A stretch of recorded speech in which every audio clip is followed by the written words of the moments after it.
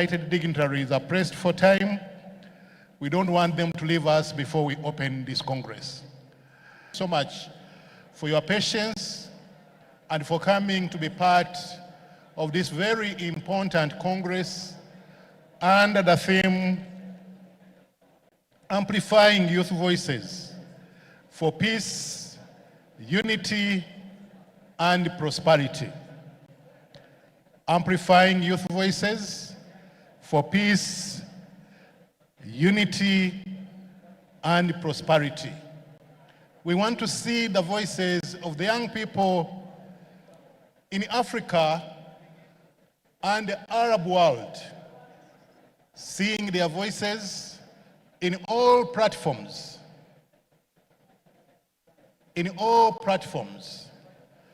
influencing and impacting on the things that we do. Because wherever you go, the youth are the majority. And so they are not useless, they are very useful people, only that oftentimes they are used less. We want to use them more and more, and we want to see that their voices matter. And their voices can only matter if they impact on the policy terrain in our various countries, in our various social settings, and that's partly the reason we are here. We are here also to officially launch the Afro-Arab headquarters. And so we expect a lot of discussions and a lot of generous contributions towards the establishment of a permanent home for the Afro-Arab Youth Council. I want to recognize Your Excellencies, the ambassadors who are already here, the Ambassador of South Sudan to Uganda, Ambassador of Nigeria to Uganda, Ambassador of Equatorial Guinea to Uganda, Ambassador of Dubai to Uganda, Ambassador of Ethiopia to Uganda, Morocco, Kuwait, and they are still giving me the indication of the ambassadors who are here. I want to warmly welcome you to Uganda, the Pearl of Africa, and I want to thank you for having chosen to come and be part of us in this important Congress. I want to invite my colleague Bridget Meyer, who will be working with me, to come and welcome you with a feminine voice. Bridget. Thank you, sir, my co-MC. Good morning, ladies and gentlemen. You're all welcome. Foreign dignitaries, heads of international organizations, our sponsors, and all protocol observed. You're welcome. We have had a delay in the start this morning, some logistical issues, but it is all being sorted out and we should be starting soon. So bear with us for a little while. Thank you.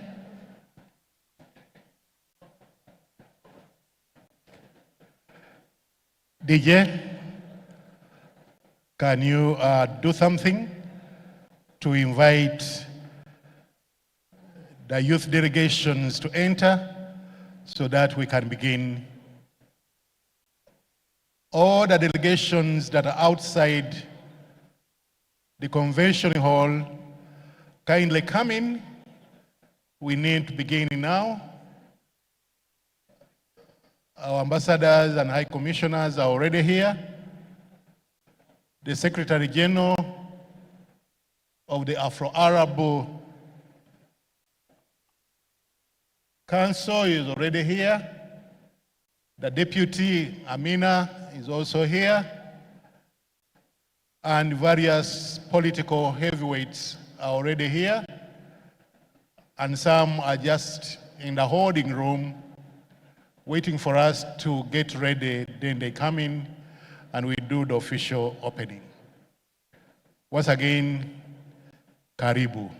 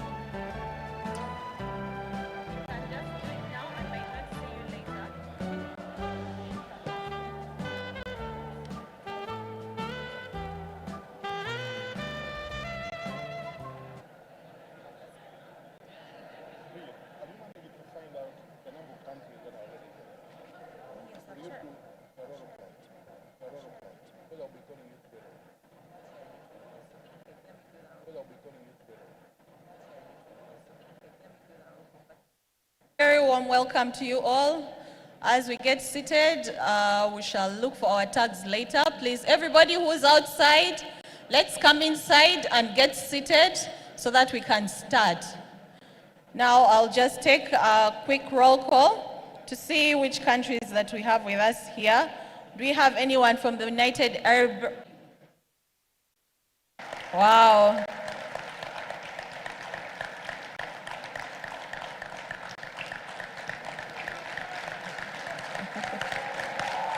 Woo!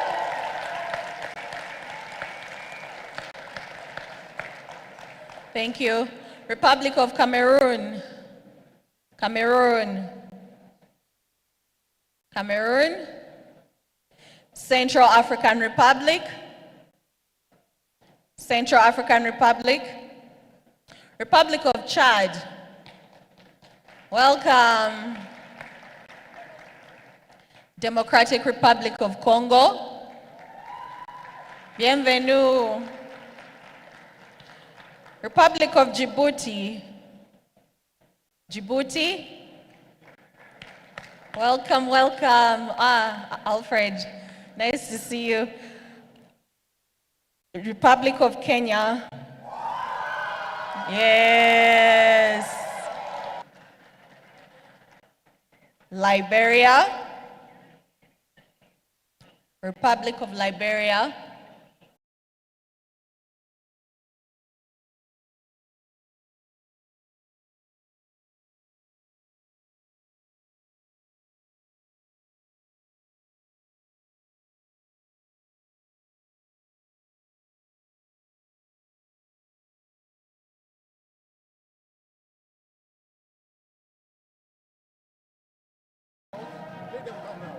First, let me make an announcement after the band, then Sauti can come. You can bring them here.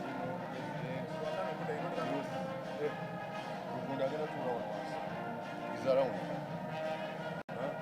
Then we have said, yeah. We are talking about it is Nakadam. Nakadam. So I don't know the moon is there or not, but Nakadam is the ministers, these two are here. Babaranda is supposed to be here. She's coming. One and a half run of yes, Babaranda. 1, 2, 3, 4, 5, 6. This is the Kata and Rwanda, they are here. They are wrong. Kata and Rwanda. Look at But I need their names, Honorable.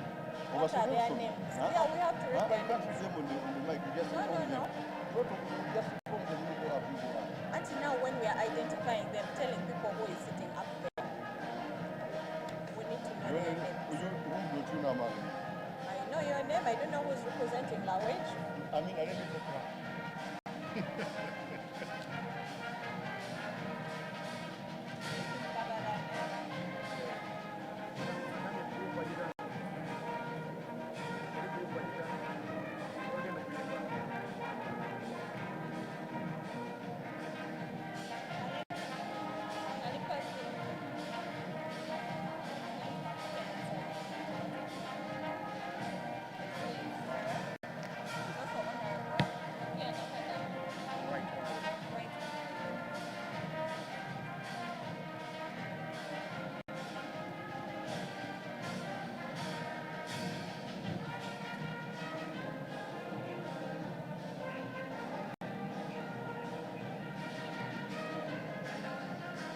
Thank you. Thank you so much. Uganda Police Force Band, the mighty band south of the Sahara. Ladies and gentlemen, Uganda is known for its cultural diversity. Can I now invite the first troop to come and give us a treat? Can you come on stage? Give us what you have.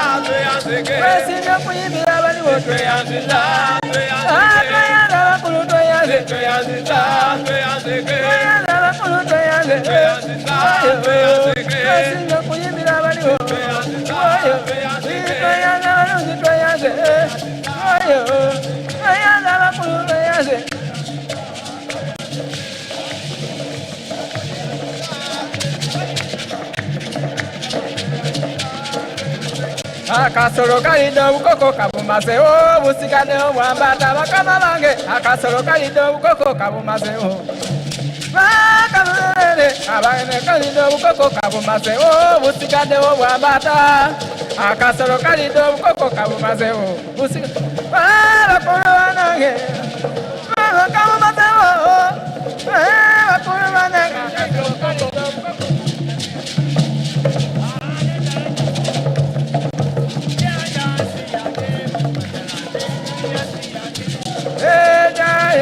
yange, neyagalira nsi yange, Uganda nsi yange, neyagalira nsi yange, Uganda nsi yange, neyagalira nsi yange, Uganda nsi yange, neyagalira nsi yange, Uganda nsi yange, neyagalira nsi yange, Uganda nsi yange, neyagalira nsi yange, Uganda nsi yange, nsi yange, Uganda nsi yange.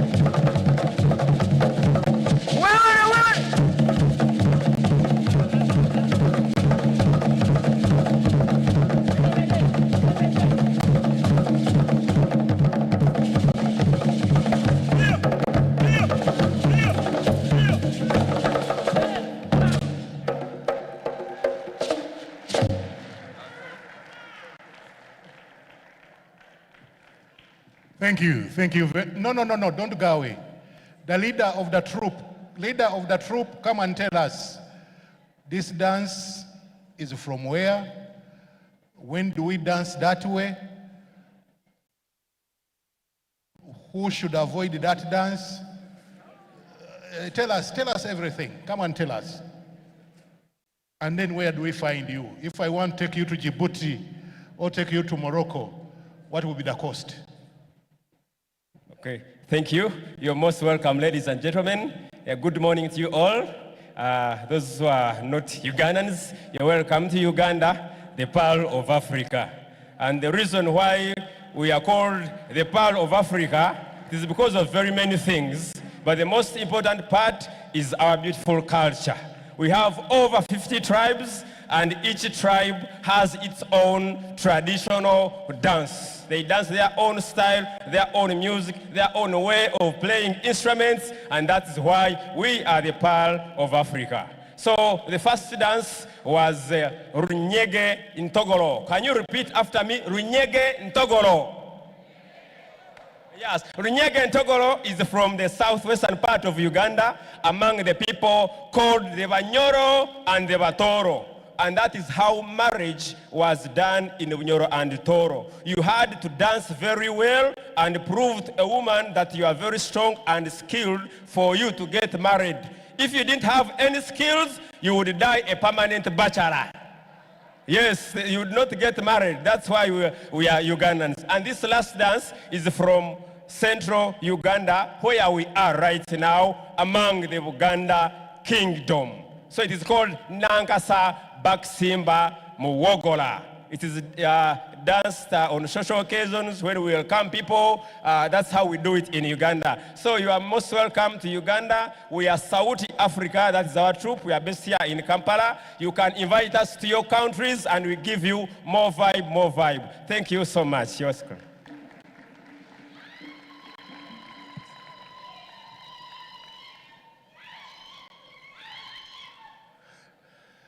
That's just a tip of the iceberg. Runyege Ntogoro, then Nankasa Baksimba Muwogola from central Uganda.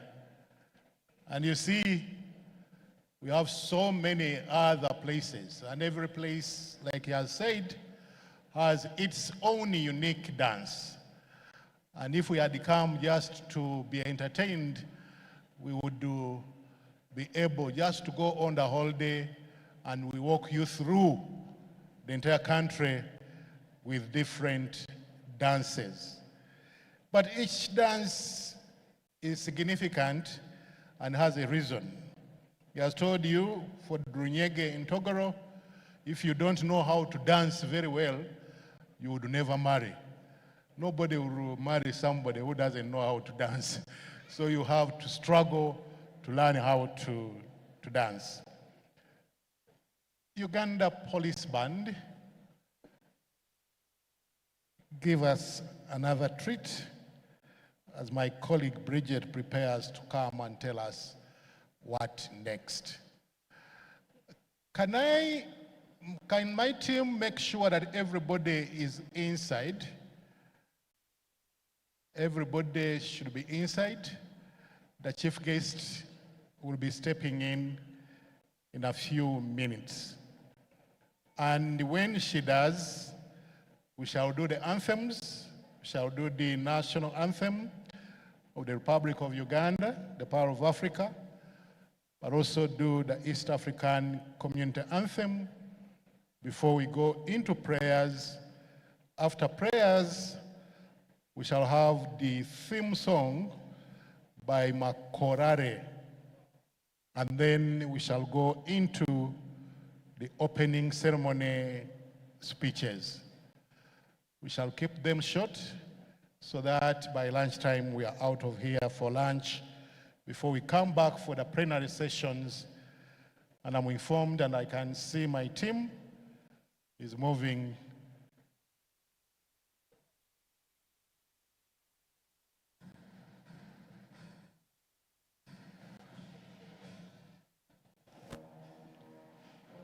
Thank you, UPF.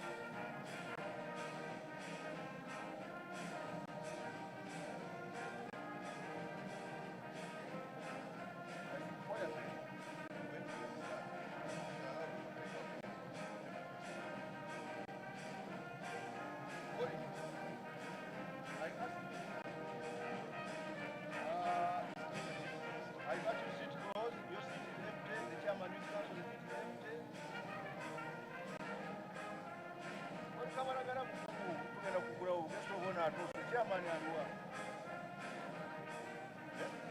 Omugenyi omukulu atuuse.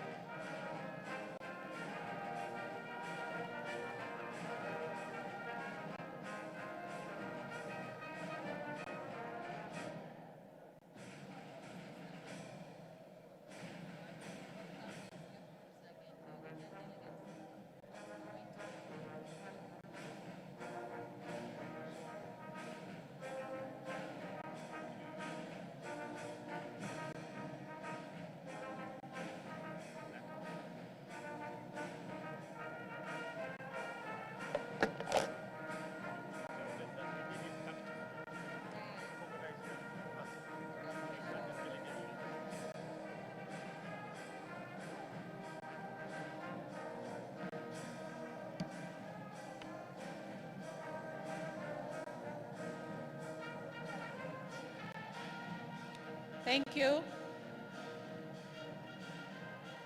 Thank you, police band.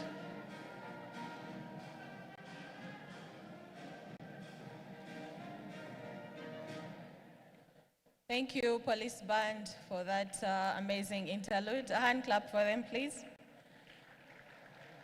Ladies and gentlemen, as we wait for our chief guest to walk in, she's on the ground. We're just awaiting her to walk into the room and we can get started. As we wait, I would like to thank the Ugandan delegation, youth delegations that are here also. I heard there was grumbling, but you always have to save the best for last, right?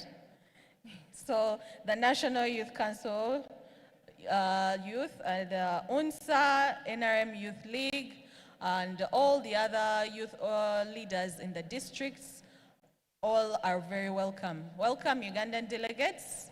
A warm welcome for the Ugandan delegates. Thank you for coming. Thank you for traveling from all the districts and being here today. I want to also invite you to fill up some of these front seats that are empty. Please, Ugandan delegation, move over to the front seats as we wait for our chief guests to come in. Quickly, please, so that we are settled by the time they're here. Could we move into the front seats, please? Thank you.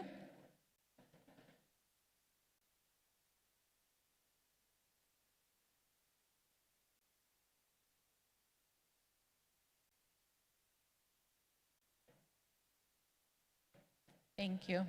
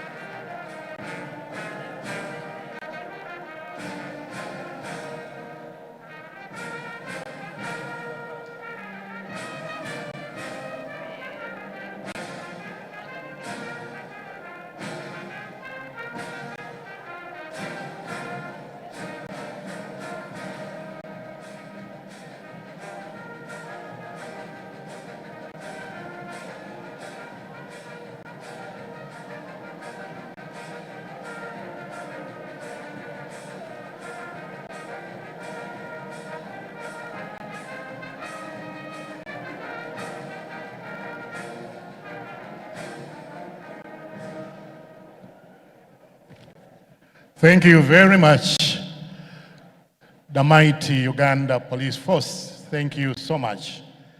Now I want to take you to northern Uganda, and I want to treat you to Alakalaka. Oh, clap if you must clap. Clap if you must clap. Yes, now this is another dance. This is from northern Uganda, and they will mix it up with some central dances. Yes, Chalimpa, can I have them? The chief guest is walking in any time from now. So let's do everything as quickly as possible. This is a youth congress, and whatever you do, do it in a youthful manner. Do it in a youthful manner to ensure that we redeem time. And as everything happens, our reflection is on amplifying youth voices for peace, unity, and prosperity. All over Africa and in the Arab world, the youth, the young people, are in the majority. If we don't listen to their voices, there's a lot we miss in terms of innovation, in terms of creativity, and in terms of having a constructive intergenerational dialogue. So we have all the reason to ensure that we sit on table with the young people and look for Afro-Arab-centric solutions, indigenous solutions to our unique problems. Charimpa, I'm waiting for you.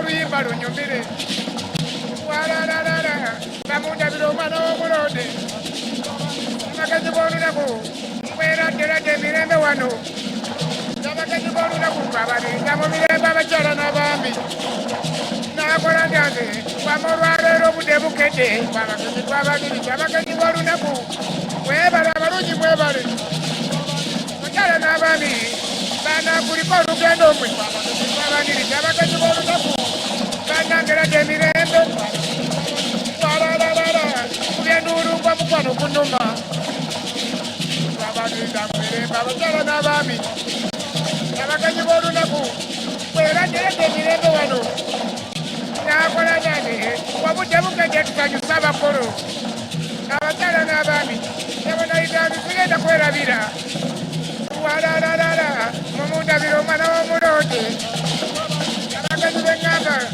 bananga abakyala n'abaami nakola nane wama olwaleero obudde bukedde abagezi b'olunaku twabaniriza mu mirembe abakyala n'abaami nakola byange wamanayitani tugenda kwerabira abakyala n'abaami mbweradderedde emirembe kati abakyala n'abaami twabaniriza mu mirembe bulungi mwebale nayitanire babamusanyusa bulungi mwebale abakyala n'abaami mabandabira abaana b'abalungi nakola byange kale ebirebire tewaki n'engoma abagezi b'olunaku twabaniriza mu mirembe bakama bange abagezi twabaniriza mu mirembe abagezi twabaniriza mu mirembe bakama bange walalala kulyenduulunaku lwazirukirira abagezi b'olunaku twabanirira bakereza oluyimba bweraba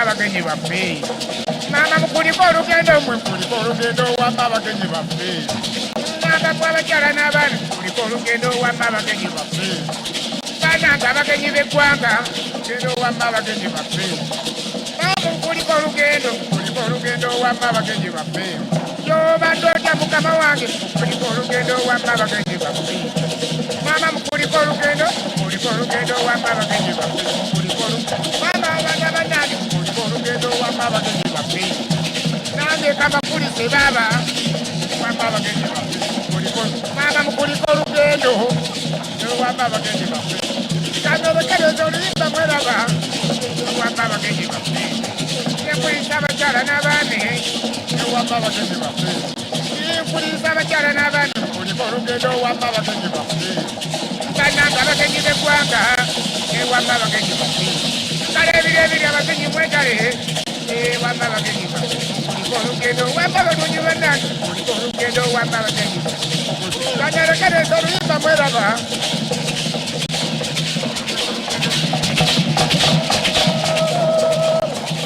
mwebale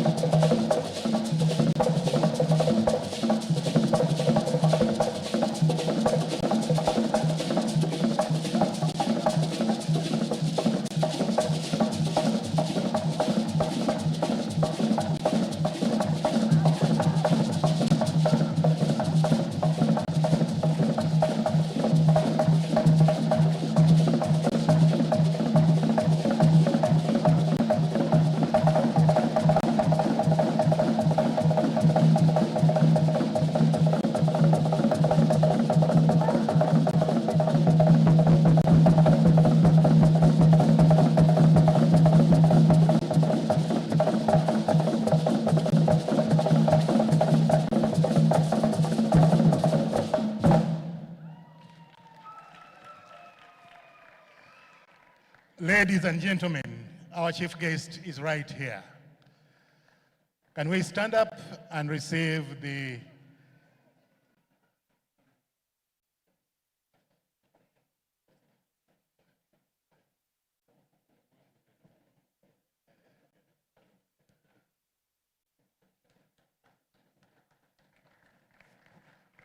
Right Honorable Third Deputy Prime Minister of the Republic of Uganda, Right Honorable Hajat Isanga Lucia Nakadama.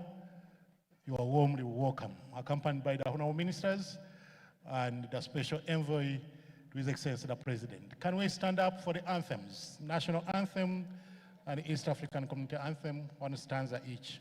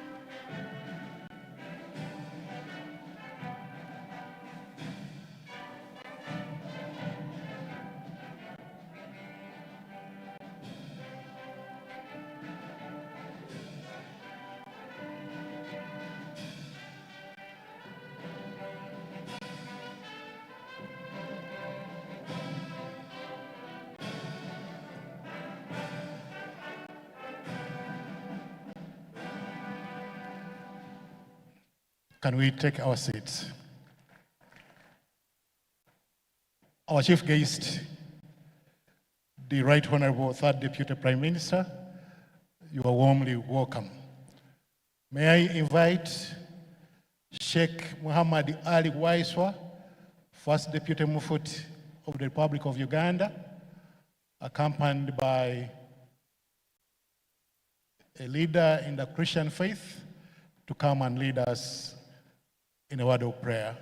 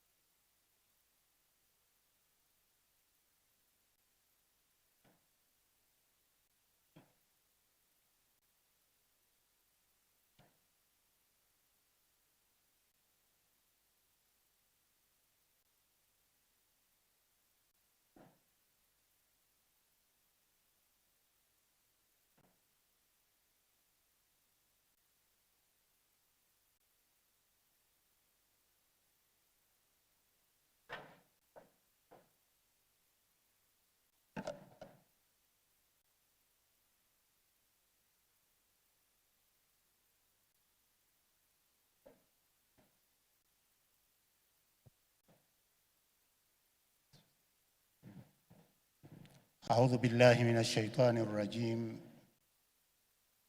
I seek refuge from the cursed devil. Bismillahir Rahmanir Rahim. In the name of the Almighty Allah, the Compassionate, the Merciful.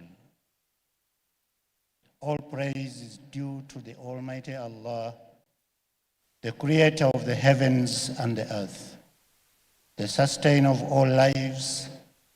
We begin with His name, seeking His guidance, mercy, and blessings upon all of us gathered here today. Almighty Allah, we thank You for the blessing of life, for the gift of our youth, and for the bringing us together with young men and women from diverse cultures, backgrounds, and experiences. As we stand here with the youth of this great nation, this great continent, this great ummah, we ask You, Allah, to open our hearts to Your wisdom and our minds to Your truth. Allah says in the Holy Quran, "And when they reached maturity and became strong, we gave him wisdom and knowledge." Almighty Allah, You have entrusted us with the responsibility of carrying the torch of knowledge, justice, and peace.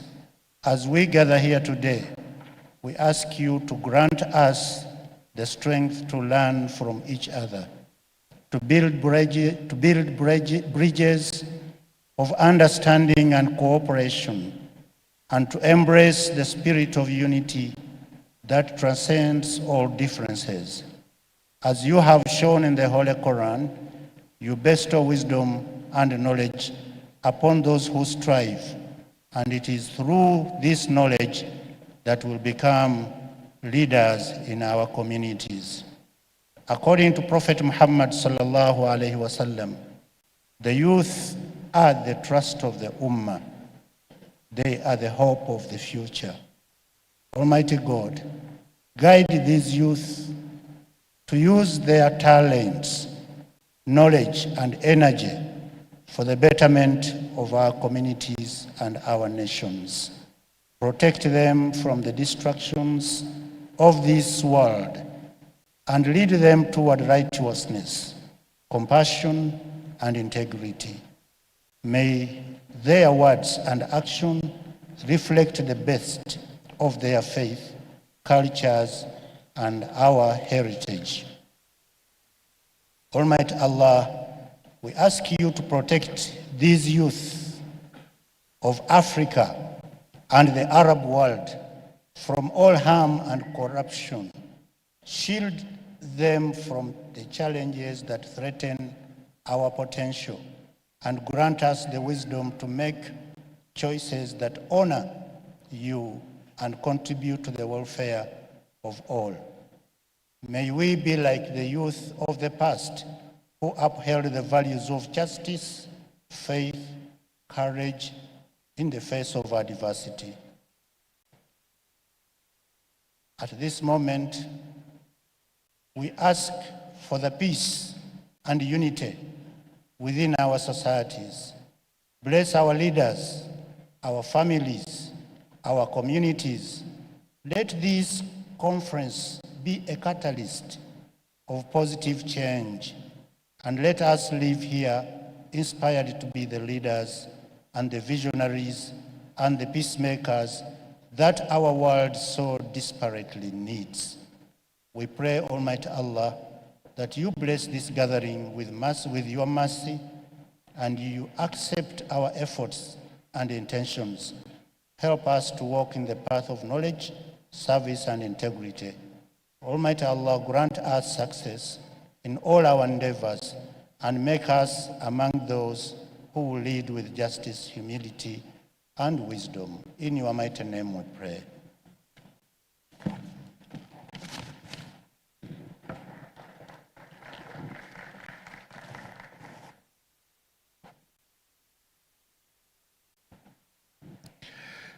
Thank you very much, the religious leaders.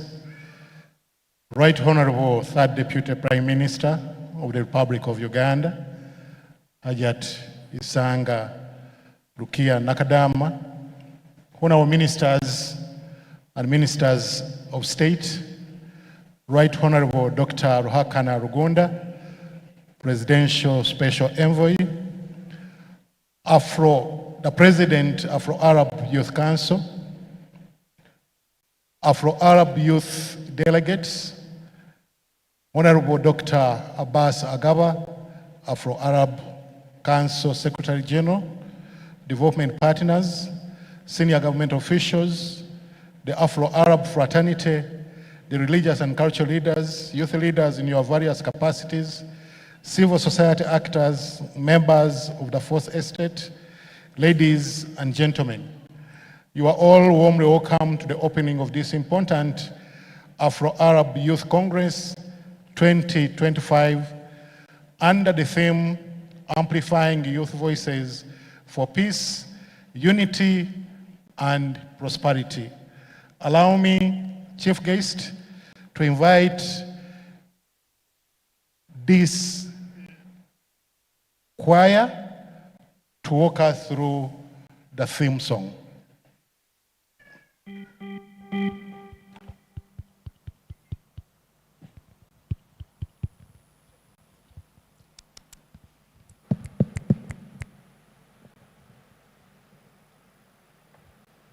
Cheers.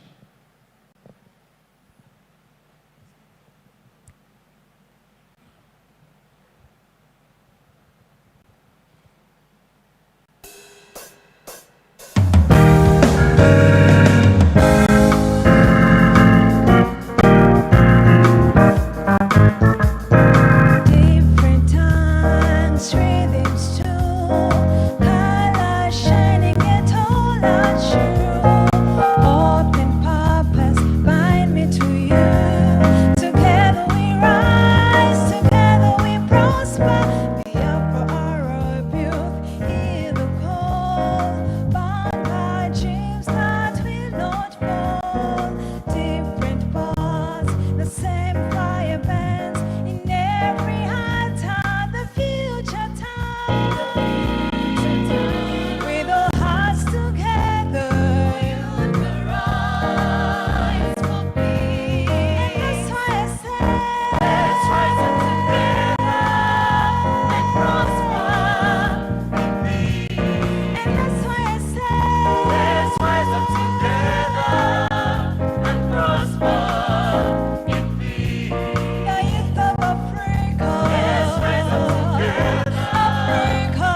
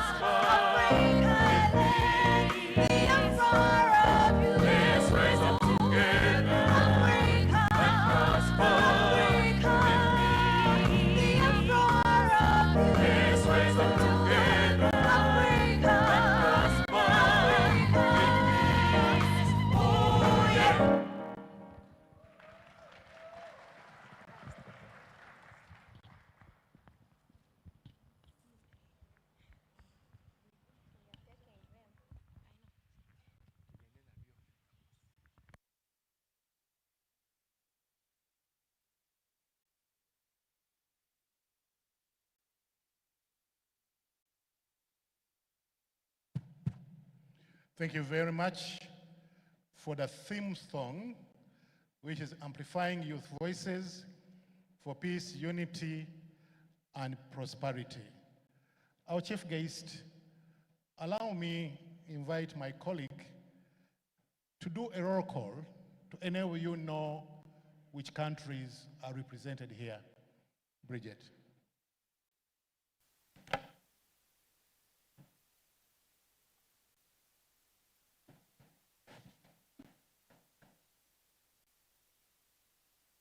Thank you, my co-MC. Once again, good afternoon to you all and welcome to the Afro-Arab Youth Congress. We'll do a second roll call for us to be able to know who is here now and give you a warm welcome. United Arab Emirates. I saw the Ambassador earlier on in the morning. You're welcome, Your Excellency. State of Qatar. State of Qatar. There was somebody here in the morning. State of Kuwait. Welcome. Republic of Iraq. Republic of Iraq.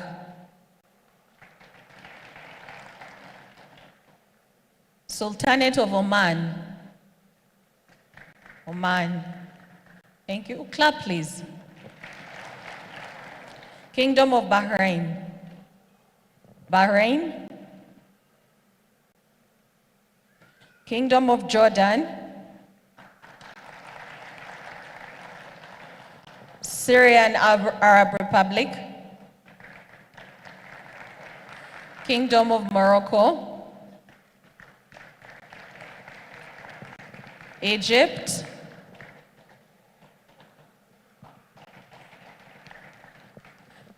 Democratic Republic of Algeria. Feel free to put some vibe. Thank you. You can shout when they invite your country. Republic of Tunisia.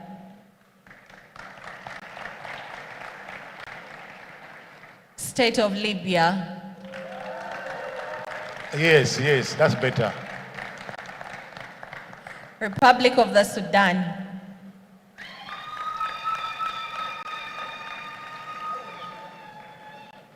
Republic of Lebanon.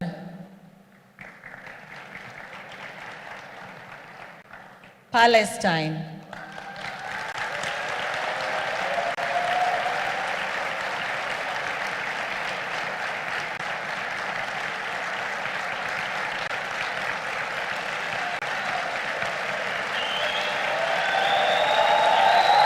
Beautiful. Beautiful. Thank you. Beautiful. Wonderful. Thank you. Republic of Cameroon. Cameroon. Central African Republic. Central African Republic. Republic of Chad. Welcome. Democratic Republic of Congo. Olivier. Republic of Djibouti.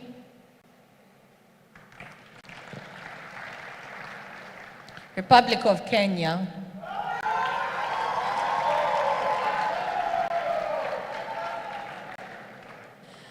Republic of Mauritius. Thank you for coming. Republic of Rwanda. Seychelles. Welcome. Republic of Somalia.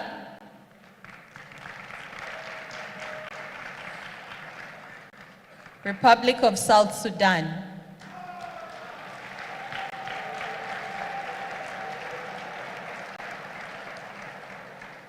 Republic of Tanzania. Tanzania. Republic of Angola. Viva. Republic of Botswana. Woo! Kingdom of Eswatini. Eswatini. Malawi. Malawi. Namibia.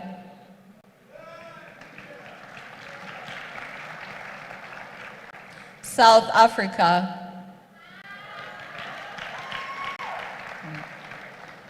Zambia.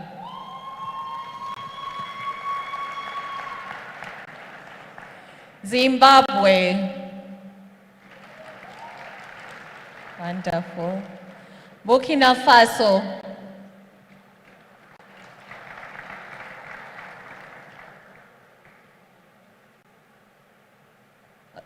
I would like to recognize the presence of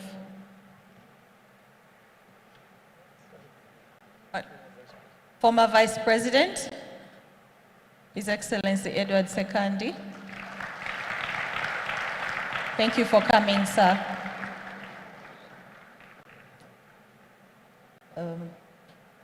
Burkina Faso,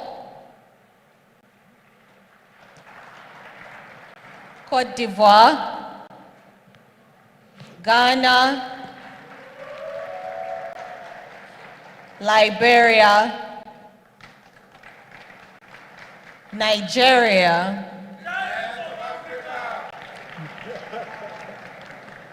Republic of Senegal, Spain, India, Germany. That will be all. Thank you.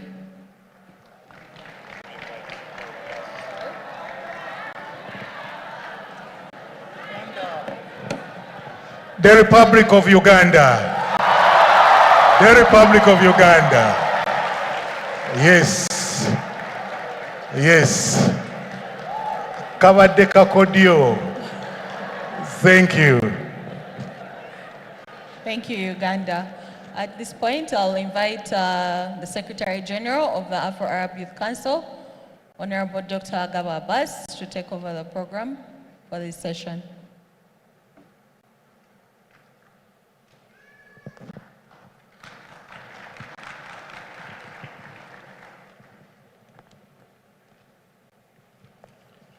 Viva Africa, viva! Viva Africa, viva! Viva the Arabs, viva! Viva the Arabs, viva! Viva the young people, viva!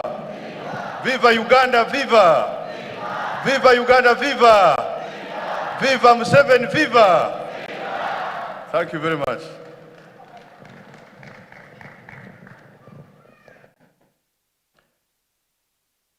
Your Excellency, the Chief Guest, Your Excellency, the President of the Republic of Uganda, represented by the Right Honorable Third Deputy Prime Minister, Your Excellency, the Honorable Ministers are present, both the host ministers and the visiting ministers, Your Excellency, the former Vice President of the Republic of Uganda, you can do it louder. Your Excellency, the young people love you so much. The Right Honorable former Prime Minister of the Republic of Uganda, the Honorable Kakana Rugunda, also Special Envoy of the President on the Afro-Arab.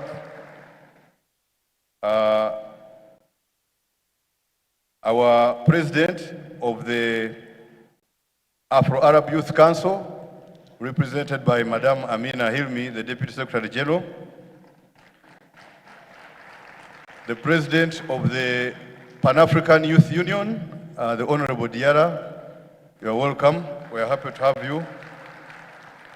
Distinguished heads of diplomatic missions who are here, heads of constitutional commissions invited, heads of security services, religious and cultural leaders, the members of parliament present, both the host members of parliament and the visiting members of parliament, leaders of institutions of higher learning, fellow youth leaders, and above all, distinguished young people gathered here today. You are very welcome. You are welcome. In this side of Africa, we say, Karibu sana. Our chief guest, on behalf of the Afro Arab Youth Council Executive Committee, the Secretariat, and on my own behalf, I would like to take the honor to welcome you all, the delegates here, to this historic gathering of the Afro Arab Youth Congress 2025. Today, as we convene here at this beautiful Speak Resort, Munyonyo, we are not only hosting another Congress, but we are igniting a movement, one that places the voices of young people at the heart of the African and Arab world's shared journey of peace, unity, and prosperity. I take the honor to give you a brief about the Afro Arab Youth Council. This council, our dear delegates and chief guest, was founded in 2004 in Khartoum, auspices of the leaderships of that time, that to unite young people of both the African and Arab world and take advantage of the existing commonalities between Arabs and Africans to build peace, to build unity, and also agitate for young people to be included in the development agendas of their countries. Your Excellencies and distinguished leaders, allow me on behalf of the Afro-Arab to extend our deepest gratitude to the government of Uganda under the wise and visionary leadership of His Excellency General Yoweri Kaguta Museveni for his graciously hosting the council, accepting to be the patron of the council, guiding its daily and ideological work, and all the rest of the work that has been doing for the council. We appreciate. Please, our chief guest, deliver a message to His Excellency the President of the Republic of Uganda that his children and the Bazukuru and all the delegates gathered here appreciate and take cognizance of the support that he gives the council.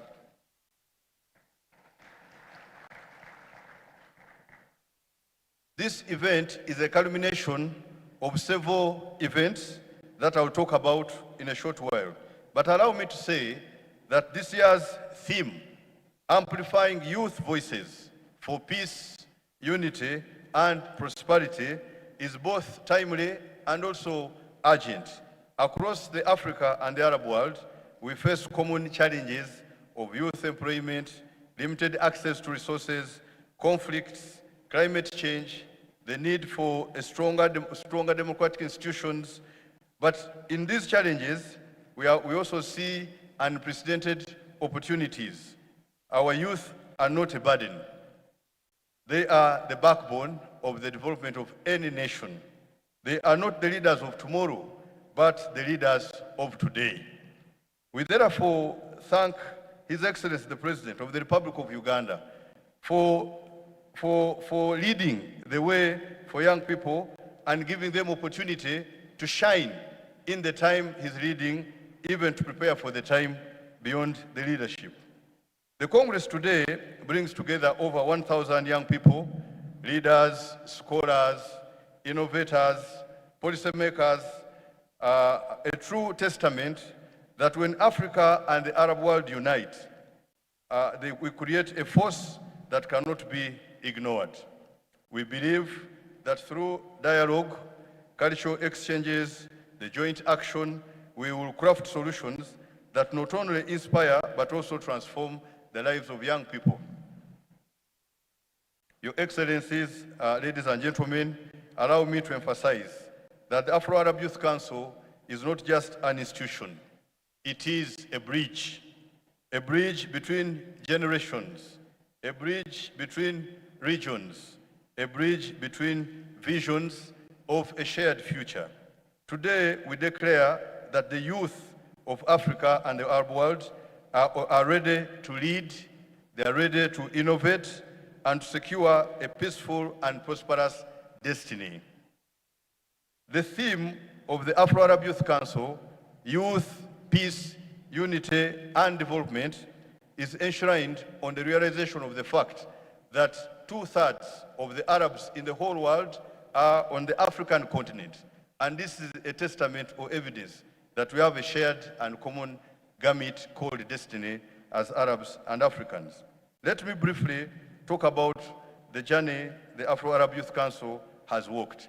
From the formation in 2004 in Khartoum, Your Excellency, the Afro-Arab Youth Council was then hosted in Uganda in 2008, and during this meeting, the young people of the world gathered here under the umbrella of the Afro-Arab Youth Council requested our own president, one, that he becomes the patron to take over the leadership of the organization beyond the then patron, his brother leader, Colonel Muammar Gaddafi of that time, which our president graciously accepted, for which we thank him very much. Your Excellencies, in that same meeting, the young people requested that the Afro-Arab Youth Council be given an opportunity to be hosted in Uganda, to give the organization a home in which it can stay and perform its functions with reasonable independence and pursue its mandate.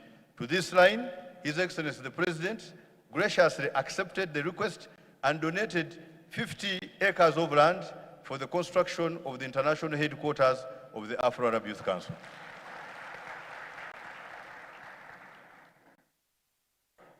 It is this that has been the catalyst of the journey that the Council has walked. For those of you who are familiar with the geography of Uganda, especially Entebbe Road, there's a place called Chitende and Nakauka. That's where the President has assigned 50 acres of land for the construction of the headquarters. Your Excellency and the dear delegates, the President of Uganda has been in the lead in encouraging and pursuing that the Afro-Arab Youth Council signs the host country agreement with the government of Uganda. I would like to report to this Congress that on 18th of August 2023, during the celebration of the International Youth Day celebrations in Kabale district, the AAYC signed the host country agreement with the government of Uganda, witnessed by His Excellency the President himself. And by signing this agreement, the government of Uganda recognized the Afro-Arab Youth Council as an international organization with international legal status, and this was a great move towards this current fundraising Congress. Our chief guest, in August 2024, His Excellency the President, after we conceptualized the idea of the headquarters to house 5 projects. Which are these projects? I'll mention them along the way. But His Excellency, in August 2024, selected some heads of state of member countries of the African and Arab Youth Council, to whom he has written letters to seek their support to put together the international headquarters of the Afro-Arab Youth Council. What is this headquarters? The headquarters has been conceptualized to contain 5 projects. It will contain an office block, it will contain an international sports stadium, it will contain a hotel, an international attendant recreation facilities, it will contain a university of science and technology, it will also contain an African and Arab cultural heritage center. And we believe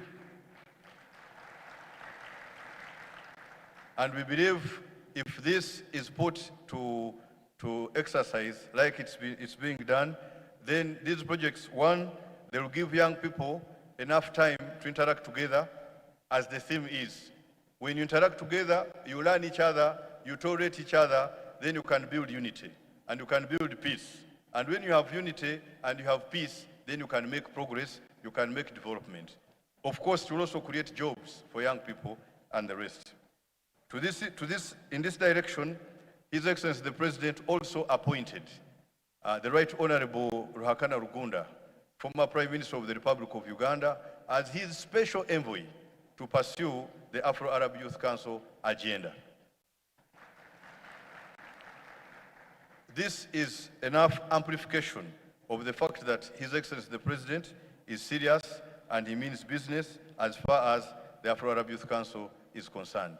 Today is the opening ceremony of the Congress to launch the fundraising. We'll also have the closing ceremony in which we shall then have a declaration of what has been raised and what will be used to set up this complex, which is a one-off for the young people of the African and the Arab world. Let me brief you about the partnerships. The Afro-Arab Youth Council, in pursuit of its mandate, has engaged in with a number of organizations, both local and international, in which we have built collaborations, especially with organizations that hold similar objectives with the Afro-Arab Youth Council. Of course, our membership has widened from about 37 countries in 2008 to 64 countries and other organizations in 2025. Also, let me mention this, that the Afro-Arab Youth Council may have more than one organization as a member in the different countries. There's no conflict of interest in the council having 5, 10, 20 partners or member organizations in the different countries. But suffice it to say that the council has signed a memorandum of understanding with the Islamic World Educational, Scientific and Cultural Organization, in short, the ISESCO. The ISESCO is like the UNESCO of the Islamic world. We have also signed an MOU, and I appreciate the presence of our colleague, the President of the Pan-African Union. We have a standing memorandum of understanding with the Pan-African Youth Union, which is the continental umbrella organization for all youth councils in Africa. We have collaboration with the Union of the Arab Maghreb. We have collaboration and intend to sign an MOU with the United Nations African Institute for Prevention of Crime and Treatment of Offenders, especially in favor of the young people. We have, of course, collaboration with the National Youth Council of Uganda, with the UNICAF, and also the Julius Nyerere Foundation. The council also operates with chapters in universities. The intention is to train young people with the right ideology of leadership. With the right ideology of leadership. We make more meaning as leaders to implement projects or to focus on issues that concern all of us than focusing on individual small issues that make a division. So the council in the universities has an ideological orientation program with the young people, and some of the universities in Uganda, in Nigeria, in Morocco, and the rest. Our dear chief guest, I will now move to the conclusion. We once again welcome you, all our delegates who have made it to this Congress. Please feel at home. Uganda is your country. Uganda is your second home. Don't go without finding time to see the rest of Uganda. We thank His Excellency, the President of the Republic of Uganda, for making this Congress possible. I would also like to thank the National Organizing Committee, a bridge or a tripod, a tripartite between the Office of the President, the Minister of Gender, Labour and Social Development, and the Afro-Arab Youth Council that have made this thing a success. Your Excellencies, distinguished delegates, welcome to the Afro-Arab Congress. Welcome to a new chapter of youth empowerment. Welcome to the future of building together for God and our country.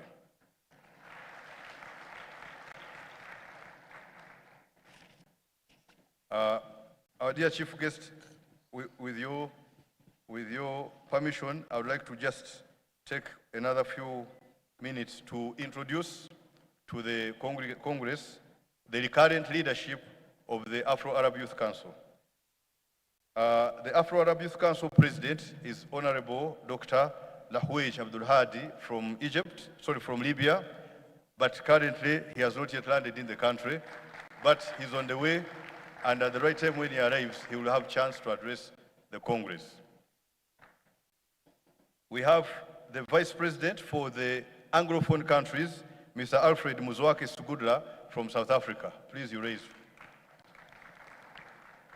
We have the Vice President for the Francophone countries, who is from Senegal, Mr. Kedim Malik Diop. We have the Vice President for the Arab countries from Saudi Arabia, Mr. Muhammad Al-Hajr. The Secretary General of the Afro-Arab Youth Council is none other than the Honorable Dr. Abbas Agaba, who is here addressing you. The arrangement in the Afro-Arab Youth Council is that the host country for the headquarters produces the Secretary General. The Deputy Secretary General is Ms. Amina Hilmi from Morocco. We have regional coordinators. The regional coordinator for the Arab Mashriq is Mr. Hamid Al-Hamid from Iraq.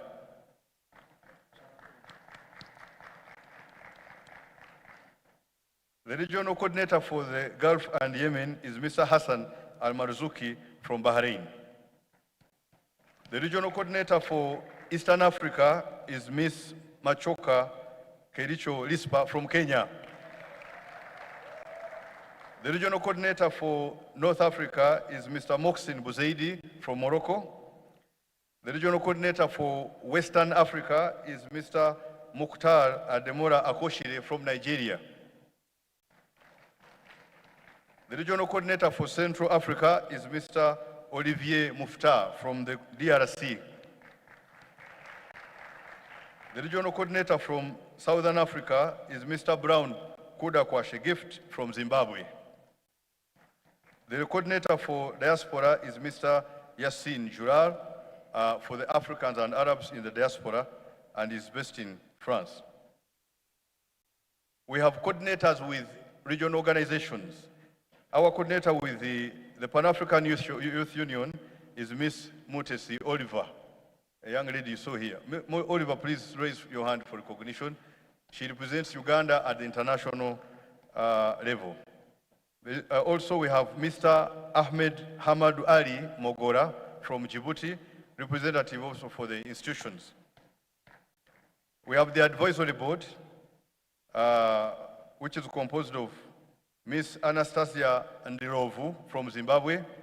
For those of you who know her, she's a former deputy minister in that country.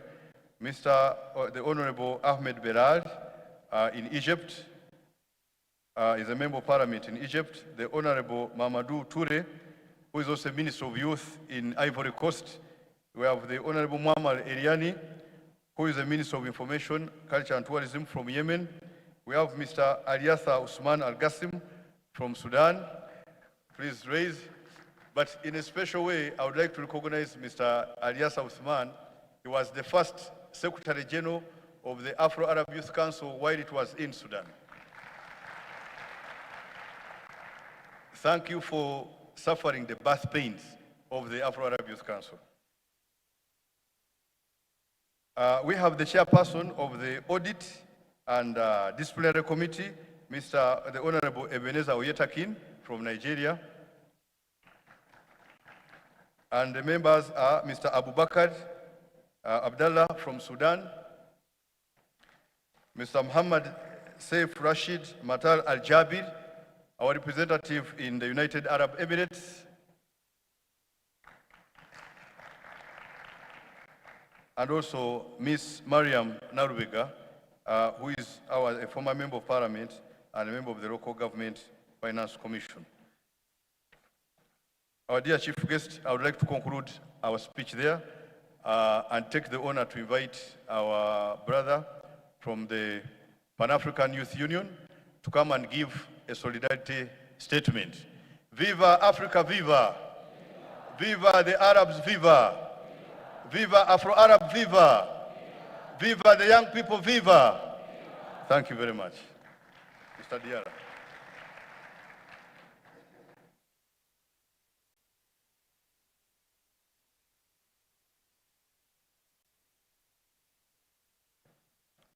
Thank you so much, Abbas. Madam Minister, all protocol observed, ladies and gentlemen, Momoni Diala, President of Pan-Africa Youth Union, and it's an obligation for us to be here. Because Afro-Arab Youth Council is the organization which is promoting young people across the world and is working for the peace in the world. For that is an obligation for us to be here, to say that we are on the same page and we have to work together to have a peace, solidarity, and prosperity for a world, for Africa. And you know, it's very comfortable for me to do my speech in French, but my introduction is for all our colleagues who not speak French.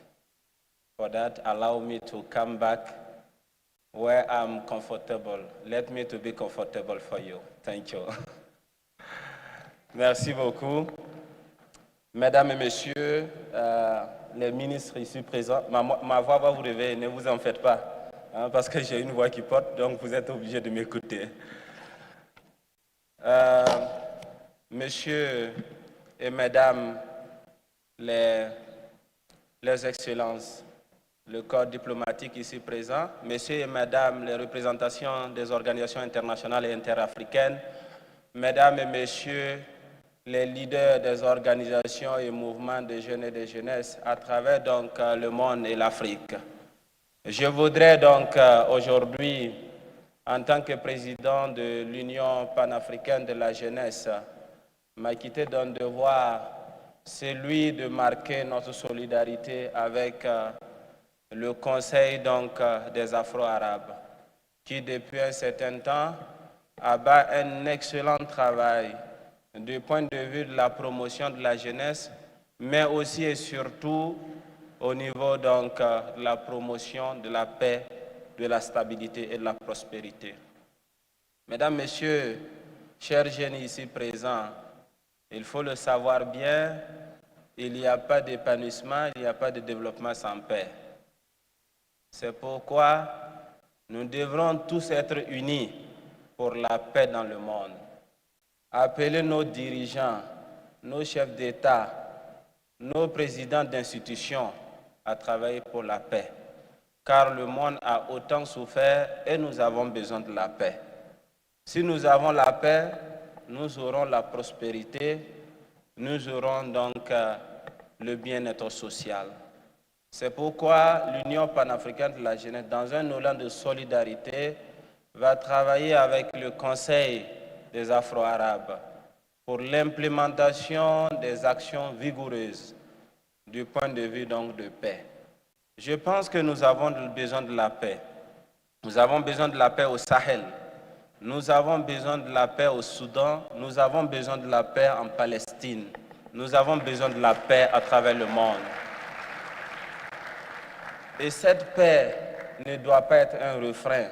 Cette paix ne doit pas être des discours, mais cette paix doit habiter dans le comportement de tout un chacun.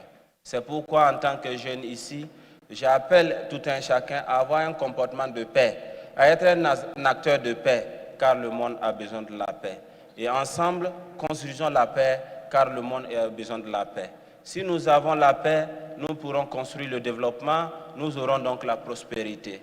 Chers présidents d'institutions ici, chers chefs d'État qui nous écoutent donc à travers cette salle, travaillons tous pour la paix, car le monde, la jeunesse a besoin de la paix.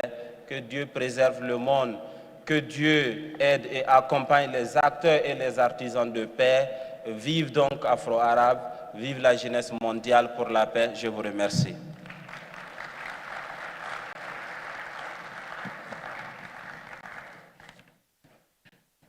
Thank you very much, President Pan-Africa Youth Union, Honorable Diarra, for that statement of solidarity. Chief guest, allow me now to invite President Afro Arab Youth Council, represented by the Deputy Secretary General, Amina Hilmi, to give a statement.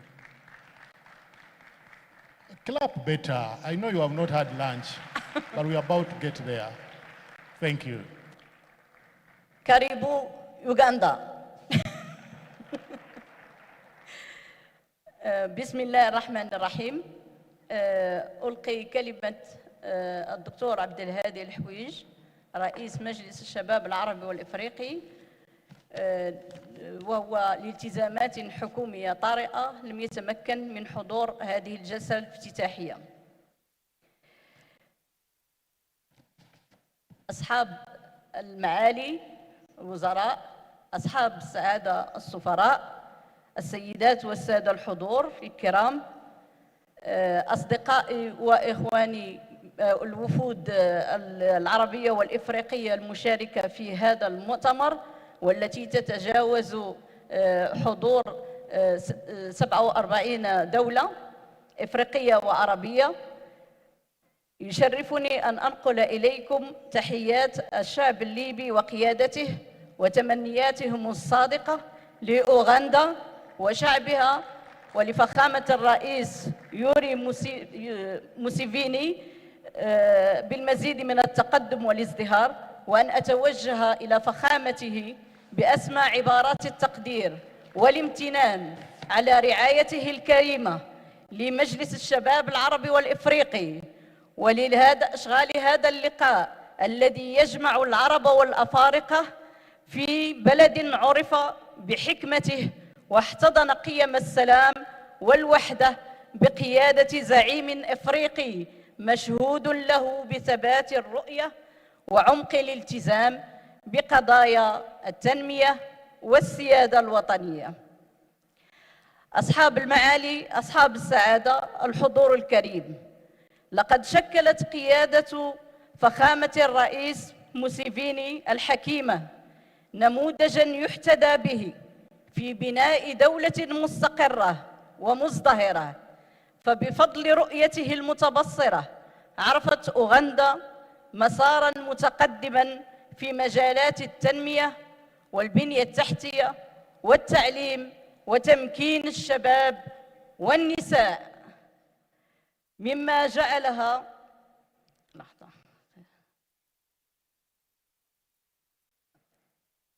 جعلها نموذجاً قارياً في الاستقرار والسيادة الوطنية.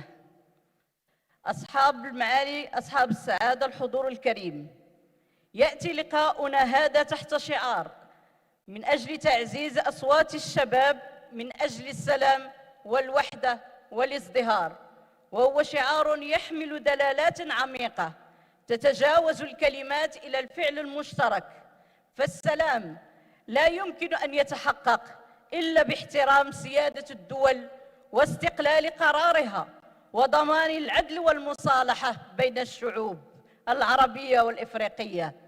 السلام لا يمكن أن يتحقق وفلسطين محاصرة، السلام لا يمكن أن يتحقق واليمن جريح ولم يعد سعيداً، السلام السودان، السلام في ليبيا، السلام في الكونغو الديمقراطية، السلام في كل بقاع إفريقيا والعالم العربي، لأنهم السلام في الفضاء العربي الإفريقي هو السلام في العالم، فهو القضية المركزية في لتحقيق الاستقرار والتنمية الشاملة في كل دول العالم.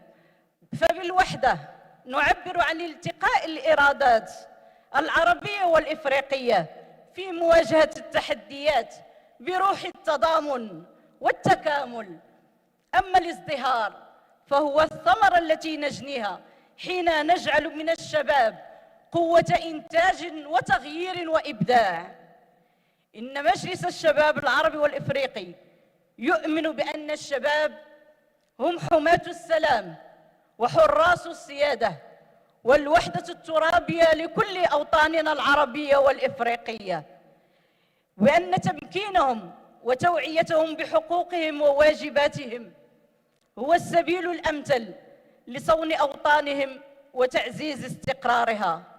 ونحن اليوم إذ نلتقي في هذا الفضاء الإفريقي العريق نجدد التزامنا بدعم كل المبادرات التي تعلي من قيم الوحدة والاحترام المتبادل وتفتح آفاق التعاون بين الدول العربية والإفريقية في مجالات الاقتصادية والثقافية والاجتماعية، وهذا ما يسعى له مجلس الشباب العربي والإفريقي، فهو جسر التواصل بين الشباب العربي والإفريقي وبالتالي بين كل شعوب الفضاء العربي. إن صوت الشباب هو الضمانة الأقوى لاستمرار السلام، وهو القوة الحية التي تدافع عن وحدة الأوطان.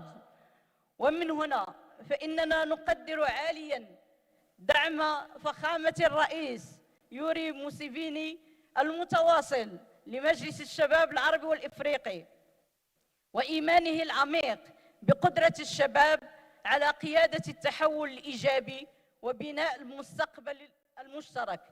وفي الختام نعبر عن شكرنا العميق لفخامته على حفاوة الاستقبال وكرم الضيافة، وعلى ما بذلوه من جهود لترسيخ الأمن والتنمية، بما يجعل من أوغندا منارة للسلام والنهوض الإفريقي.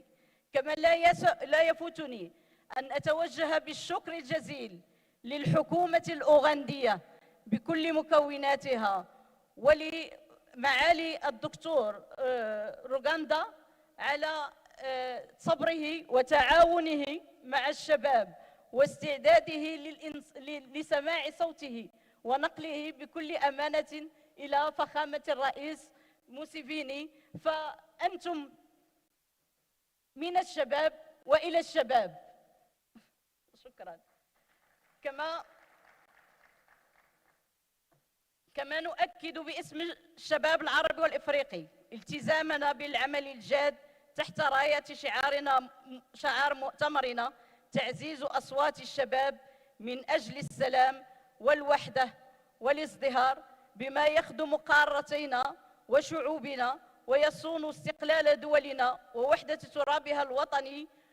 ومجلس الشباب العربي والإفريقي عندما يقوم ببناء مقره الدائم في أوغندا فهذا دليل على أن أوغندا هي بالفعل جوهرة إفريقيا، وهي منبع النيل، فمنها ينطلق ماء شروب يصلح يعطي الحياة، فهو الماء هو الحياة، وهو مصدر قوة إفريقيا ودولها، وكذلك الماء هو مصدر الحياة في الدول العربية بالفرات ودجلة، وكذلك النيل. نحن نتقاسم النيل في إفريقيا والدول العربية، ونتمنى لأعمال مؤتمرنا هذا التوفيق والسداد. وعاشت أوغندا، عاشت إفريقيا، عاشت الدول العربية.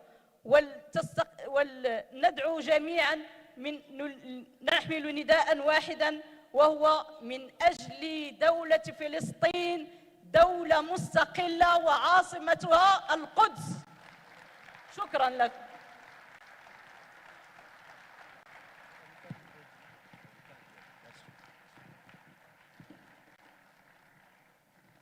Thank you very much for that very powerful statement.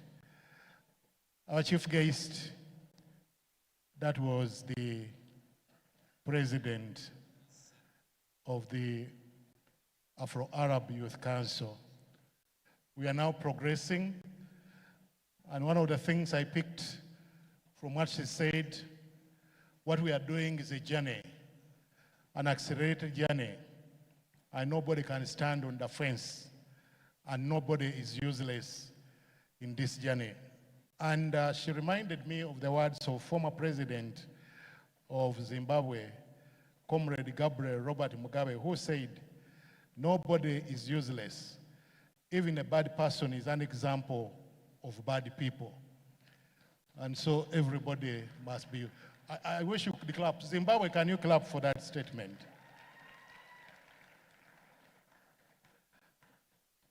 Our chief guest,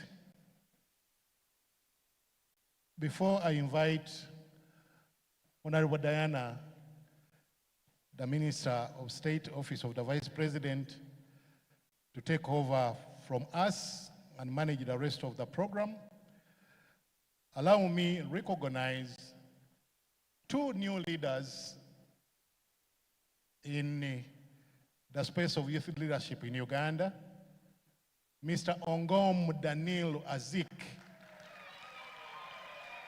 the new National Youth Council chairperson.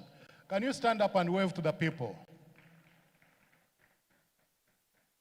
Allow me, in the same vein, to recognize Mr. Tanga Korinis, Youth League chairperson. Thank you, and thank you so much for coming. Can I now, as I hand over, invite Honorable Minister of State for Youth and Children Affairs, Honorable Baram Barogahara Atenyi, and thereafter, Honorable Diana will take over from us.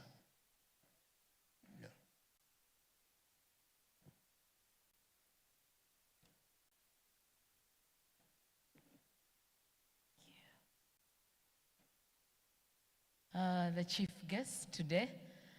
Viva Uganda! Viva Africa! Viva Arab! I'm so happy to see you all today. I want to thank my MCs who have done a very good job today. I want to thank everyone for coming, the delegates. I think you love Uganda because we are very hospitable and very beautiful country. Before I can speak, I want to invite my colleague, the Minister for the Youth. All of you know him, Mr. Balam. Let him come and say a word. Thank you so much. I wish to ride on the previous protocols. Your Excellency, Vice President Emeritus, Mzee Sekandi, I'm glad to see you joining us.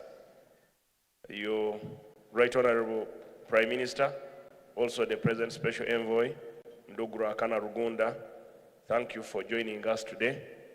The Right Honorable Prime Minister, who's acting, representing the President, Honorable Lukia Isanga Nakadama, we are glad to welcome you today. The Vice Chairpersons of NERM, I've seen the Honorable Janada Simwe from Western, Honorable Tanga Collins from Youth League, the one representing the youth on SEC, Honorable Salimu Uhuru, Honorable Rakajara, colleagues, members of Parliament, then colleagues, ministers, Honorable Betty Among Akena, Honorable Hanifa Kawoya, Honorable Diana Mutasingwa, and in a special way, our best friend and sister from Rwanda, Honorable Umutoni Sondran, who's representing the government of Rwanda in this session. I will ask you, Honorable, probably you stand up and they recognize you. Team Rwanda Oye. So I want to welcome all the delegates from across Middle East, from the Arab world, from Africa, and all Africans who have joined us today, and all the delegations. In a special way, I'll recognize our visitors from the state of Libya, then Sudan, Yemen. I heard when you mentioned Palestine, you were happy. We should be happy as Africans and Ugandans. We should pray for states like Sudan, Libya, and Yemen to have peace. These states should have peace. These are nations that are strategically located, are on the Mediterranean, some along our neighbors, we share the Nile. So we should all pray for these nations to consolidate and stop fighting so that they can work together and we take our nation and our continent to the best. It is with great honor and humility, I welcome all of you to the Pearl of Africa. On behalf of His Excellency, the President, who's also the patron of Afro-Arab, I want to thank the President for honestly supporting and funding this event. He's solely supported and funded the budget of this event that we are enjoying today. So a clap for the President will mean a lot. On behalf of the organizing committee, I want to assure you that whatever was planned will be done. I need to thank the Office of the President, Haji Kakande Yunus, the PSST, Ramadan Gobi Haj, my sister Jane Bariechi, the State House Controller, and everyone who has supported in the mobilization of resources to ensure this event is colorful and a success. Uganda takes immense pride in being the birth of the Afro-Arab Youth Council, an institution that continues to bridge the nation and cultures and aspiration of young people, fostering cooperation for prosperity, peace, and sustainable development, just like mentioned by Honorable Abbas Agaba. Globally, young people are aged between 10 to 24, number of 1.8 billion, largest generation in human history. In Africa, over 70% of the population is below 30, making it the youngest continent and the future engine of global growth. Here in Uganda, it is reality and even more pronounced. Over 72.3% of Ugandans are below the age of 35, and above 23 are between 18 and 30. If well guided and equipped and supported, our young people have a potential to transform Uganda, Africa, and the world. However, if neglected, the same youthful energy can lead to unemployment, frustration, political instability, and wars, unending wars on our continent and in the Middle East.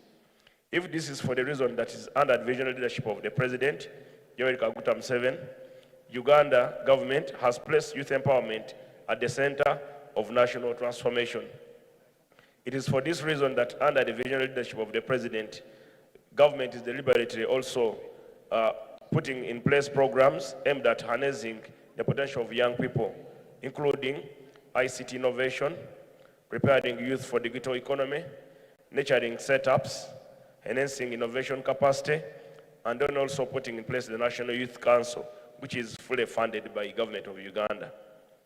Also, government is strengthening youth participation in governance, policy making at all levels. These interventions reaffirm Uganda's belief that youth are not a problem to be solved. They are a solution to the nation and then also to global challenges. Uganda continues to lead in advancing youth cooperation and inclusion at regional and global levels within the East African community. Uganda is working to harmonize youth policies, promote cross-border innovation, enhance mobility.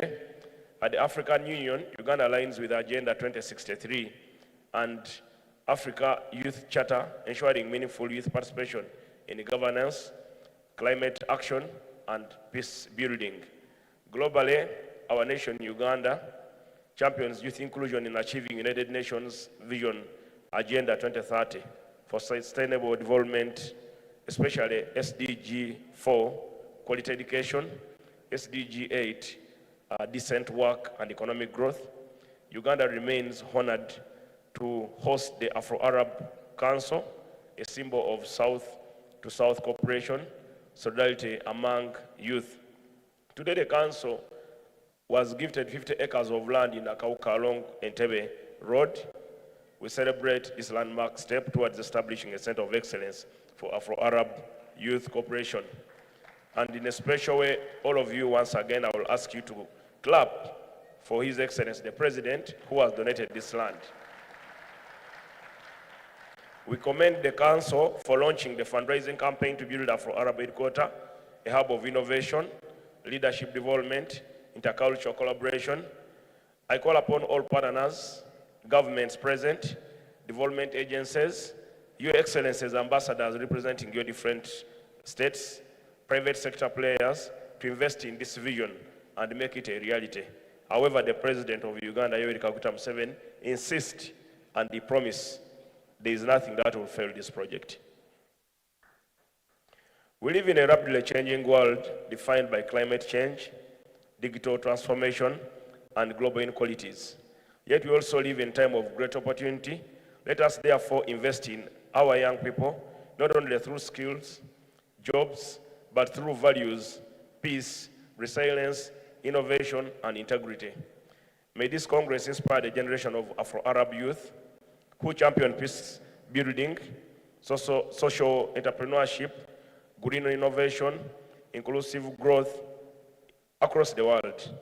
To all the distinguished delegates from Africa and Arab world and beyond, including people from member states like Germany, feel at home well in Uganda, the land of unmatched hospitality. We assure you maximum security, a peaceful environment, a chance to experience Uganda's natural beauty, from Lake Victoria, the source of the Nile, to the wildlife, diverse culture, and warm people. His Excellency the President will join us on Friday for the closing ceremony. He treasures the young people so much. As we engage in the sessions ahead, may this Congress renew our shared commitment to youth-led development, regional unity, global peace, and may the good Lord bless all Afro-Arab Youth Council members, bless our nations, bless the youth of Uganda, and I would like to thank you very much for listening, for God and my country. So as I conclude, let me take this opportunity to invite my sister from Rwanda, who will make her opening remarks. Thank you, Sadrine, for joining us, Omutoni.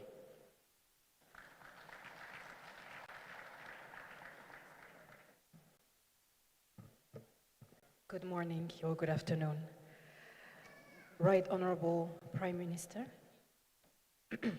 excuse me, Right Honorable Deputy Prime Minister, Right Honorable the former Prime Minister, Excellency, members of the Diplomatic Corps, Honorable Ministers, the Honorable President of the Afro-Arab Youth Council, President of the Pan-African Youth Union, distinguished delegates from across our African continent and the Middle East, dear youth leaders, allow me to stand on all existing protocols.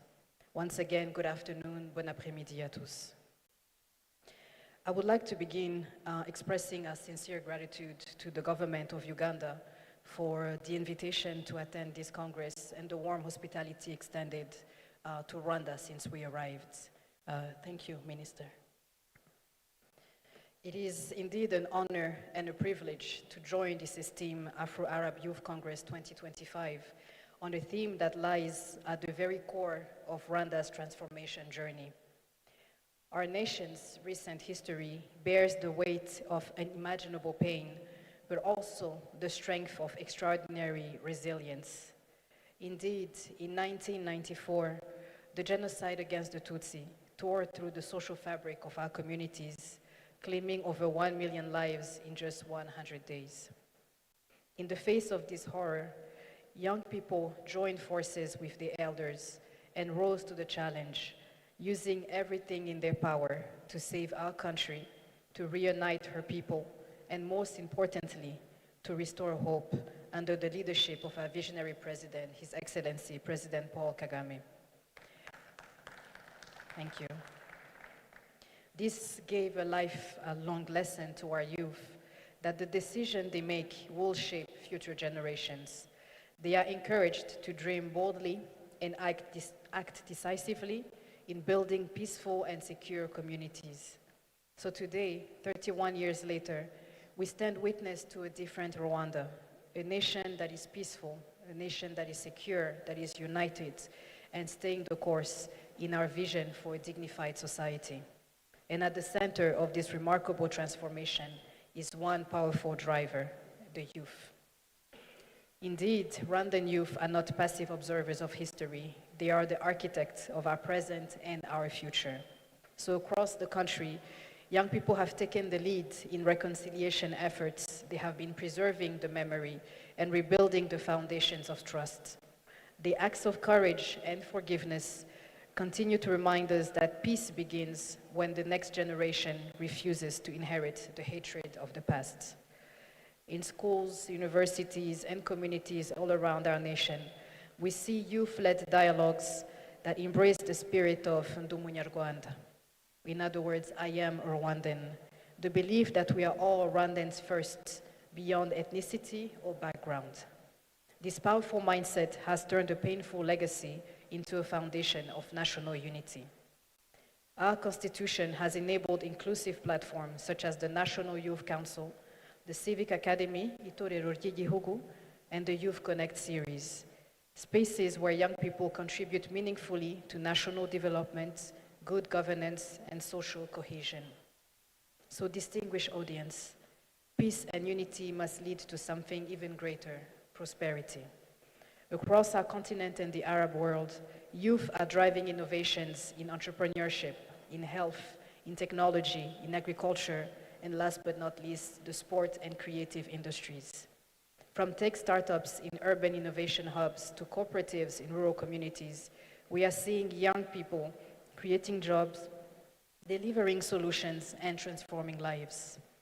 And in the context of the continent, we also see initiatives like Youth Connect Africa, which my fellow minister joined just a few months ago, which is now present in over 37 countries across Africa. It is indeed opening doors for youth to connect to funding opportunities, to mentorship, and global networks. Rwanda's continued investment in education, skills development, and digital literacy affirms a fundamental truth. The future belongs to the youth, but only if we empower them now rather than later. So, esteemed leaders, to truly amplify youth voices, we must engage in meaningful dialogue. We must ensure genuine inclusion in decision-making spaces. And as we all know that the threats and dangers of the modern world are ever present and sometimes can be amplified by artificial intelligence, we must also instill critical thinking among our young people. We must instill integrity, hard work and discipline, equity, empathy, cultural confidence, and patriotism among our youth. We must include young people in all socioeconomic sectors because indeed the future belongs to them. So in conclusion, when youth are empowered and their talents are nurtured, peace, unity, and prosperity become unbreakable. Together, let us continue to elevate youth voices as a global imperative. I thank you very much for your attention and again for the invitation.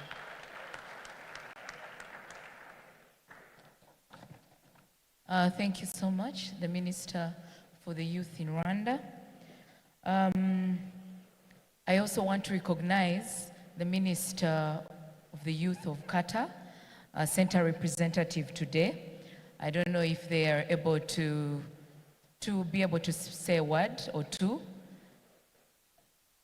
if they are here. If they're not here, I would like to recognize we have over 800 youths from Uganda who are here today. And they're able to, today is a day for dialogue, for able to network. So it's an opportunity for you to also learn different languages. So I call upon the youths of Uganda to be able to mingle with the different youths from different countries. I want to call upon the Honorable Minister, Betty Amongin, who is the Minister of Gender, Labor, and Social Development, as she comes and to address the congregation and the delegates. The floor is yours.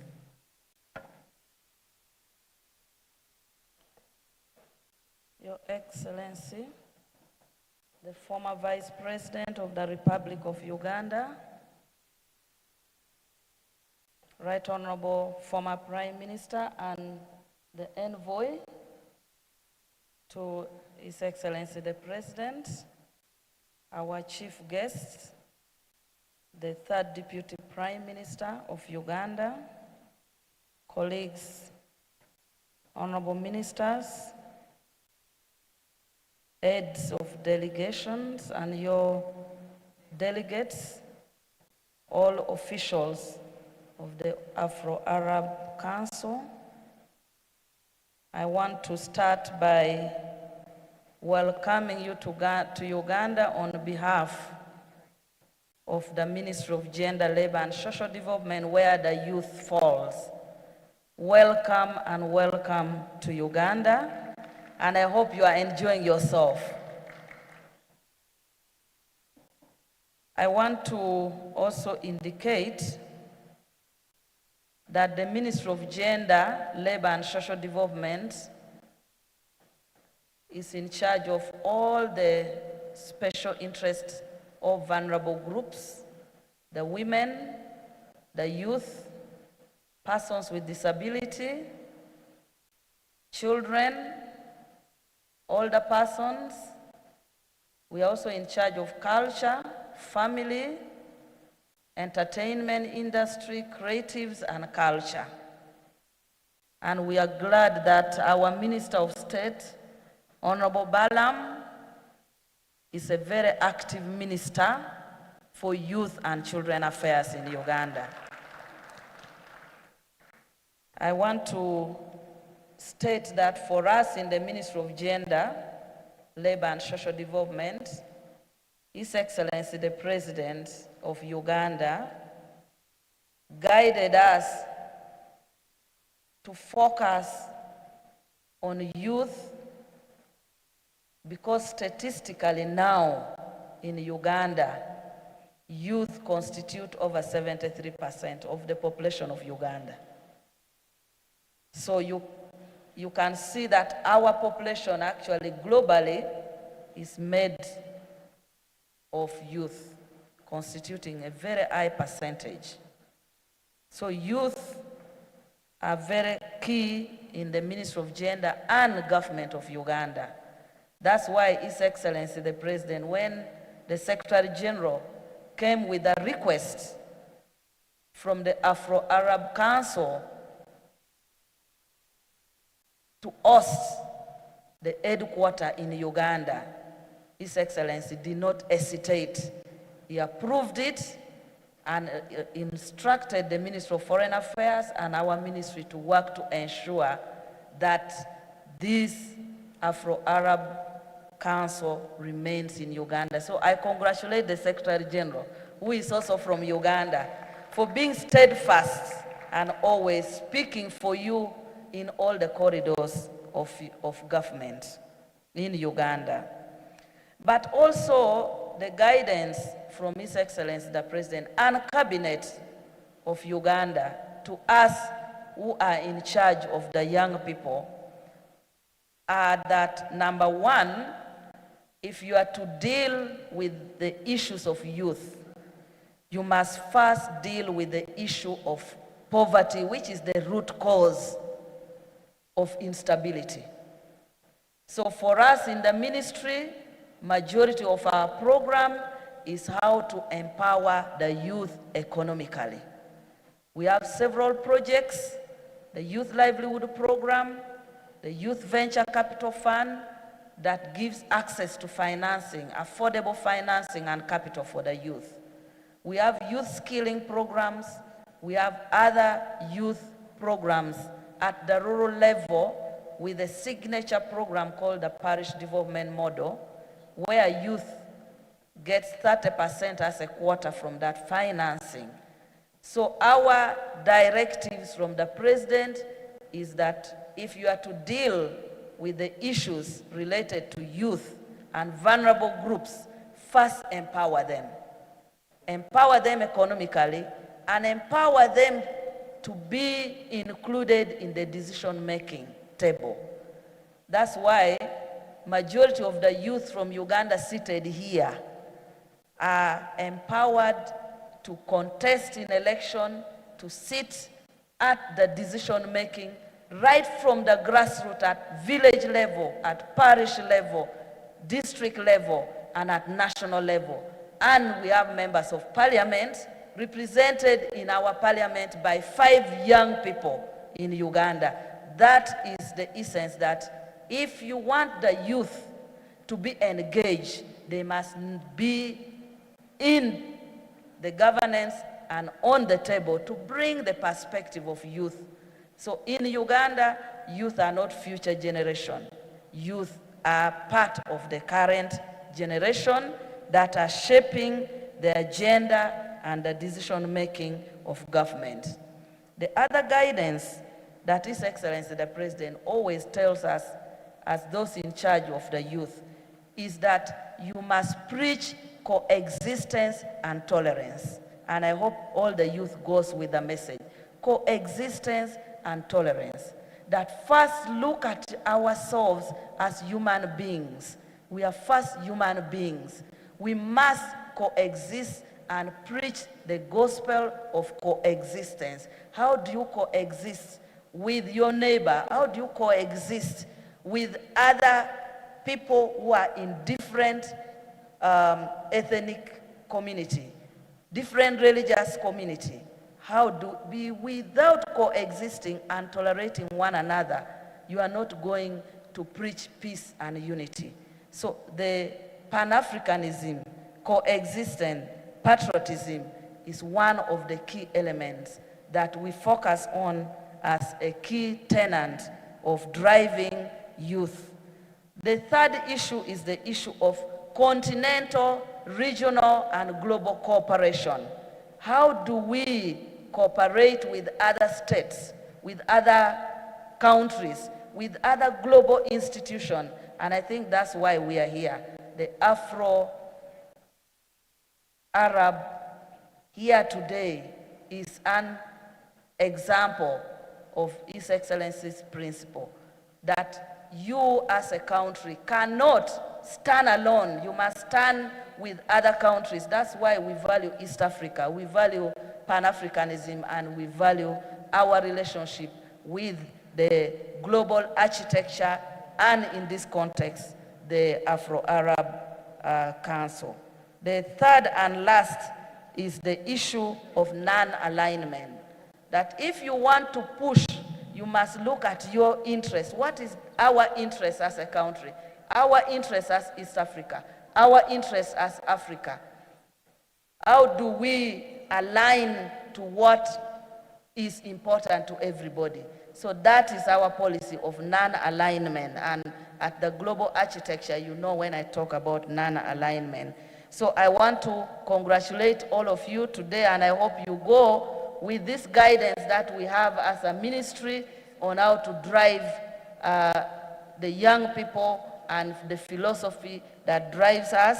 And I hope with your theme, Amplifying Youth Voices for Peace, Unity and Prosperity, the theme calls upon all of you to take action in bridging the divides in the diverse communities that you live in. It calls upon you to participate in decision-making process, but to ensure inclusive solution and leverage youth energy and creativity in developing solutions to prevent conflict, to promote peace and social cohesion, tolerance, and development. With that, I welcome you to Uganda, and now take the honor and the opportunity to invite Right Honorable Ruakana Rugunda, who will speak as a presidential envoy, and invite the chief guest to make a round of applause to our former. And another round of applause to the Honorable Minister of Gender, who has made a very good statement.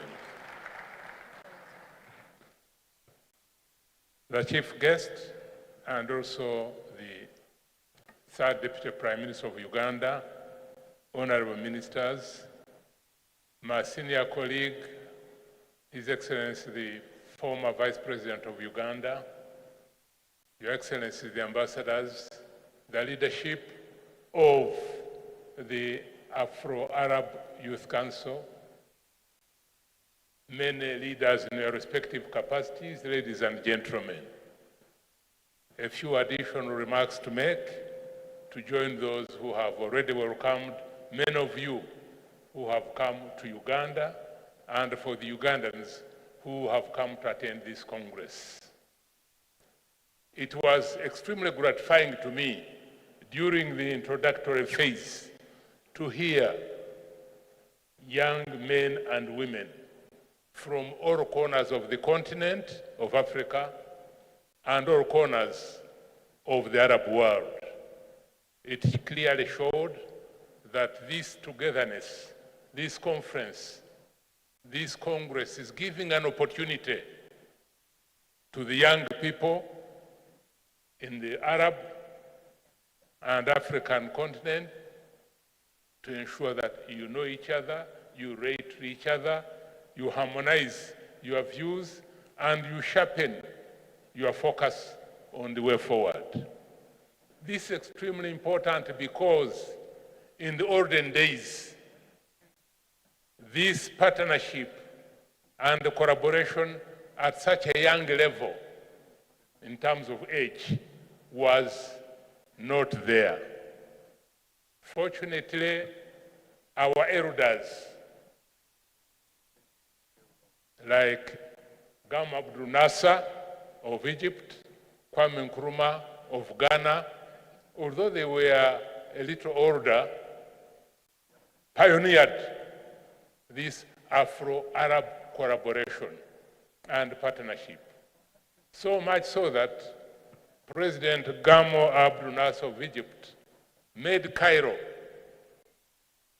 the external headquarters of many African liberation movements. Uganda, with its organization of Uganda National Congress, had its offices and representatives in Cairo. So what we are doing now is to cement, is to put more bricks to the foundation that was laid by our forefathers, like Kwame Nkrumah, as I have said, and Gamal Abdel Nasser. They deserve a big clap, yes. They did so under very difficult conditions because travel and communication was very difficult. Languages and the translation was very difficult. But because they knew the focus of where they were going, the liberation of the African and Arab people, they were able to succeed. Therefore, we the inheritors of their mission of seeing much closer cooperation between the Arab and African youth, have an example to emulate, and we should redouble our efforts in that direction because the environment is much more conducive than before. That's why I want to salute the Afro-Arab Youth Council, led by the dynamic young ladies and men who have been doing great work to ensure that our youth from both blocks are in close liaison. I also want to salute the Arab League and the African Union who have given support and who are in close liaison with our organization.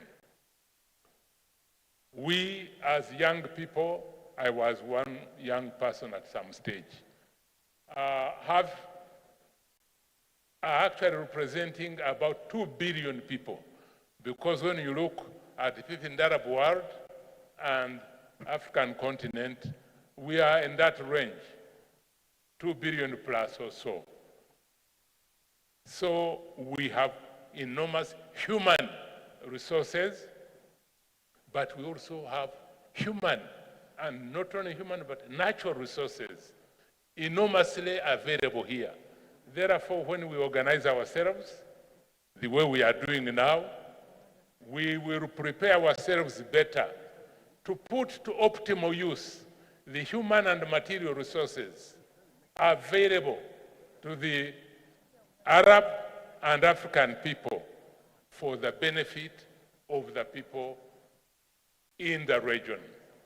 You have therefore a huge responsibility to make sure that the voice of the Arab world, the voice of the African continent, which have been subdued for a very long time by colonialism and neo-colonialism, comes up and we play our rightful role in the community of nations. And we give service to our people who have been exploited and subjugated for a very long time. I want to take this opportunity to salute the organizing committee and the chairman of the Minister for Youth and Gubaram.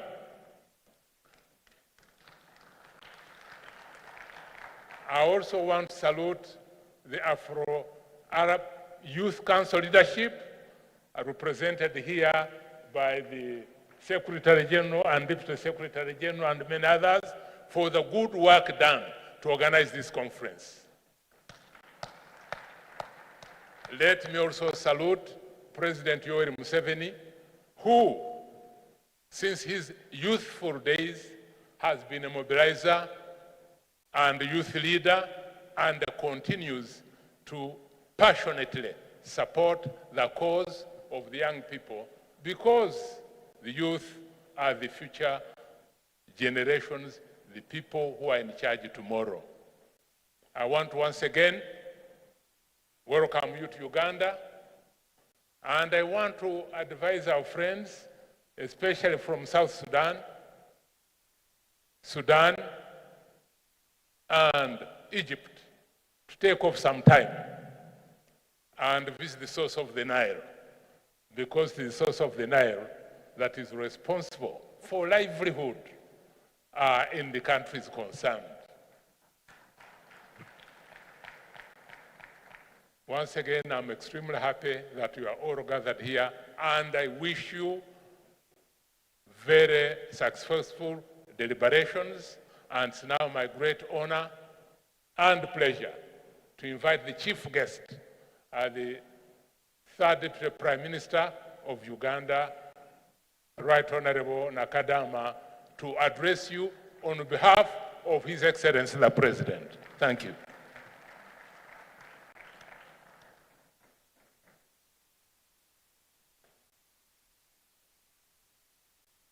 I thank you.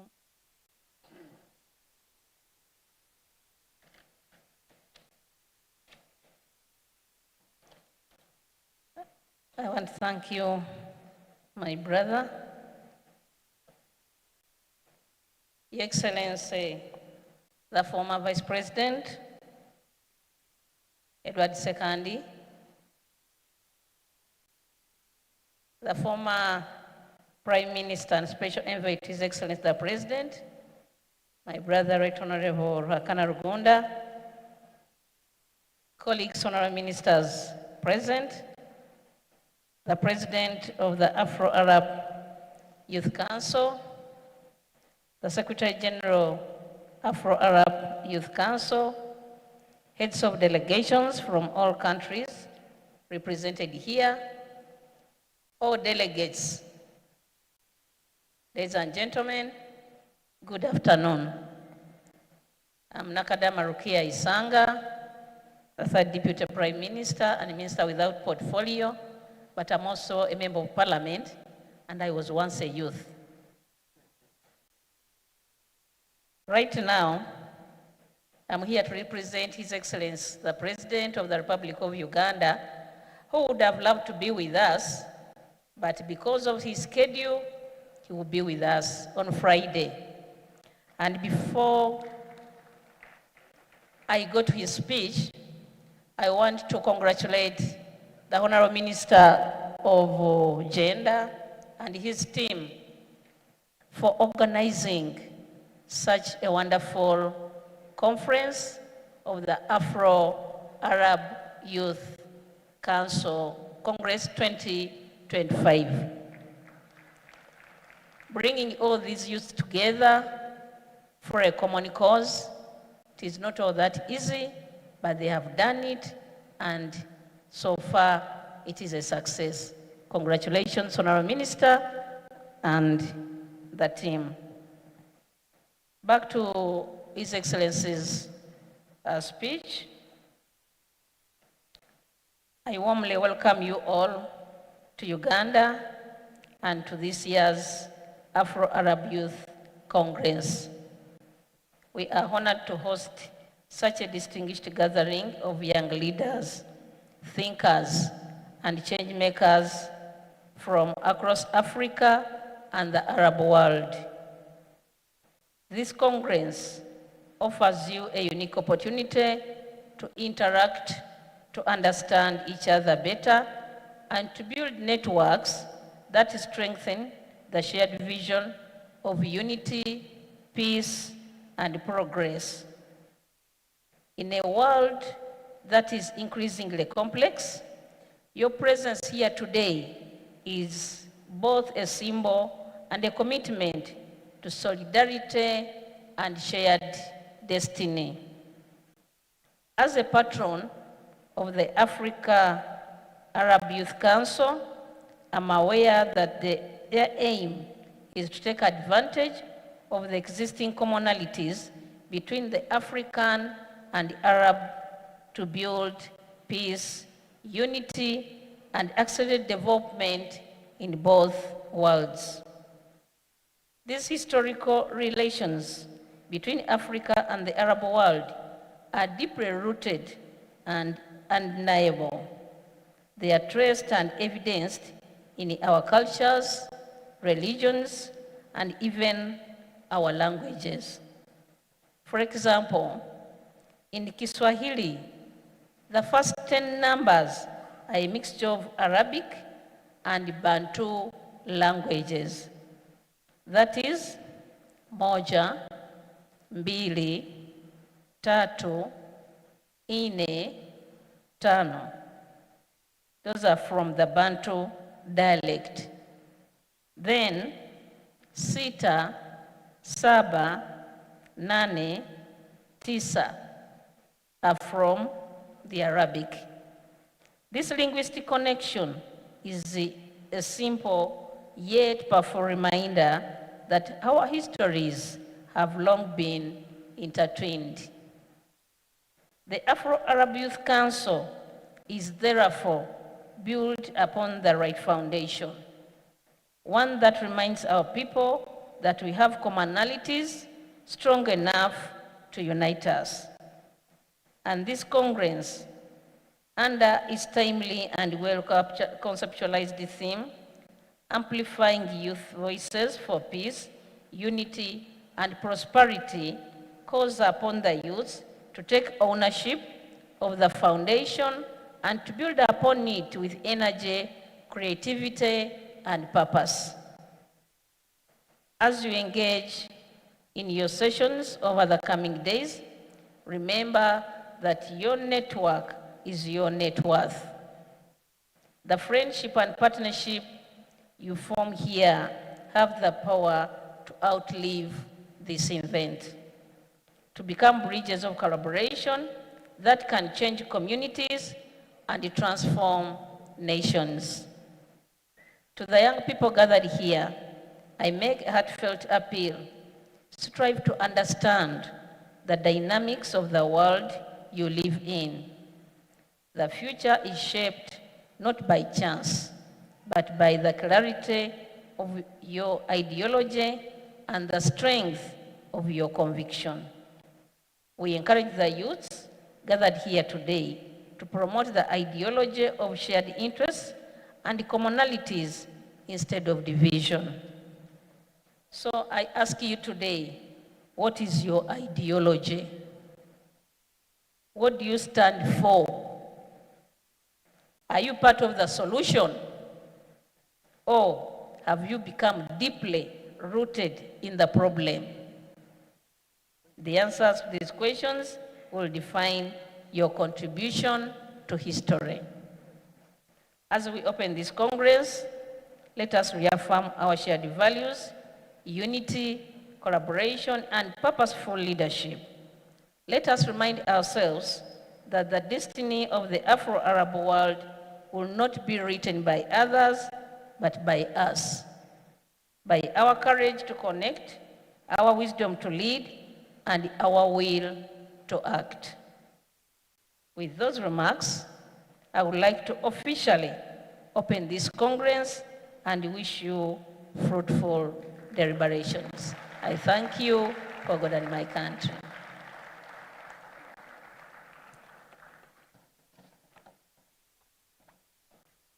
I want to thank you so much. I want to take this opportunity to thank the guest speakers for today from the different countries. The Right Honorable Deputy Prime Minister, we thank you for representing the President and officially opening the conference. I also want to thank the ministers, the Minister for Rwanda, the Minister for Gender, and the Minister for Youth, the former Prime Minister, and special special envoy to the President on the Afro Congress. I want to take this opportunity to call the co-MCs for today.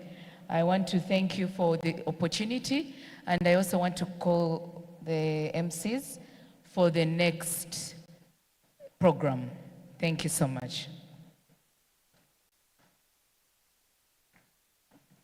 Thank you very much, Honorable Diana, Minister of State, Office of the Vice President. Our chief guest, I now have a tough time because people were prepared break tea, but it's also lunchtime. I therefore would like to do something radical, that we are going for both at once. Those who choose to go for break tea, they will go for break tea. But lunch is also ready. And our chief guest, you will be led to Nairo Lounge with the ministers, ambassadors, and honorable members of parliament. Honorable Abbas Agaba will be leading you there. And we also would like to have a photo moment, but the numbers are big. So we are going to do only the ambassadors and the high table, and the rest of us, we shall find our way of capturing your faces. After that is done, I'll ask the band to lead us in the anthems. Our next session is going to be at 3:30, plenary session, and we are coming back here. Those of you who are supposed to be here, we come back at 3:30. Can I therefore request the photographers to lead in the photograph? Honorable Abbas. Thank you, Mr. Mondo. Just to say something small, to make a communication, we are breaking for lunch. Yes, we have other guests who have joined us for the opening, but the delegates, you'll be coming back here. For the afternoon session, we have like 3 panel sessions which you must attend, and we hope you can be able to come back in time. After the panel sessions, if you have looked at your program booklets, we'll be moving to another venue for the cultural nights. Our guests today, you are still welcome for the cultural nights at Hotel Africana. Tonight we have the Africa night, okay? Africa night. We'll have a display of all cultures of Africa. So all participating countries in Africa, it's your night tonight. Tomorrow we have the Arab night, and we shall be displaying all the cultures of the Arabs. Food, dress code, literature, poetry, etc. Will be there. Then on the Thursday night, Independence Day, we shall have the Afro-Arab night. This time to see who does it best, which culture is better than the other one. I do not know when we say Africa night, Libya, Tunisia, Morocco, Egypt, where will you be? You'll be in Africa. When we say the Arab night, Libya, Morocco, Tunisia, Algeria, and others, where will you be? Again, the same. So we have a great night tonight, tomorrow, and the days that follow. Just that to let you know, after lunch we return in time, such that we also make time for the night, the cultural night, at another place called Hotel Africana. Thank you very much. MC, you can take the lead. Okay, thank you very much, Honorable Gaba. Allow me, Chief Guest, to recognize, and I apologize, the Presidential Advisor Special Duties, who is here with us, Madam Grace Caballo. We apologize. Honorable Grace Caballo, wave to the Chief Guest, and thank you for being here. Thank you for coming. Thank you very much. The cameramen, are you ready? Can you advise us on what to do? Okay, just a little more. We will stand at the flags with the high table, and then the front desk, and maybe delegation by delegation here. Then from the flags, we will go at the steps, very fundamental and monumental place. Then we shall take the other pictures from there. Feel free, today is your day as young people to interact with senior leaders. So if you want to take a photo with anybody, your request is accepted. You take it today. Don't go out and say the Prime Minister came, the former Vice President came. I never took pictures with them. They are here with you, and they will take the pictures with you as you wish. So we'll stand at the flags and take some pictures. Then we'll stand at the steps and also take more. Please, the cameramen, follow that guidance. Thank you. Can I then propose that let's do the anthem so that when they do the pictures, then we delete ourselves from here. The band.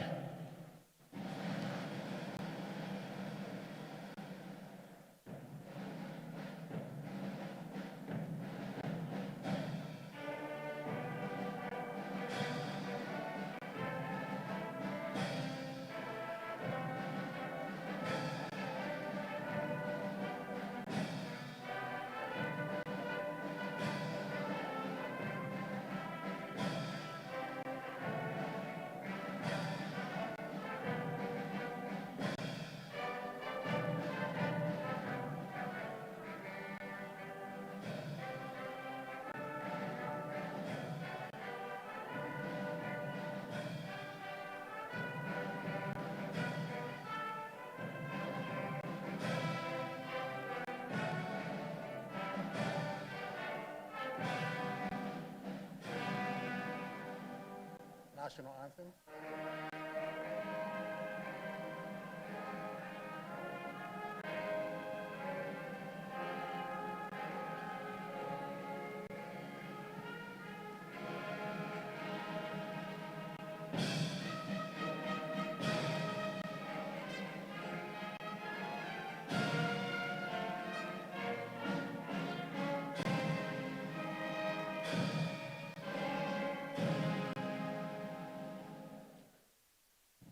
Thank you very much, everybody. Photo moment.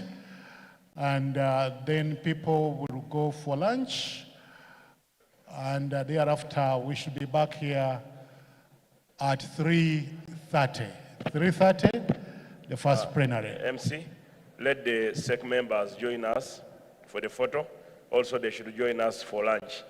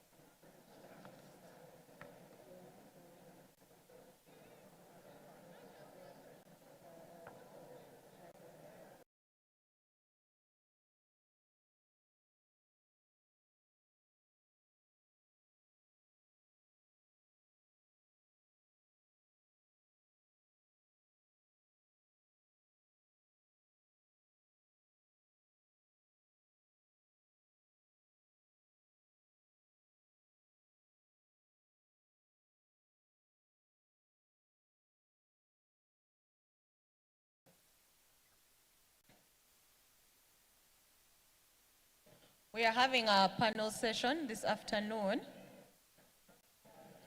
Can I have your attention, please? Can I have your attention? Can we get seated?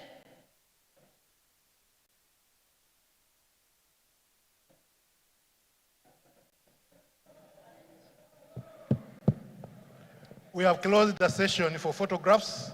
We shall do that after 5. Can we take our seats? We shall have more time for photographs. We are here up to Friday. We are here up to Friday, so you'll have all the time to take the photographs. Kindly take your seats. Your name, please.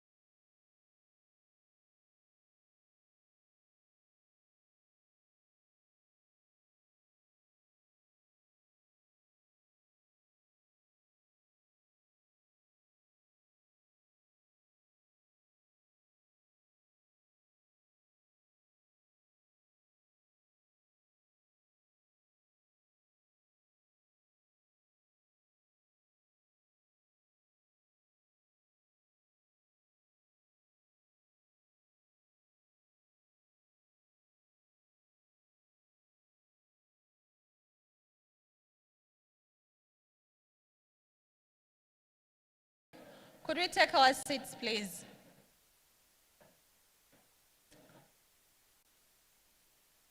Our friends over there, could we please take our seats?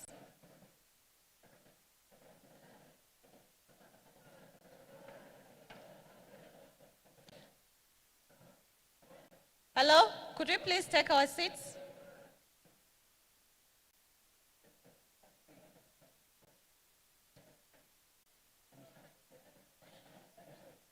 So we are starting our afternoon panel session, and the topic is young people taking charge of their destiny.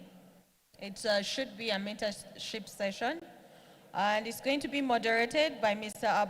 Abubakar Abdallah. Could I have you sit down and be quiet, please? Let's not talk over each other.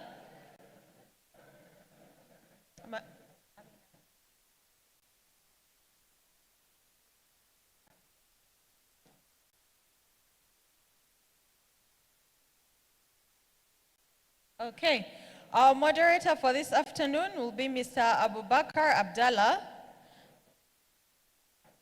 Sudanese Youth Member and AAYC Executive Committee Member.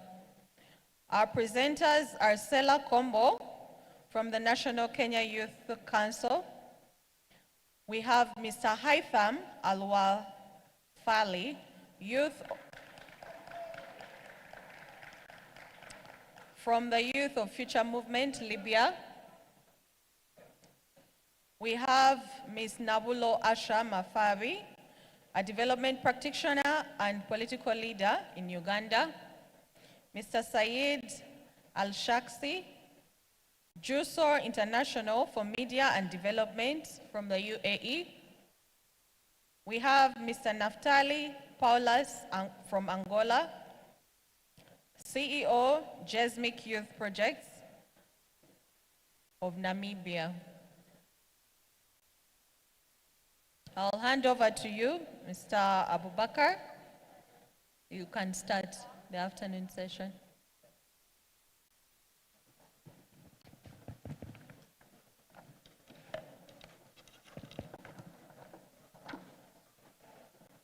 Afternoon, ladies and gentlemen.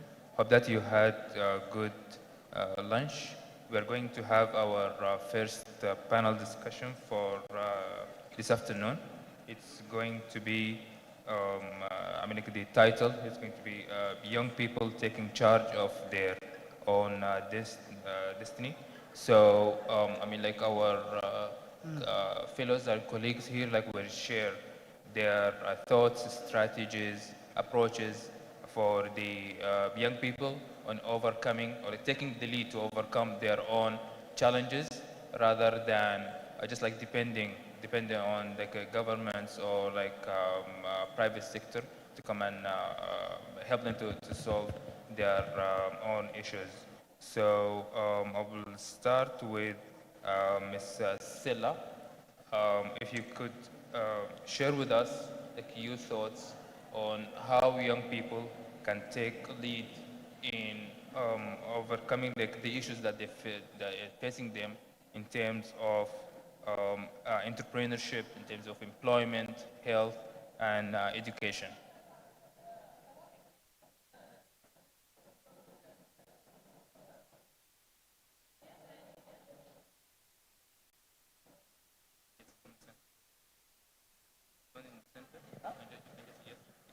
Oh, okay. Can I request that we have one meeting? Okay. Can we suspend all the discussions and listen to the panel? Can we have one meeting, Secretary General? Can we have one meeting, please? Thank you. All right, good afternoon, everyone. I want to appreciate the opportunity to represent the Kenya National Youth Council. My name is Stella Kombo. The question is, what can youth do to ensure that we give ourselves opportunity to advance?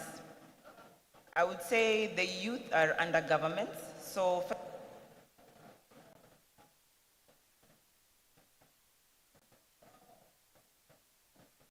sorry about that. So first of all, I'd say that our governments are the ones that should find ways and programs that bring the youth together.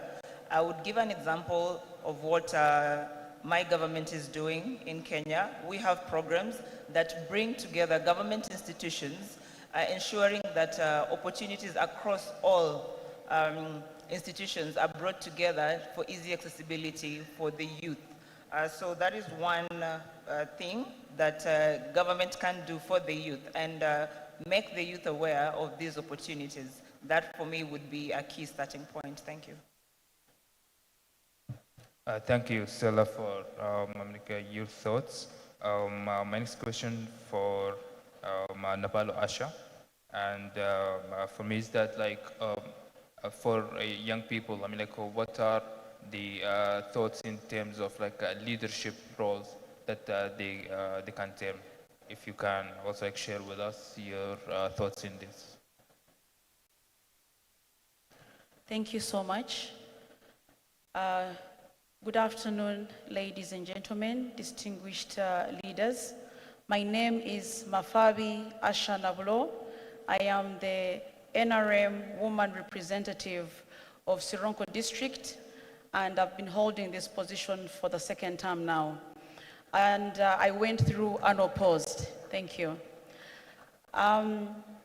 It is absolutely important for the youth to understand that politics and leadership is absolutely necessary for their day-to-day. There is a great thinker, also known as the father of modern management. He once said that there are only three things which happen naturally in an organization. That is friction, confusion, and underperformance. Everything else requires leadership. So if the youth need to take charge of their destiny, not to be driven, but take charge and make sure things are going in the direction they expect them to go, they absolutely need to be part of the structure.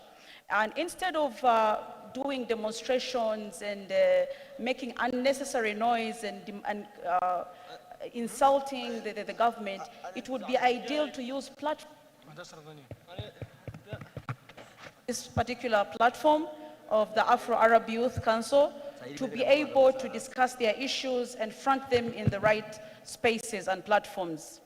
I am a leader in Sironko, and I often tell my youth that politics is not a game, politics is your life. You need to find a way of involving yourself in the politics. Thank you. Thank you, Napalo Asha. It's very good hearing the thoughts from Uganda. So my next question is going to be in Arabic for my colleague here from Libya, هيثم الورافلي. أخ هيثم، نحن يعني حابين إنك تشارك معنا وخلي تجربتكم مثلا في ليبيا فيما يخص تمكين الشباب، بناء السلام، في يعني خلينا نقول اللي هي تصميم أو إدارة المشاريع اللي عندها علاقة بريادة الأعمال، اللي هي ممكن تساهم في خلق فرص عمل للشباب.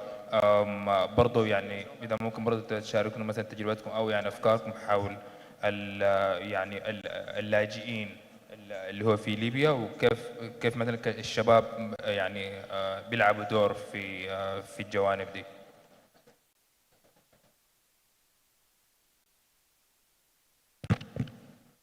السلام عليكم ورحمة الله. طبعا في البداية نحيي الأخوة في أوغندا على حسن الاستضافة والترحيب. بكل تأكيد يسعدني ويشرفني أنا كهيثم الورفلي مسؤول الشباب في حركة المستقبل الليبية أني ندخل في هذه الحوارية المهمة، وخاصة في الفئة التي تمثل العمود الفقري لمجتمعاتنا وهي فئة الشباب، سواء كان الشباب العربي والأفريقي في هذه المنطقتين. طبعا نتحدث عن التجربة في ليبيا. الكل يعلم أن ليبيا من بعد أحداث سنة 2011 دخلت في متغيرات، وكانت هناك يعني حرب في ليبيا. ومن بعد سنة 2014 كانت هناك مجموعات مسلحة ومجموعات إرهابية سيطرت على أجزاء كثيرة في شرق ليبيا والمناطق التي فيها النفط.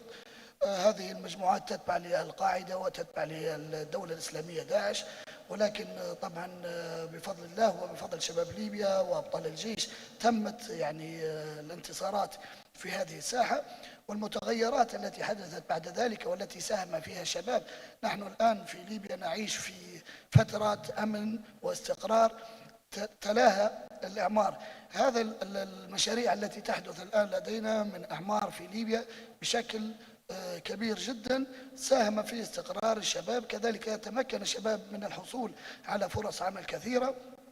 كذلك اللاجئين أو العمال الشباب يعني اللي يأتوا من الدول الجوار في ليبيا الآن الكل يخدم في بيئة معينة. أيضا الشباب في ليبيا ونحن كحركة المستقبل الليبية دائما كنا ننادي مع كل الأطراف السياسية في ليبيا، ننادي بسلام وما نسميه بسلام الشجعان. يعني جلسنا مع كل الفئات الشبابية والسياسية حتى الذين نختلف معهم سياسيا، ولكن المبدأ الواحد والمبدأ الوحيد الذي لدينا هو أننا لا نحمل السلاح ضد بعضنا البعض، أننا نبني السلام، نستطيع أن نبني ليبيا. الآن ليبيا نعتبرها نموذج من الدول التي خرجت من الحروب. الآن ليبيا هي مستقرة، ليبيا دولة يعني الكل يستطيع أن يزورها، أصبحت يعني مثال يحتذى به حتى في معدلات النمو. في معدلات النمو أصبحت ليبيا الآن لديها درجات عالية. فكل ذلك يعني الاستقرار يجعل للشباب فرص كبيرة جدا في المشاركات السياسية، في بناء الأفكار، في بناء يعني الدخول في المعتركات السياسية. الآن نحن يعني أكثر من 25 شاب من حركة المستقبل الليبية من كل أنحاء ليبيا من جميع المدن اليوم يشاركون في أوغندا بسبب الاستقرار والأمن الذي نعيشه اليوم في ليبيا. شكرا أخ هيثم، وأكيد طبعا دائما نحن بنتمنى يعني إن شاء الله الاستقرار والتقدم والتنمية لليبيا. وأنا حرجع عليك يعني لأنه نحتاج برضو يعني نعرف يعني التجارب أكثر، خصوصا في يعني في الجانب اللي بيتعلق التحديات اللي هي بتتعلق بوجود أكثر مثلا من سلطة وحكومة في ليبيا، لأنه يعني هي دي تحديات بقت بتواجهنا الآن في المنطقة العربية والإفريقية. تكلمنا عن اليمن كذلك، فأكيد بنكون محتاجين إنه يعني خلينا نقول نتعلم أو من التجربة الليبية في إدارة هذا الأمر، لكن حاجيك إن شاء الله في الفرصة الجاية. So now we'll go to our brother from Namibia. If you can share as well like your thoughts on how young people they can take leadership and the charge for overcoming their own challenges in terms of like a migration, employment, health, and so on. Thank you so much. First, let me say, Viva Africa. Viva Arab world. We are united. Let me use this 5 minutes. 6 minutes if it's more. Responding the question, I will go through on the presentation that I have, because I really want us to understand, all of us. It's in the form of example of what we are doing in Namibia. First of all, I would like to acknowledge the presence of God in our midst.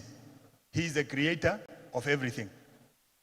I would also like to appreciate or to acknowledge the presence of Uganda, Yoweri Kaguta Museveni. He's a man that needed in our time. I would also like to acknowledge the presence of my president in Namibia, Netumbo Nandi-Ndaitwah. And I would like also to acknowledge the Honorable Millie Babalanda, the Minister in charge of the presidencies. And then Honorable Bala Marungaha, or something, the Minister of State for the Youth in Uganda. And I would also like to acknowledge the presence of Dr. Lahwai Abuja. It's something like that. I'm sorry to pronounce the name. And then lastly is Dr. Abba Agaba, the Secretary General for Afro and Arab Youth Congress. Yeah, it is a distinguished guest, honorable representatives, esteemed investors, and fellow delegates. I acknowledge your presence. Good morning once again. It is both an honor and a privilege to stand before you today on behalf of His Excellent President in Mozambique for a project, for a Pan-Africa called OBDESA. So OBDESA, it's an organization for the sustainability, economy, and social development for Africa. So you will understand in a few minutes' time, okay? My name is Naftal Paulus Angolo, as it was said, represented the Just Make Youth Project in Namibia, an initiative committed to empower youth, building communities, and fostering economy partnership across our continent, that is Africa. Allow me to briefly introduce the Just Make Youth Project in Namibia. Just Make is founded with the vision to uplift Africa youth through innovation, skill development, and entrepreneurship. Just Make Youth Project operates as a community-based initiative that bright opportunity between government institutions, investors, and young people. Our mission is simple yet powerful. Just Make Youth Project is empowering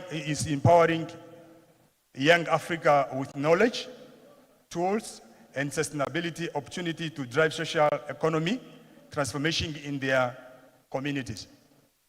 Over the past years, Just Make Youth Project has played a vital role in a regional development project, training and community engagement across Namibia, and now expanding our partnership under the Pan-Africa vision. It's now partnership with OBDESA and government approval. Through the support of OBDESA and in alignment with the Namibia government, the project called Just Make Youth Project has been authorized to source international fund for regional project. Under this official framework, 5% of all funds mobilized are to be directed to the Namibia government, a measure that assures national participation, transparency, and accountability. This partnership demonstrates a United Africa approach, government, organization, and youth initiatives joining hands for development. Pan-Africa engagement and investment opportunities. Just Make Youth Project serves an active agent under OBDESA to mobilize funds and strategy investment across several African nations. Our engagement span key sectors such as infrastructure, mining education, and youth employment. We are proud to report ongoing collaboration and project assessment to the following countries when you go back to Namibia. The first country is Algeria, when about mining initiative shows strong resources potential. And Angola, where youth training and industry projects are expanding. And Congo DRC, where rich in mineral and development prospect. In Mozambique, where OBDESA continue to coordinate partnership and investment pipelines. Their reports and findings confirm that Africa's growth potential is vast, and that sustainability investment can bring exponentiations, returning not only to nation, but to investors who believe in Africa rise, especially like Arab world. That's where we are here today. Today, I extend any invitation to every investor, development partner, and institution present here to collaborate with Just Make Youth Project and OBDESA in building Africa's next chapter of transformation. We seek partnership in infrastructure, development, mining, natural resources project, vocational and youth training initiatives, agriculture and green economy ventures. Your investment will not only yield a return, but will empower thousands of young Africans to become creator, builder, and innovators of our continent's future. Before I cross, allow me to say this, and this is direct to the young people of Africa and to the world of Arab. Every youth or every young person in your time, you don't need to fight your current government. Because I believe our elders,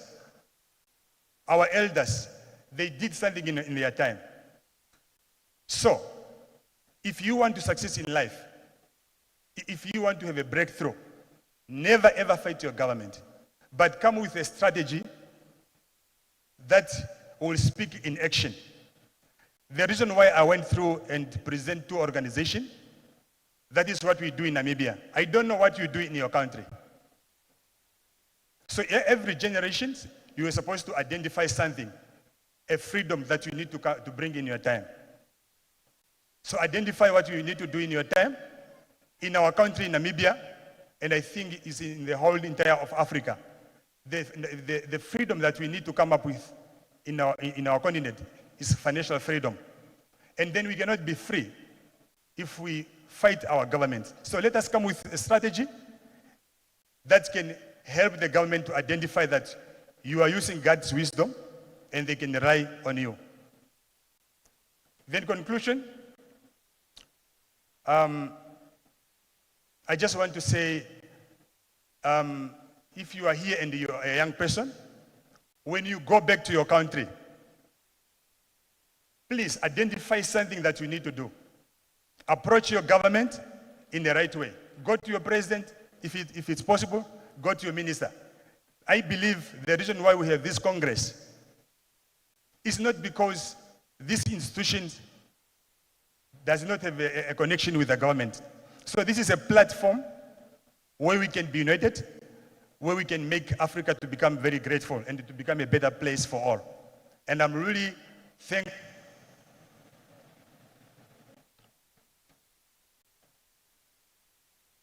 I'm really thankful. And in conclusion, I just want to say, Namibia loves you. We love you so much. Thank you. Thank you very much, Mr. Naftali Pauls, for sharing your thoughts. I know that Namibian experience of youth development is very rich. So it was like our pleasure hearing from you this time. So I've been told by the MC that they're going to play a video. I would like to request the MC if you could please introduce us to the person who is going to address us, please.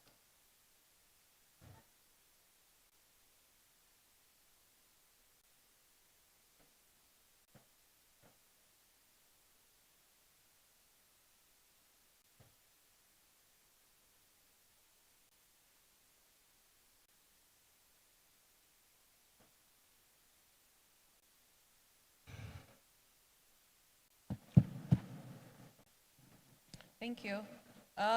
We are going to be playing a video from Dr. Dinara Guileva.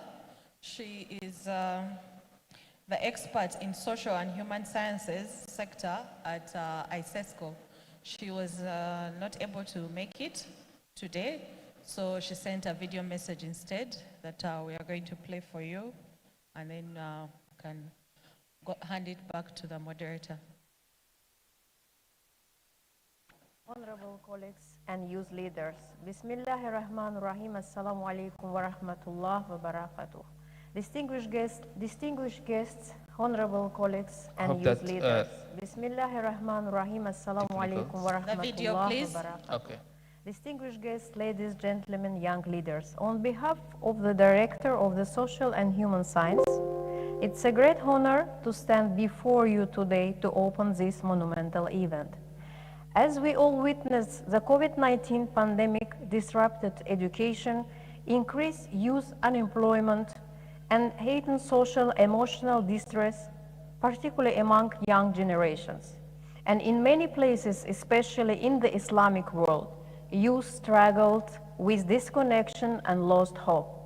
However, despite these challenges, you demonstrated resilience, adapting and innovating while inspiring all us with your strength and determination. I want to inform you that at ISESCO, we also didn't remain silent. We considered it a strategic duty to respond with all our actions. Notably, in 2021, was declared the Year of Women at ISESCO, emphasizing its dedication to empowering women across various fields.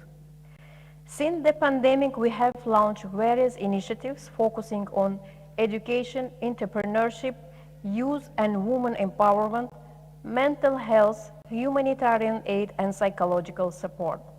We created programs aimed at youth and women empowerment. As an example, our leadership training in peace and security initiatives, launched in 2019, has trained 180 young leaders from 68 countries, with over 50% being women, on peace and security, and created a platform for them to be recognized and heard as change makers for diverse communities. The next program is innovation and entrepreneurship.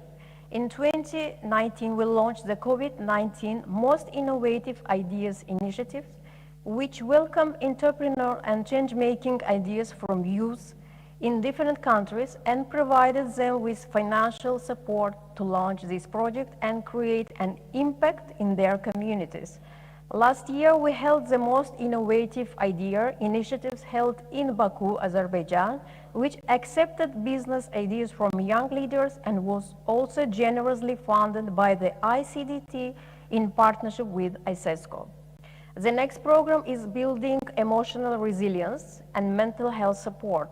After studying the negative effects of COVID-19 on youth mental health, ISESCO launched a mental health program as an emotional support an empowerment initiative to help young people become more resilient despite all the challenges.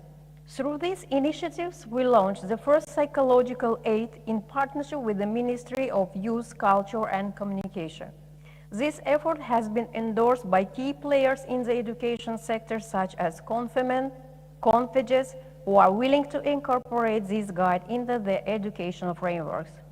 Additionally, we introduced the Stop Bullying program, which has resulted in publication of the Show Me Your Smile book. This book is planned to be adapted into an animated series and gaming platform. The next is humanitarian aid. During the COVID-19 pandemic and its aftermath, the ISESCO launched various humanitarian efforts to support different countries in reducing the pandemic economic impact. More than 10 Islamic countries have benefited from this program, helping over 1,000 people, aiding young people in rejoining their communities, and promoting recovery initiatives. The next program is education and inclusivity. Through our efforts, ISESCO has experienced the transformative effects to early education and family involvement. For example, our education catch-up program for girls in Yemen and our scholarship programs for displaced students show our dedication to educational inclusivity and fairness. Digital empowerment program to support our young people in acquiring practical, future-ready skills that open new opportunities and prepare them to lead in an increasingly digital world. ISESCO has rolled out a series of targeted initiatives that strengthen youth capacity in digital and entrepreneurial ways. In parallel, the Youth Climate Leadership Initiative blends climate education with innovation training to inspire and enable youth-led responses to environmental changes. So, from youth and women empowerment initiative to mental health, entrepreneurship, innovation, ISESCO has placed youth at the heart of its post-COVID vision, not just as beneficiaries, but also as co-creators of the plans. Today, as we gather here, we affirm to you that the future of the Islamic world is being built today by you, by youth. And we are at ISESCO are ready to ensure that get the utmost support to achieve that, because they are not just the future, but they are indeed the present. Your ideas, your energy, and your commitment are shaping the future we all aspire to see. Dear youth leaders, we recognize there are urgent issues that must be addressed, and these issues are: the first one is that the youth inclusion in cultural heritage decision-making, ethical approach to AI and digital transformation, investment in youth mental health and emotional well-being, a system that prepares youth not only for survival, but for independent and impactful lives. So at ISESCO, all these insights perfectly aligned with our strategic vision for the future. So your courage and passion give us hope, and we encourage everyone to use this event as a platform of the partnership. Finally, I would like to highlight that in 2023, the Secretary General of ISESCO visited Uganda, where he met with His Excellency the President and signed a memorandum of understanding with the Afro-Arab Youth Council. This agreement marks a major step towards strengthening cooperation and creating opportunities for young people in our region. ISESCO is honored to continue and to contribute to this journey, and we look forward to working with each of you to build a future of sustainability, equity, and peace. Here, I would like to finalize my speech and thank you for your attention. So your presence today actually demonstrates your dedication, and we sincerely appreciate your support. Thank you and good luck to all.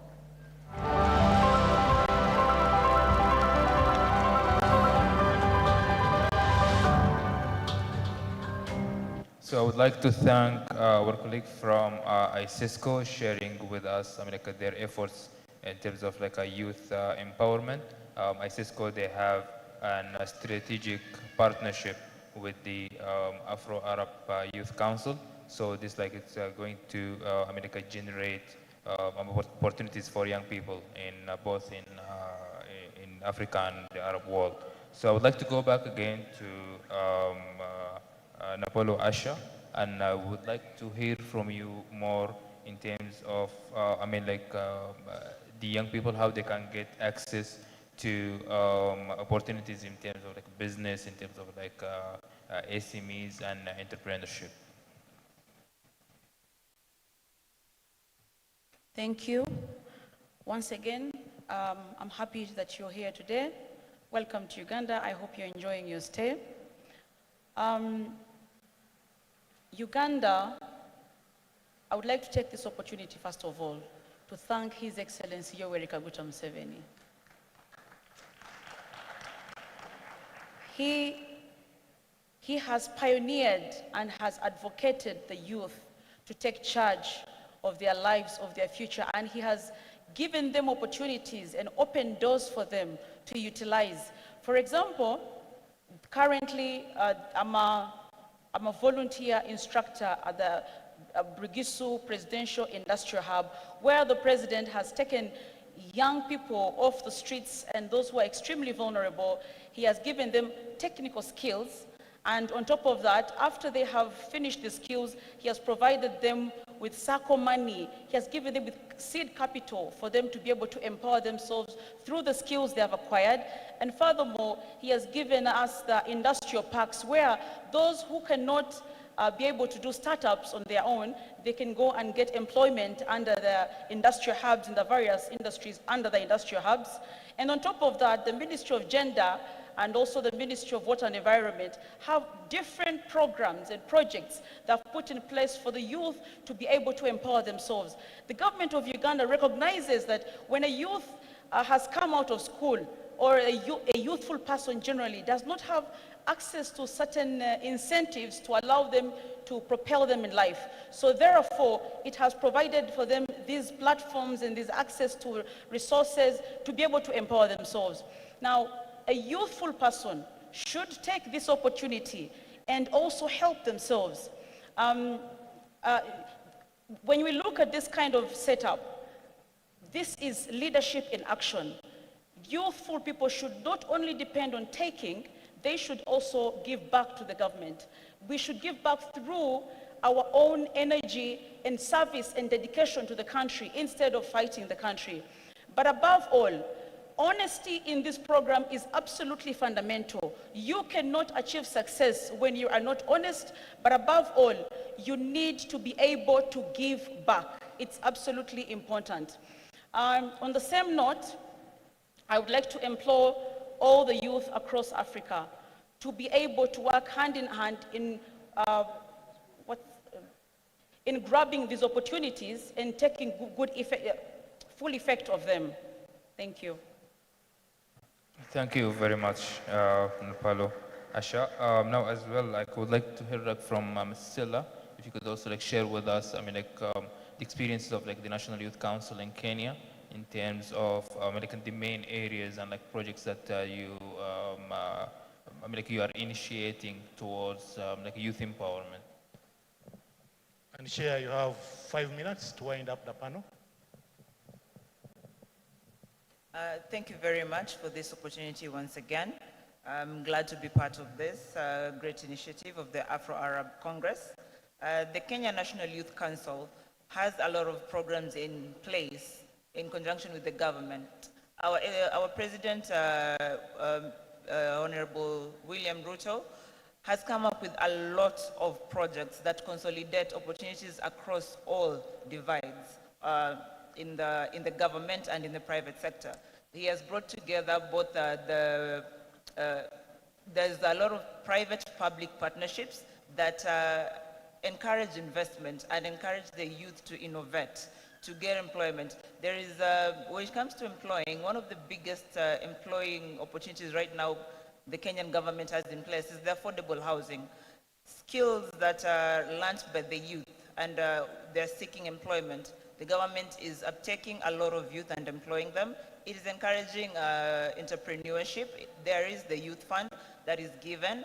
to the youth so that they can also start their own businesses and many, many more opportunities. So in Kenya, the youth have been given a very forward leadership kind of way, opportunities in leadership that enable them come up with programs even that are youth-focused, youth-centered.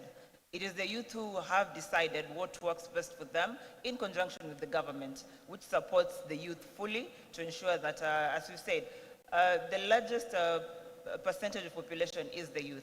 They are the leaders now, not even in the future. And the Kenyan government is supporting this in all possible ways. Thank you. Thank you very much, Ms. Sela.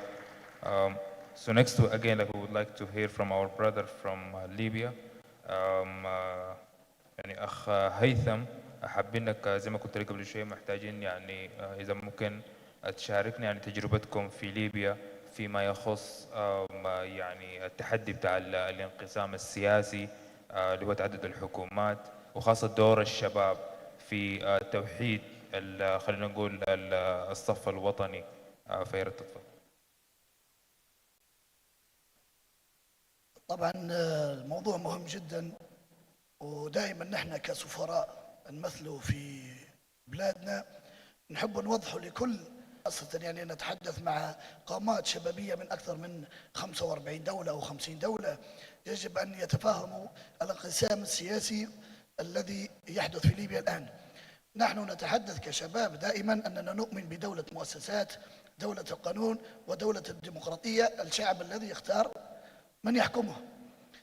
في ليبيا آخر انتخابات صارت في سنة 2014 اللي هي الانتخابات البرلمانية، ولكن هناك تدخلات من بعثة الأمم المتحدة بناء على قرارات مجلس الأمن، قرار 1970 و 1973، وكأن ليبيا أصبحت تحت وصاية مجلس الأمن والأمم المتحدة، وكل مرة الآن يمر علينا أكثر من 11 أو 12 مبعوث من الأمم المتحدة في ليبيا. مجلس النواب قد اختار حكومة وهي حكومة شابة، يعني أخذت الشرعية من البرلمان الذي هو مشرع من الشعب، ولكن جاءت الأمم المتحدة بحوار، اختارت 75 شخصية لم يختارها الليبيين، ذهبوا إلى جنيف اختاروا حكومة صوت عليها 35 شخص، وكانت هناك موضوع من شبهات الرشاوى وما إلى ذلك. تخيل أن 35 شخص يختارون من يحكم ليبيا. أصبحت لدينا حكومتين، حكومة منتخبة من البرلمان أي منتخبة من الشعب ولكن لا يعترف بها المجتمع الدولي، وحكومة أخرى تسيطر على 10% داخل العاصمة طرابلس ولكنها تحظى بإجماع دولي لأنها هي من أتت بها حتى تعمل هذه الدول مصالحها في ليبيا عن طريق هذه الحكومة. ولكن الحكومة الليبية المنتخبة من البرلمان يقودها شاب دكتور أسامة حماد، ووزير الخارجية أحد الشباب ورئيس هذا المجلس الشباب العربي هو وزير خارجية الحكومة الليبية المنتخب من البرلمان الدكتور عبد الهادي الحويج، هو وزير خارجية الحكومة الليبية التي تسيطر على 85% من الأراضي الليبية. يجب فهم ذلك للجميع. كذلك طبعا بفضل القوات المسلحة التي يعني فيها أكثر من 75 شاب ينطوي 75% ينطوي تحتهم من الشباب. لدينا صندوق الأعمار الآن من يغير في ليبيا، يأتي بليبيا إلى مصافي الدول، المشروعات يقودها شاب. المهندس بالقاسم خليفة حفتر يقود صندوق الأعمار مع مجموعة من الشباب الخيرين الوطنيين الذين الآن يعني مشاريع استراتيجية من مطارات، من كباري، من بنى تحتية، من جامعات، من تعليم، من الصحة، كل شيء الآن موجود في ليبيا عن طريق هذه الحكومة وهذه الصناديق. بالنسبة لنا نحن كحركة المستقبل الليبية وشبابها عملنا من قبل يعني مبادرة بجمع 1,000,000 توقيع للسلام سواء كان في ليبيا ومع شركاء دوليين وإقليميين آخرين وحتى خارج الحدود ليبيا، لأن مبدأنا ديما هو مبدأ السلام. نتحدث عن سلام الشجعان، لا غالب ولا مغلوب، لا منتصر ولا ناصر. السلام هو من يبني الوطن. لا تنمية بدون سلام، ولا سلام بدون تنمية، ولا استقرار بدون تنمية. هذا ما نتحدث يعني هذا هو المبدأ لدينا في حركة المستقبل الليبية التي يقودها شباب، ورئيس حركة المستقبل الليبية هو الدكتور عبد الهادي الحويش. أغلب من يقود هذه الحزب أو هذه الحركة هم مجموعة من الشباب على كل مناطق ليبيا. نحن حتى كحركة لدينا يعني مكاتب في طرابلس، مكاتب يعني الآن في هذا الوفد من جميع مدن ليبيا، 25 شاب موجودين معنا من شرق ليبيا لغربها إلى جنوبها، وهذا دليل على أننا نحن دائما نلم الوطن ولا نفرق. شكرا جزيلا أخ هيثم، يعني ونحن صراحة نحييكم على جهودكم دي وعلى تجربتكم، ويعني اللي هي يعني نحتاج انه يعني إن الشباب العربي والافريقي انه يعني يتملك القيم اللي ذكرتها انت من قيم الوحده والسلام والتعايش، وقلت كلمه مهمه اللي هو يعني السلام يصنع الشجعان. يعني زي ما قلت برضه الحروب غير ما انها يعني بتدمر مقدرات اوطاننا ما بتكتب لنا شيء، فحابب نشكرك. So I would like as well to close this panel by sharing an experience of Sudanese youth councils in terms of empowering the young people on tackling their own issues. So Sudanese Youth Council is an independent organization. We establish youth councils from the local level to the state level to the national level. We start with making surveys for youth issues for young people. We try to identify the priority challenges that young people face in terms of is it education, is it drugs addiction, is it involving in the armed conflict, is it migration? So we encourage the young people to unite in local youth councils to run surveys to to identify the priority issues.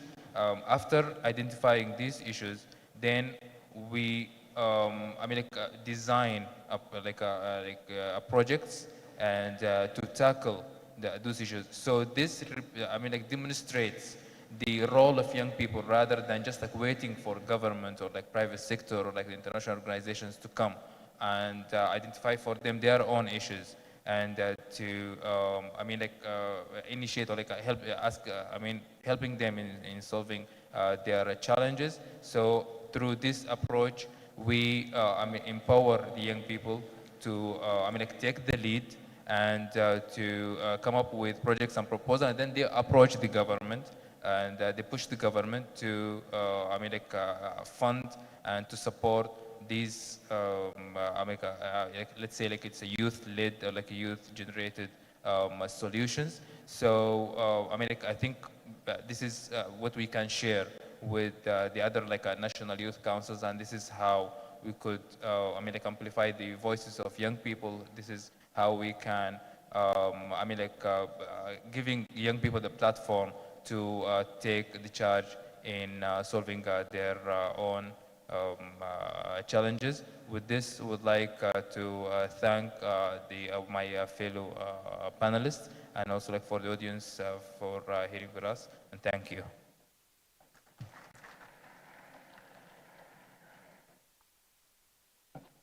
Thank you so much, our panelists. A big round of applause, please. I'd like you to remain on stage for 2 minutes for a photo. Where is the photographer? Let's have a picture on the stage and in front of the flags, please. Camera. Okay, so our second session this afternoon is on green entrepreneurship and agribusiness opportunities. The session is going to be moderated by Ms. Mandipa Amantle. Mandipa Amantle.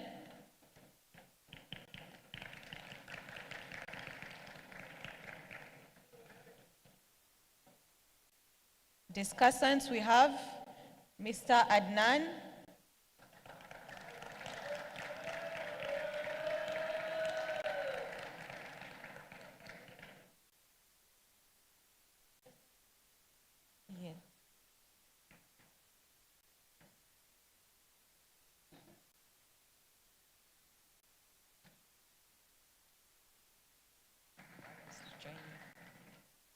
Thank you.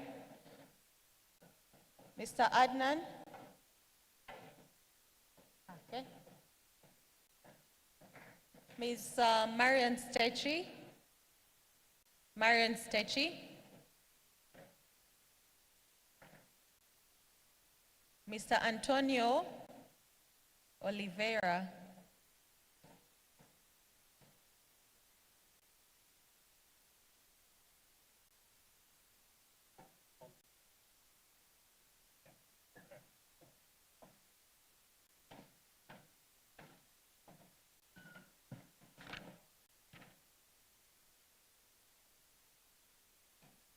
Okay, I'll just introduce the presenters. Mr. Adnan is the president of the Center for Environmental and Energy Research and Studies in London. A hand clap, please. Ms. Marion Stechi is East African Youth Ambassador and CEO to WOM Kenya. Round of applause. Mr. Antonio Oliveira, President of the African Diamond Manufacturers Association, Angola. I'll hand over to you, Ms. Mandipa. Moderate the session and introduce yourself. Thank you so much. Okay. Good afternoon, everyone. Good afternoon. Good afternoon. Afternoon. Thank you so much. My name is Mandipa Amantla Tabano, and I just want to say thank you to the Afro-Arab team for giving me the opportunity to moderate this beautiful and fantastic panel discussion today on green entrepreneurship. And as we dive into this conversation, I want to encourage all of you to be attentive and also, innovative and absorb everything that our beautiful panelists here are going to be teaching and educating you on. So I would like to pass on to my panelists. I know our MC did speak on your portfolios, but I wanted to give you an opportunity, each of you, at least 1 minute to speak to who you are, what you do, and its relation to green entrepreneurship. And I'd like to start with Mr. Antonio.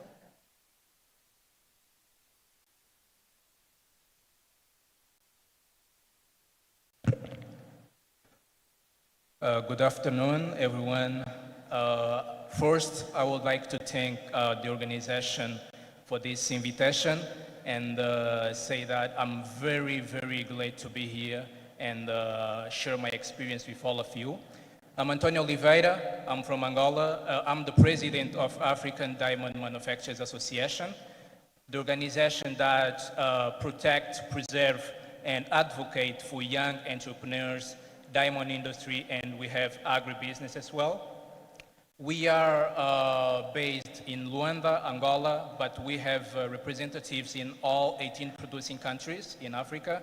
Our main objective is to preserve all the right practices of the industry, and in the private sector I have Antomoli Diamond. It's a diamond company aimed to trade and some dealing with governments, specifically in the diamond industry.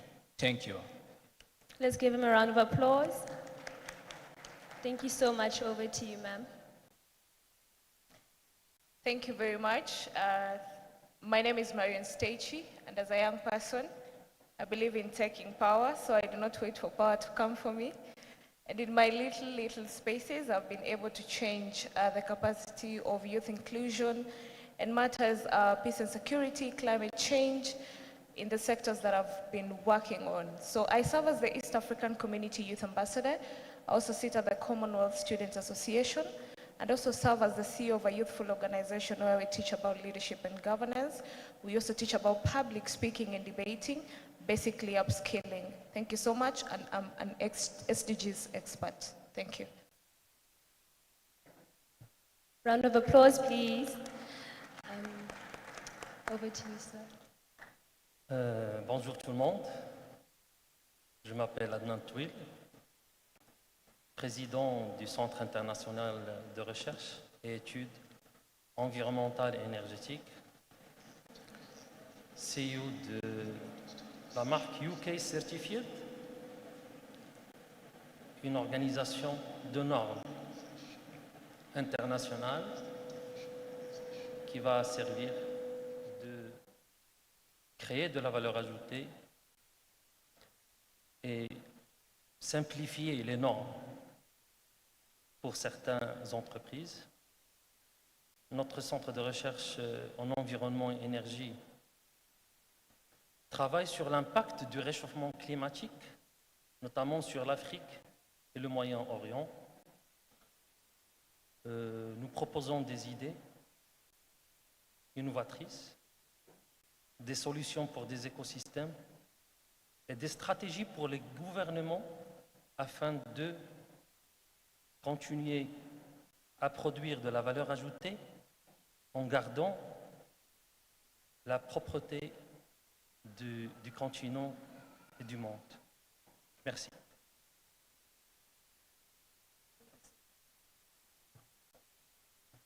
Yes, thank you so much. Round of applause, please. That means we have a well-educated and, dedicated panel that is able to give everyone good information and educate everyone on green entrepreneurship. My first question is a general question that I'd love for all the panelists to answer. It goes like, green entrepreneurship is often called the future of Africa's development. From your perspective, what does a green economy truly look like for Africa's youth? I'm going to repeat it again. Green entrepreneurship is often called the future of Africa's development. From your perspective, what does a green economy truly look like for Africa's youth? And I'll start with you, sir, Mr. Antonio. Agribusiness, it's the future, not only for Africa, but it's the future for the world. But I will put this in this way. We have today 28% of the population only in 5 countries in Africa dying from starvation. If I bring it together, we have a statistic of 280 people or 280 million people dying from starvation in all Africa all the year. So at this moment, we are talking about food security. We've been seeing a lot of leaders coming together and talking about how can we actually be self-sufficient in producing our own food, because if we want really to be independent, we need to invest in food security. So going to the agribusiness, the country that don't produce their own food, they will always be dependent of other nations, and it's not something that we want Africa to be in the next 10, 20 years. The youth has a very big role on this because the main population, I will say 60% of the population of Africa is a youth, is under 25 years old. So we have a youth capable of producing, people who are really capable of going into technology and bring innovation to the country, especially for some countries who have more resources to kind of start investing more in producing, because we have arable lands not explorable in main African countries. We have opportunities because we have these lands fertile in all regions. I will call for your attention one point that I saw when we just arrived yesterday to Uganda. The first thing we saw, it was the big river, and any region that we have this kind of landscape, what we have is a big opportunity for anyone in that country. We have a big opportunity to invest in agribusiness. We can start doing some slow and big projects on developing some incubators that we can bring youth together to produce not only food, but transform it. And me, as a president of ADMA, I will bring to your attention as well that we need to start thinking on the way of not only produce, but transform what we have, create a value chain that this product actually can add value to the rough, go to the final product, and the final client actually can have the best product. In terms of sustainability, we have a lot of practices that we can actually implement, and this is one of the examples that I will bring. In South Africa and Zimbabwe, we have implemented a system that all the farmers, they can have a program that the government supports and create more incentives for people who just have land, don't have a way to produce, don't have a way to cultivate.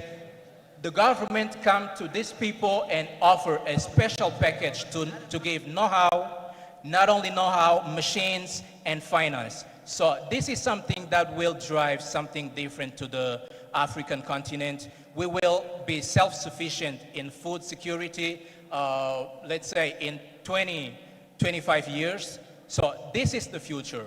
I see this as a main objective of our continent. If we start focusing on food security, Africa will actually be free, and we will never depend on a Western investment again. That's beautiful. Let's give that a round of applause.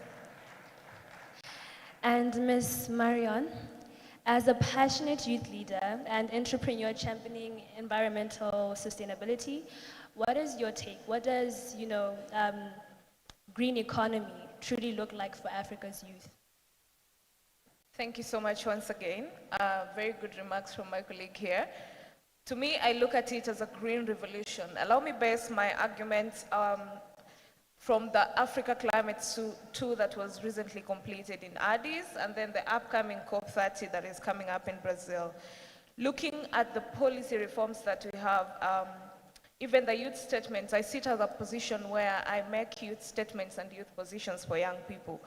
And looking at what we need to do as an African continent and even the world is to just have the actors on board and be on the same page.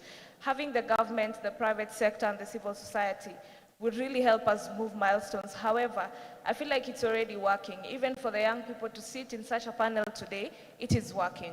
So to me, it's a green revolution, and may we keep on doing the same work that we are doing even for agribusiness. And we have actionable points that we have been putting across as young people of Africa in our statements. And we look forward to seeing what will happen in COP30. Thank you. Thank you so much. A round of applause. Thank you so much. And to you, Mr. Adnani, if you have anything to add, what is your take? Alors, pour moi et pour notre centre, j'ai pensé que je sois un peu réaliste dans cette participation. Une vraie économie verte, c'est de laisser tous ces jeunes-là produire de l'énergie par des nouvelles lois pour générer une électricité qu'un autre jeune va l'utiliser pour sa production d'une innovation ou d'une autre. Pour moi, l'économie verte, c'est produire sans carbone, bien évidemment. Ça veut dire qu'on prévoit les 10 ans qui vont venir pour préserver notre nature et notre climat. C'est de produire sans émissions carboniques. Mais on a besoin de développement quand même. Afin d'arriver à ce stade, nous devons ouvrir l'économie aux jeunes.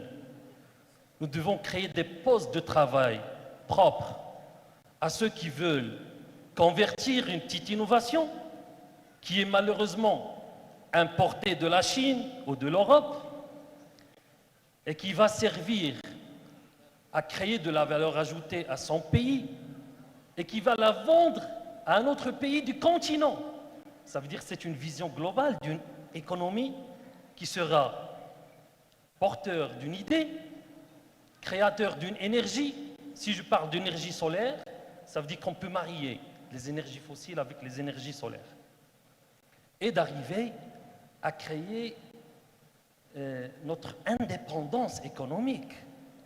Est-ce que nous avons tout ce que nous aurons besoin dans notre continent? Nous avons tout. Nous avons les jeunes qui sont devant nous, les plus importants. Nous avons de la matière première. Nous avons des écoles. Mais on n'arrive pas à ouvrir ce stade d'innovation pour créer certaines choses. On est toujours liés aux Européens, aux Américains, aux Chinois. Jusqu'à quand? On a besoin de voir une vraie économie verte, avec des postes ouverts, des lois. Le plus important, c'est ces lois-là qu'on doit créer pour que moi, je vois un jeune qui peut produire une énergie dans sa région, qui peut vendre l'énergie à son pays, et afin de préserver tout ça pour un futur d'un continent où on peut marier nos compétences, nos énergies. Voilà. Ça va venir dans les discussions au fur et à mesure. All right, great. Round of applause, please. Great. Okay. I absolutely love the conversation so far, and it's given a general solution or take for each of our panelists of what they believe green entrepreneurship is. And now I want to shift the conversation into a more practical aspect, right, for young people in the room. So from the perspective of a young person, what are the practical steps I can take to ensure that I can be a part of this sector and do it well? And also, part of that question, what I also want to ask is, what do you think is the ecosystem that is needed to build and, have successful young green entrepreneurs? So the question is two-tiered from the perspective as a young person that's looking to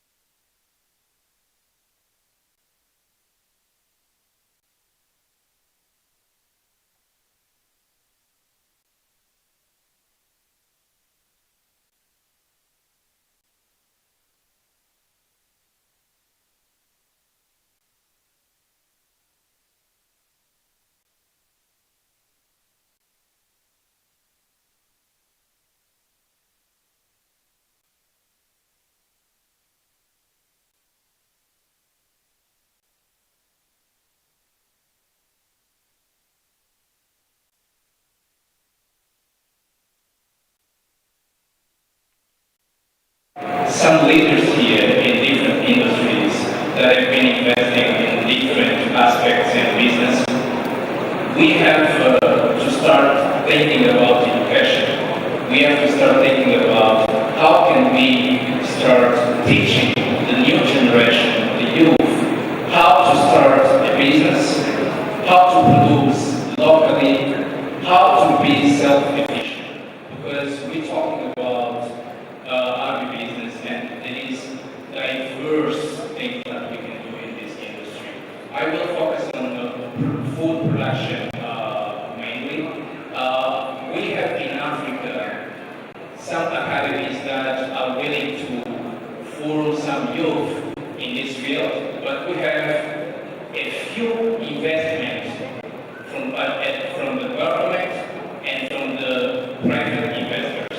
If we come together as a youth, as a government, as a private sector, and we actually identify that the main objective until 2030 is to produce more locally, to be self-sufficient, we should start creating programs to create and teach and prepare the new generation in agriculture. We should be able to not only form them, but create incubators where we have specific programs on using beans, corns, or different products. We should have some mentors having this youth, leading them, guiding them, and teaching them all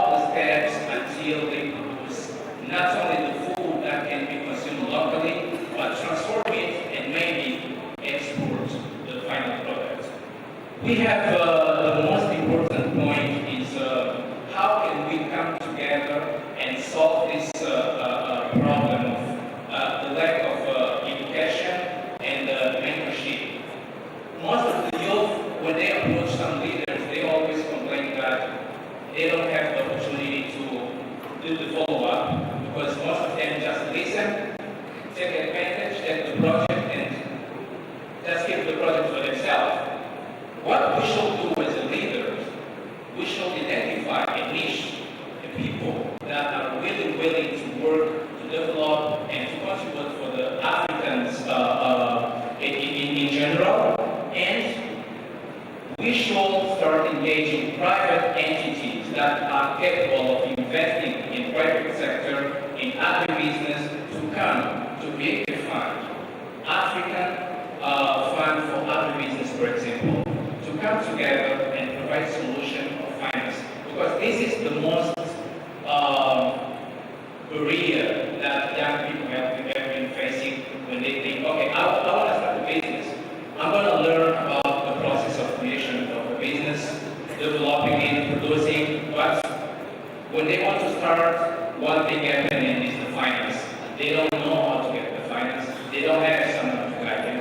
They are not really educated on that. And if we come together as leaders to try to solve this problem, we will actually try to guide the youth and the new generation to different direction, and it will give us different perspective of life and economic vision. Thank you. Thank you so much, Honorable. And to you, Mr. Chi, as someone that is in the industry and as a young person, I'm sure you have your own personal experience that you can, use to kind of answer the question as to a young person asking you, how do I start, right? And also from your experience, someone asking you, what do you think is needed to ensure that this industry is successful? Thank you so much. Our main conversation already put up for us. Now that we started with the challenges, as a young person and also young people in this room, I want us to beseech us to now look forward out of the challenges and what opportunities are coming forth. And I would love to tell about a few examples that are already working in the green, that can turn into green revolution. And here are a few things or key opportunities that we might just tap into, and also see how best we can change the African continent and even the world to a better green revolution change. So one of the things is the energy transition, that is the matters of retrofitting, digital monitoring, clean tech services, and green hydrogen. For example, now, a case scenario in Egypt, youth engineers have come together under the Liban solar park, and I'm pretty sure if Egyptians are here, they're aware of that, which is them who are designing maintenance software for solar farms, provide how digital innovation drives green energy jobs. In Algeria and Tunisia, the same thing, youth cooperatives are supporting energy audits in small industries to cut emissions. And that brings me to the question where you as a young person, are you even aware of such opportunities that are happening? Are you even taking part in the opportunities? Are you basing yourself or putting yourself or branding yourself best to these opportunities so that they might find you? Another thing is recycling and waste. I have seen the plastic upcycling, the organic waste composting, the e-waste refurbishment. And an example in Kenya, we have startups like the Ngenje makers who are producing paving blocks from plastic waste. So you can imagine they're creating decent jobs for women and youth. And also in Senegal, the Kali project engages young people in plastic collection and turns waste into school furniture for local communities. Now, even with those examples, are you part of it? Asking yourself today, if you're seated there, what are you doing about it? And how are you putting yourself better? Today, after this session, if you didn't know about such an opportunity, are you able to push yourself to such an opportunity? Another thing about agribusiness that we talked about is the climate smart farming, the regenerative agriculture, aquaponics, and I'm pretty sure if we had a lot of time, we could just unpack the whole of this thing. But an example in Sudan and the northern of Kenya, the youth are using solar irrigation and drought-resistant crops like sorghum and millet to adapt to changing weather. In Morocco, the same thing is happening. Young innovators are building hydroponic farms that supply vegetables using 90% less water and model for food secure green urbanization. The last example that I would love to put across is the diverse climates. Looking at that today, we are using niche crops, ecotourism, carbon farming. In Tanzania and even the UAE, the youth-led ecotourism startups are restoring mangroves while hosting visitors for climate education. In Ethiopia, the same thing, young agroeconomists are plotting climate zones mapping to match crops with local microclimates boosting productivity. As a young person, because the challenges are usually, just like my colleague mentioned, finance and every other thing, before you invest in looking for the government, the civil society, and also the private sector, are you doing something in your community? Are you doing something in your small space? Are you elevating yourself in that particular niche that you like, especially on the green revolution that we are talking about? And that's my submission on that. Thank you. Thank you so much. Round of applause. Mr. Tuel, I'd actually like to ask you sort of a different question. As the Center for Environmental and Energy Research and Studies President, how can academic and research institutions now collaborate with young startups to transform green energy ideas into scalable ventures? I'm sure you understand the importance of research when it comes into implementing successful. Yes. Merci pour la question. On va prendre un chemin ensemble. Nous avons un système d'éducation depuis 50 ans maintenant, qui a produit des générations et des générations. À l'étape actuelle, nous trouvons que ce système d'éducation doit s'améliorer.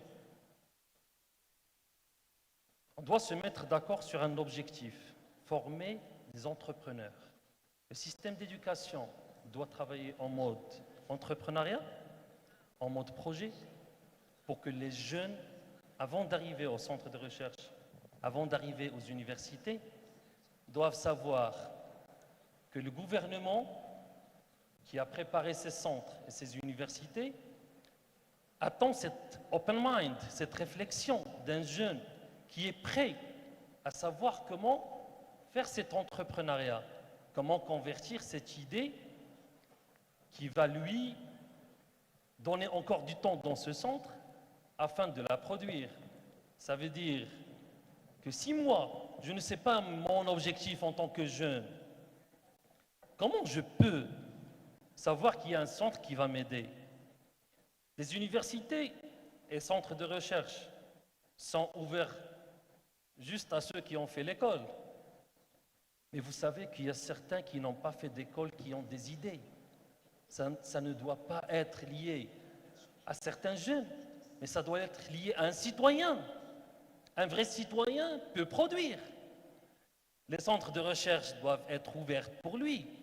On sait très bien que maintenant, il faut avoir des règles minimum pour avoir un accès à un centre de recherche, pour s'inscrire dans une université, pour préparer une thèse doctorale.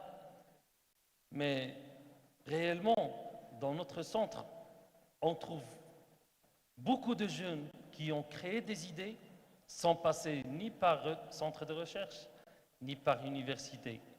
Donc, nous avons besoin d'une société qui fait un peu d'équilibre, qui va ouvrir les centres de recherche pour ceux qui ont des idées, avec une fluidité d'accès.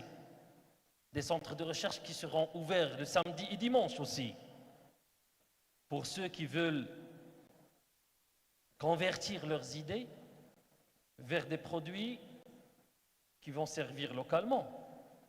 On n'a pas besoin d'innover des avions, on a besoin d'innover des choses ou de fabriquer des choses ou de travailler sur des choses que le pays a besoin pour son équilibre économique. Chaque pays du continent africain maintenant, on doit savoir qu'est-ce qu'on apporte en dehors de l'Afrique. Pour moi, si j'importe d'un pays africain, ça veut dire que je crée aussi le bien pour ce continent. On doit savoir qu'est-ce qu'on importe? On doit savoir où travailler, les axes que le pays nous donne pour, en premier lieu, fabriquer ce que mon pays importe, pour réduire l'importation dans un monde qui est devenu instable, dans un monde où nous devons prendre nos précautions pour produire dans notre agriculture ce qu'on aura besoin à consommer, mais à consommer correctement.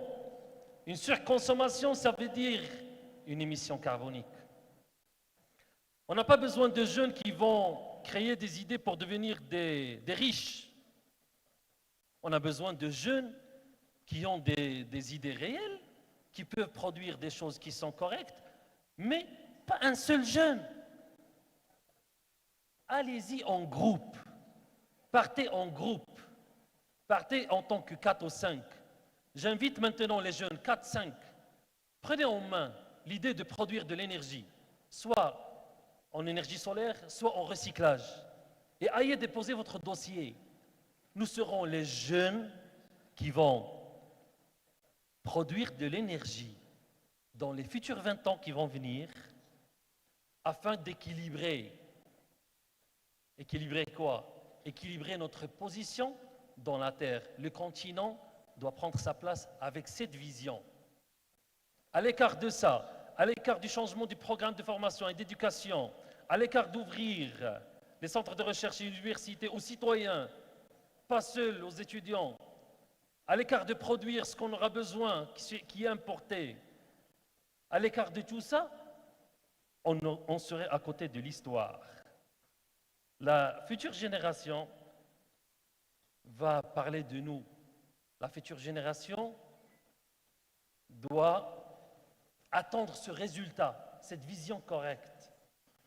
Je ne vous cache pas, les centres de recherche et les universités, malheureusement en Afrique et dans beaucoup de continents, sont ouverts pour certains qui ont plus ou moins la volonté de continuer une recherche pour des choses ou une autre.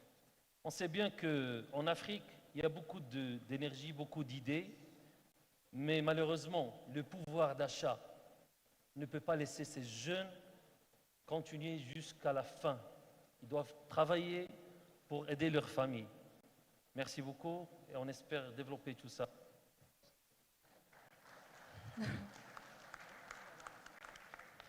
Thank you so much. One of the things that was mentioned as challenges for youth entrepreneurs is funding. Now, my question to you, Mr. Antonio, is what incentives or partnerships can attract private sector funding to youth-led ventures in this sector? So as a young person, how can I position myself, how can I position my proposal to a company in the private sector for it to be interested in funding my venture? First, I would like to say that all the youth in this room should think on the context of attending this event is not just coming to take pictures, but is to kind of come, strengthen your relationship, work on your relationship, your network, because here you have people who can actually mentor you and can help with a very different aspects in your business. All the youth in all Africa, we should start thinking on how we can educate ourselves and be positioned in a very key local projects or events that we can find some people who have experience in the sector that we want to go in. We should, as a young people as well, show that we are capable of delivering, of first being committed on what we say that we can do. Then we can have institutions like ADMA. As we have a relationship with the governments, we try always to find the mechanisms that the government can create new taxes, incentives, investment incentives through private funds that can come to a specific country, can inject funds for a specific sector, and green business can be one of them.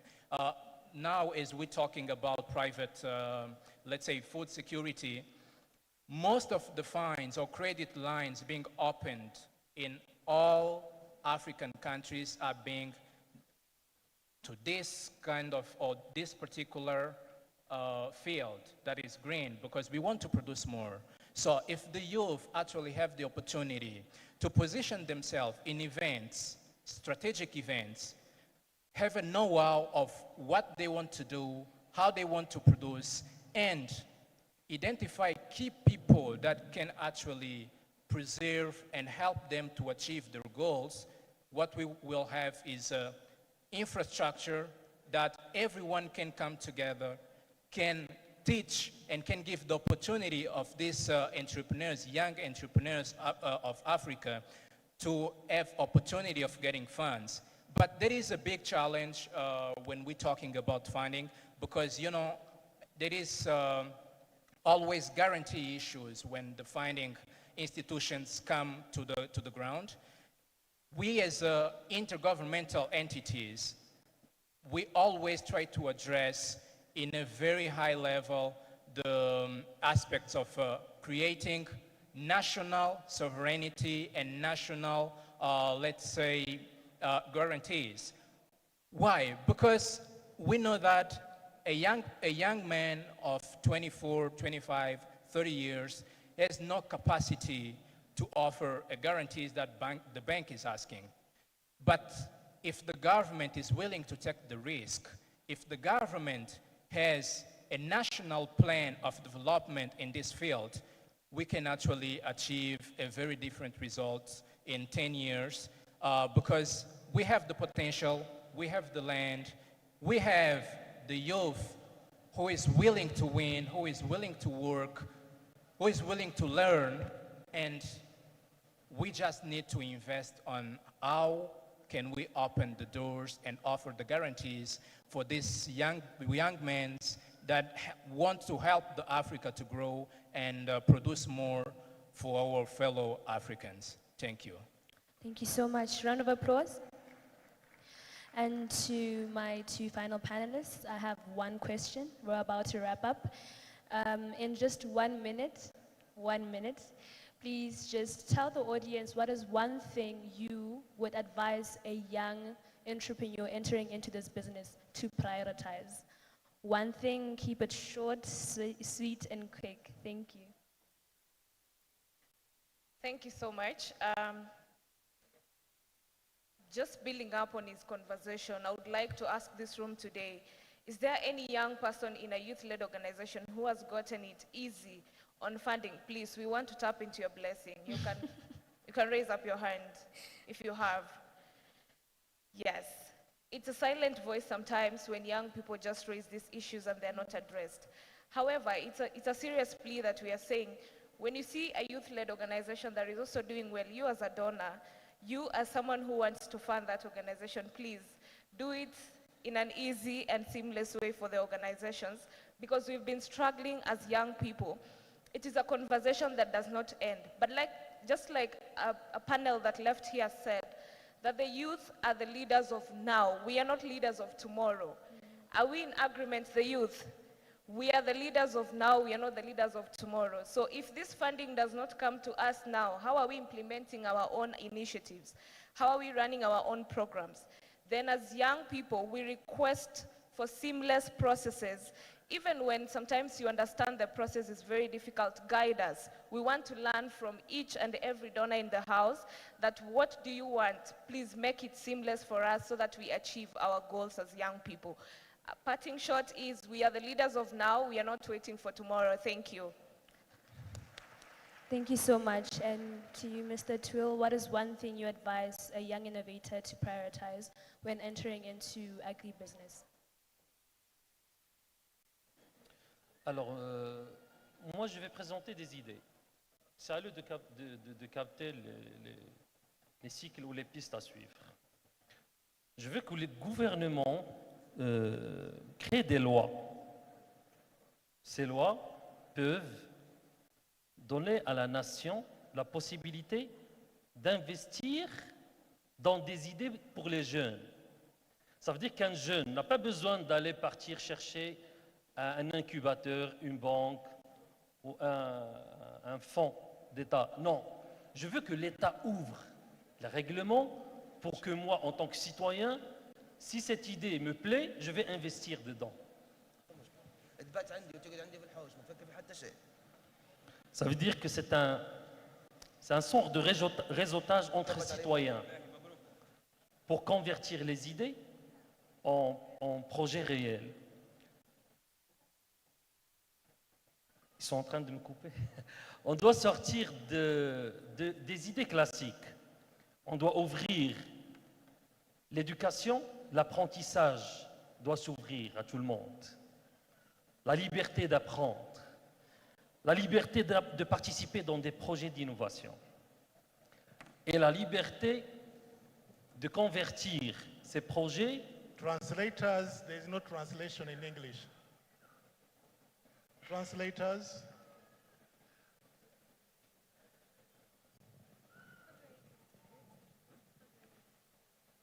Now, we can continue. OK. C'est des idées qui sont importantes. J'invite les gouvernements à revoir les règlements pour que moi et les autres jeunes, on peut participer dans des petits projets. On n'a pas besoin de grands projets. Mais lorsqu'on va voir un nombre important de projets, ça veut dire que ces jeunes-là, dans n'importe quel secteur, dans l'agriculture, on a besoin de produire ce qu'on aura besoin, en préservant la nature et en protégeant l'eau qui est devenue, pas dans votre région ici, mais dans la région du Nord, le Nord d'Afrique maintenant. Il y a un problème d'eau. Au Moyen-Orient, il y a un problème d'eau. On doit marier maintenant ces compétences entre le Nord et le Sud. Laisser aux jeunes de faire des réseautages entre le Nord et le Sud. Couper ces règlements ou arrêter ces règlements qui ont dû des années et des années. On a besoin maintenant d'ouvrir tout ce qui est législation pour que moi je peux investir, comme on a dit, pour qu'un jeune peut produire des petites choses et pour que nous prenions notre place en tant qu'Africains pour être indépendants dans tous les secteurs, notamment dans l'intelligence artificielle, pourquoi pas. Mais si on continue de la même façon, de la même vision, on va reproduire les 50 ans vers les 50 ans qui vont venir. Les jeunes sont en train d'immigrer, de partir chercher l'Europe, chercher l'Amérique. Nous avons de l'or, nous avons du diamant, nous avons du pétrole, nous avons du gaz. Je ne vais pas terminer pour citer qu'est-ce que nous avons dans ce continent. Et nous avons de l'éducation. On a besoin d'une volonté. Voilà, on est en train de créer cette volonté ensemble. Entre nous, dans cette salle, on pourra sortir avec 100 projets devant l'appart écrite. Juste entre nous. Moi, j'investis dans ce projet, lui, il investit dans ce projet. Moi, j'ai une idée, je la partage, et ainsi de suite. Donc, de la manière classique, on ne pourra pas aboutir. D'une autre manière, avec une réflexion importante, convertons les idées, les innovations vers des petits projets. All right. On pourra travailler. Merci. Thank you so much. Let's give him a round of applause.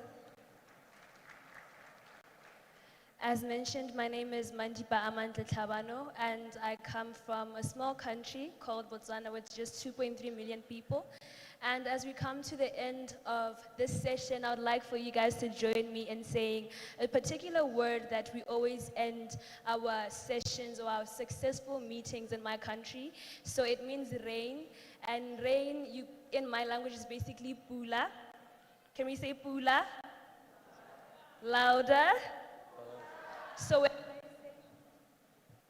when I say pula, you say pula.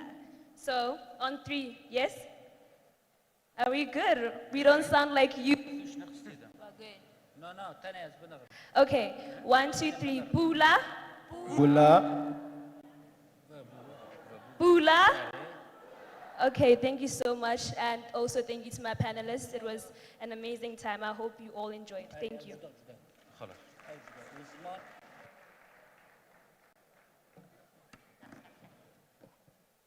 Can we clap better for the panel and for the chairperson? You have done us great. Now, senior colleagues, I have a proposal. We are remaining with only one panel discussion. Can we spend 20 minutes on it? Then we discuss briefly, then we go to Africana so that our business for today is done. Silence means consent. Thank you so much. Now, the next chairperson is Noah Ahuda Alitimi, Libyan Future Movement. Thank you, thank you. And can I invite the following? Mai Aglan, expert researcher in women, peace, and security from Egypt. Yes. Mrs. Dinara, expert in social and human sciences sector, ISESCO. That's going to be a virtual presentation. Fatiha from Algeria.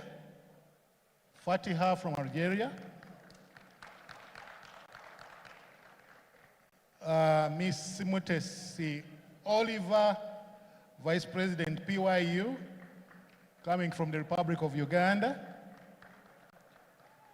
Esther Shakera, researcher and advisor, Swapo Party Youth League Research and Technical Advisory Committee, Namibia. They are going to tackle the subject from empowerment to impact. From empowerment to impact, the role of girls in community development. And they have 25 minutes to share amongst themselves. Put down any comment you may want to make. We shall do a brief session of comments, then we break and we go to Hotel Africana for African night. Can I hand over to you? Nuha Arihuda Arutemi. I have struggled. You're welcome, Madam Chair. Thank you. اهلا وسهلا بكل الحضور. طبعا يشرفني ان انا اليوم موجوده معكم في اوغندا. مؤتمر شباب يعني لي هالبا، فشرف لي ان نسير جلسه عنوانها دور الفتيات في تنميه المجتمعات. شيء مهم جدا. نعرف ان الشباب نص شباب العالم هم فتيات، فتمكين المراه بصفه عامه شيء يهمنا ويخصنا جدا. فحنتكلموا على هلبا محاور بخصوص الموضوع، واهمها اكيد حنشرح لكم نهايه الحواريه على فتياتنا في ليبيا. نبدو على بركة الله. طبعا قبل ما نبدأ يا ريت كل حد فينا يعرف باسمه. تفضل استاذ. مساء الخير، سعيدة جدا بوجودي مع حضراتكم النهاردة وشكرا على الدعوة الكريمة. أنا مي عجلان، باحث خبير في شؤون المرأة والسلام والأمن، وعضو في شبكة فيم وايز بالاتحاد الأفريقي، شبكة النساء الأفريقيات للوساطة وحل النزاعات. شكرا.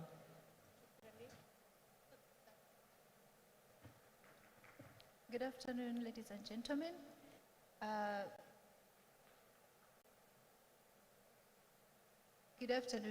gentlemen. I want to welcome you all to Uganda, and I want to thank you for accepting to come and we host you. Please clap for yourselves. Thank you. My name is Mutesi Oliver. I'm the Vice President for East Africa, representing Pan-African Youth Union. Thank you so much. الجزائر. السلام عليكم. سويدة أحمد فتيحة، عضو مكتب وطني لحزب جبهة المستقبل من الجزائر، إطار في البرلمان الجزائري. أهلا وسهلا. شكرا. الأستاذة من وين؟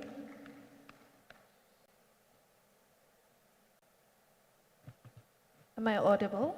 All right. Thank you very much for the opportunity. My name is Esther Shakela. I am a member of the Swapo Party Youth League think tank that is from the Republic of Namibia. Thank you. خلونا نبدو بداية مع السيدة مي من دولة مصر.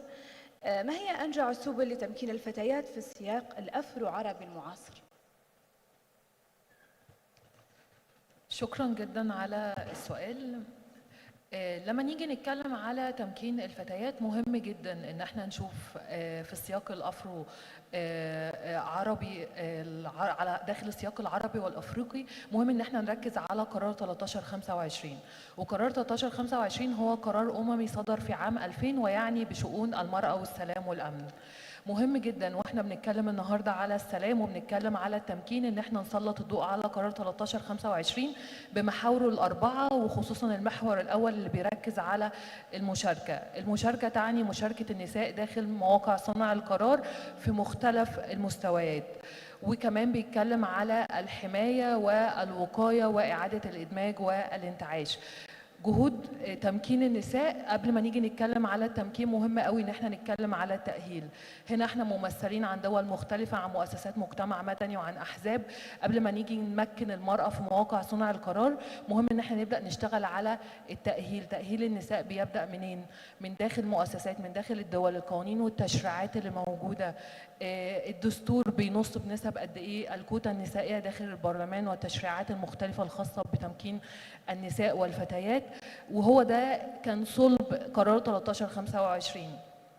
للأسف الشديد بيتم تفسير القرار بطريقة مغلوطة إن هو بس بيقتصر على الدول التي تمر بنزاعات مسلحة، مع إن القرار بيشمل جميع الدول الأعضاء داخل الأمم المتحدة ومنها الدول التي تنعم بالسلام. وركز القرار في المحور الأول ليه على فكرة المشاركة وإزاي يتم من خلال المشاركة إن احنا نأهل الفتيات داخل جميع المستويات على مختلف سواء أحزاب أو مجتمع مدني أو مبادرات بتتم داخل الدول المختلفة. شكرا. شكرا ليك. ننتقل سيدة سويد أحمد. سؤالي لك حيكون كيف يمكن للتعليم والمهارات الرقمية أن تصبح أداة حقيقية لتمكين الفتيات؟ السلام عليكم. العوائق التي تحدد من وصول الفتيات إلى أدوار قيادية رغم التقدم المحرز ما زالت هناك عوائق متعددة. العائق الثقافي ممثلا في الصور النمطية إلى الحصر المرأة في أدوار تقليدية. العائق الشرعي حين تغيب القوانين الداعمة للمناصفة والتمثيل المتكافي. العائق الاقتصادي ناتج عن ضعف تمويل المشاريع النسوية والفرص تمكين المالي. وأخيرا العائق النفسي المرتبط بغياب الثقة بالنفس والخوف من الفشل. تجاوز هذه العوائق يتطلب إدارة سياسية مجتمعية تؤمن بأن نجاح الفتيات ليس مكسبا لهن وحدهن بل مكسبا للأمة الإسلامية بأسرها. شكرا لك. فننتقل لدولة أوغندا. سؤالي حيكون عن السياسات المطلوبة لحماية وتوسيع الفرص أمام الفتيات أو السيدات بصفة عامة.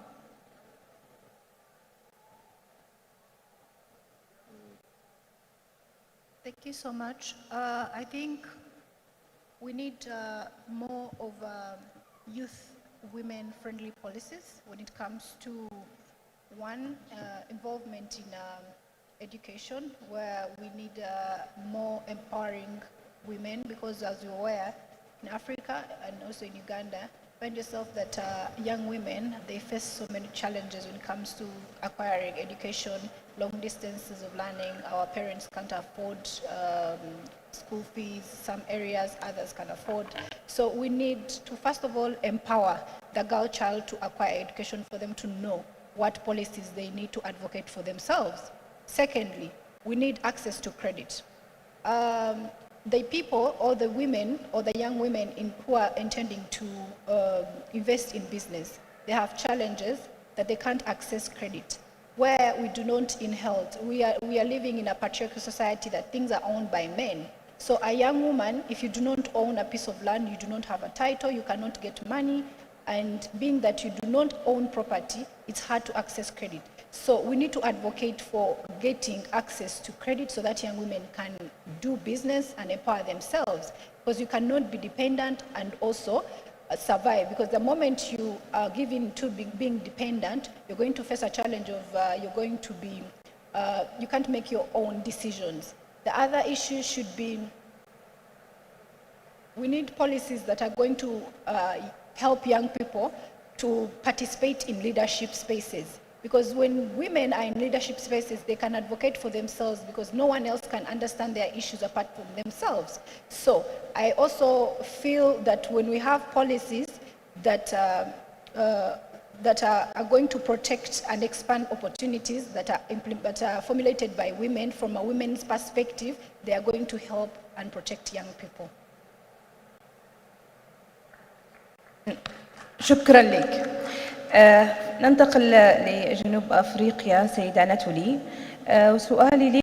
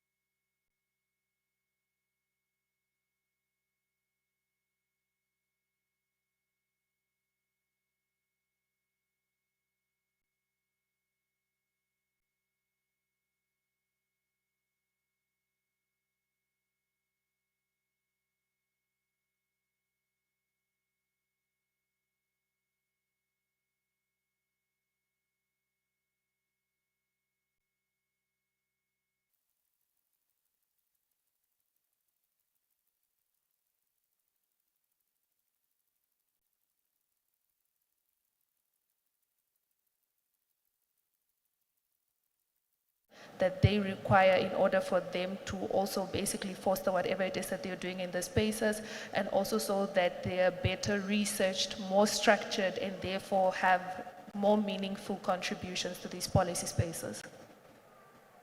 شكرا لك.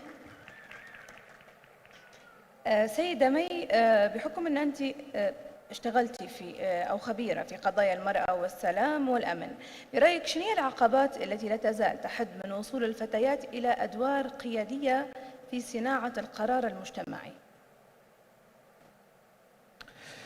شكرا جدا للسؤال، وانا بشوف ان ده سؤال مهم جدا. ما زال لحد دلوقتي احنا لسه بنتكلم في الوقت اللي بدا يكون عندنا فيه سيدات بدات تحتل مناصب مهمه زي وزارات الدفاع في دول كتير مختلفه، وبقى عندنا اجندات وطنيه بتناقش المراه والسلام والامن.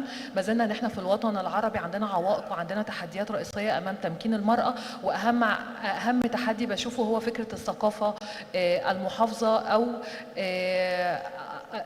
السيطرة على النساء من احتلال مواقع مختلفة في صنع القرار. حصل تطور كتير في السنين الأخيرة، ما نقدرش ننكر ده، ولكن الوصمة المجتمعية ما زالت موجودة في عدد كبير من الدول. ما زال كمان ان احنا عندنا حاجة لفكرة ان احنا قبل ما نيجي نمكن السيدات ان احنا نشتغل على تأهيل السيدات ليكون قادرين ان هم يكونوا صانعات قرار مؤثرات داخل دولهم وداخل مواقع صنع القرار المختلفة. فبنشوف التحدي الأول هو فكرة الوصمة المجتمعية أو التحديات الثقافية داخل المجتمعات المختلفة. التحدي الثاني وهو لغة الخطاب المستخدم. احيانا بنيجي نستخدم نفس لغه الخطاب على مستويات مختلفه، واحنا بنشوف ان الدول بتتكون من محافظات، بتتكون من قرى صغيره، من مجتمع فيها حضر، من مجتمعات ريفيه. لغه الخطاب التي يتم استخدامها في مجتمعات ما ينفعش ان احنا نعممها على كل المجتمعات، حتى لا ينفر عدد كبير من الأسر ومن المجتمعات من اللغة الخاصة بفكرة حقوق المرأة. طيب لما نيجي نتكلم على المستوى الثالث أو التحدي الثالث، هو فكرة وجود قوانين تدعم تمثيل النساء داخل الأحزاب، داخل الحكومة، نسبة الكوتا النسائية بتكون قد إيه، وكمان يكون إن إحنا عندنا تأهيل وإيمان حقيقي بدور المرأة، مش فكرة إن إحنا بنكمل أعداد أو بنحقق عدد معين في التمثيل، على قد ما بيكون عندنا إيمان داخلي بأهمية وجود المرأة. طيب لو جينا نقلنا على حاجة تانية، فكرة احنا بنتكلم النهاردة عن السلام او موجودين كشباب بنتكلم او بنركز وبنسلط الضوء على ملف السلام. لو جينا نشوف عدد تمثيل النساء في ملف الوساطة في مفاوضات السلام على طاولة المفاوضات، النساء المشاركات بيكون نسبهم قد ايه؟ مع ان في احصائيات ونسب كتير بتقول ان اتفاقيات السلام الممثل فيها السيدات بتكون انجح بنسب كبيرة عن الاتفاقيات اللي بيتم استبعاد فيها السيدات من داخل الدول المختلفة. وبما ان النهارده موجودين مع حضراتكم وبنتكلم، ممكن عدد كبير من حضراتكم ما يكونش يدرك اللغه العربيه، ولكن هي اللغه اللي موجوده دلوقتي في عدد من الدول العربيه اللي بتمر بحروب ونزاعات، واولهم الدوله الفلسطينيه. والنهارده 7 اكتوبر بيمر عامين على انتهاكات اتعرضت ليها النساء الفلسطينيات والاطفال، وبشوف صمود المراه الفلسطينيه في كل الانتهاكات اللي اتعرضت ليها على مدار عامين هو المثال الواقعي لقرار 1325 والمرأة والسلام والأمن. شكرا. شكرا جدا مي. انتقل للسيدة موتيسي أوليفر أوغندا. نفس السؤال، محتاجين نعرفوا ما العقبات التي تزال تحد من وصول الفتيات في الأدوار القيادية في أوغندا؟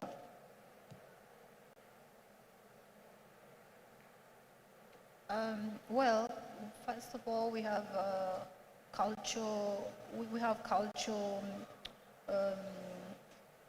barriers where some cultures and maybe religion, they discourage women from participating in leadership. They say, as I said, we are patriarchal society. They feel that men are supposed to be leaders and women are supposed to be followers. So when a girl child is raised thinking like that, it's hard for them to get the spirit or to get the courage to come out and say, I'm going to participate in leadership. It creates what we call inferiority complex and fear. So we need to first break that cultural and religious barrier that discourages women from participating in politics. Secondly, we have an issue of monetization of politics, where people they've made it clear that when you are going to stand, you have to buy votes, or you have to bribe people to be voted. Women, as I said earlier, they do not have money because they don't own property, so they have nothing to sell. And even if they had, they are not allowed. Even if you own something, your husband has to decide for you. So it puts you in a situation where all decisions go back to a man. That is, a man who's supposed to decide for you. Lack of education. We have a system from our societies where they think women are not supposed to be educated. It's supposed to be boys. Girls are raised to get married, and boys are raised to go and be educated, become breadwinners, and women are supposed to sit home and be taken care of. So when you don't move out of the house and go out there and see the world and see what's happening, you won't even get interested, so because you're caged around your home. So this creates a situation where young women do not get interested in getting leadership roles.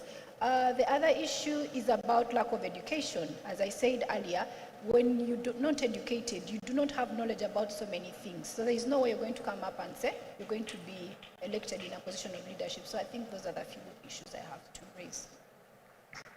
شكرا. شكرا لك. خلينا نتناقشوا مع السيدة سويد بخصوص نساء الجزائر. العقوبات اللي ما زال موجودة قدام نساء الجزائر شنو هي اليوم؟ أو تقدر تلخصيها لنا؟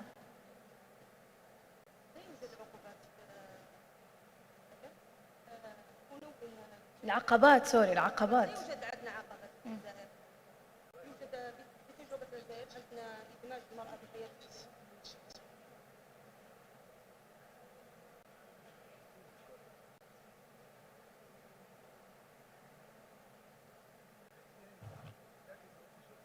الدولية الرائدة في منظمة في مجال ترقية المكان للمرأة، تمكينها في مساهمة فعلية، فتح الباب أمام مشاركة واسعة للمرأة في العمل السياسي.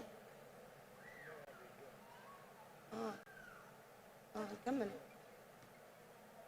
فتح الباب أمام مشاركة واسعة للمرأة في العمل السياسي والاقتصادي الاجتماعي. خير دليل أن المرأة الجزائرية حاليا تضم الحكومة الجزائرية حاليا 9 نساء تولهن حقائب وزارية. خير دليل أن تظن الحكومة واضحة لتعزيز حضور المرأة في مراكز راقية وترسيخ ثقافة كفاءات دون تمييز. هذه التجربة تشكل مصدر إلهام حقيقي للشباب العربي والإفريقي، ويبرهن أن الإدارة السياسية والتشريعية قادرة على إحداث ثقل نوعية في تمكين المرأة. شكرا لك. نفس السؤال لازم ينسأل السيدة ليبوهي ناتولي جنوب أفريقيا. نبغى نعرف ما العقبات التي تزال تحد من وصول الفتيات إلى أدوار القيادة في صنع القرار في جنوب أفريقيا.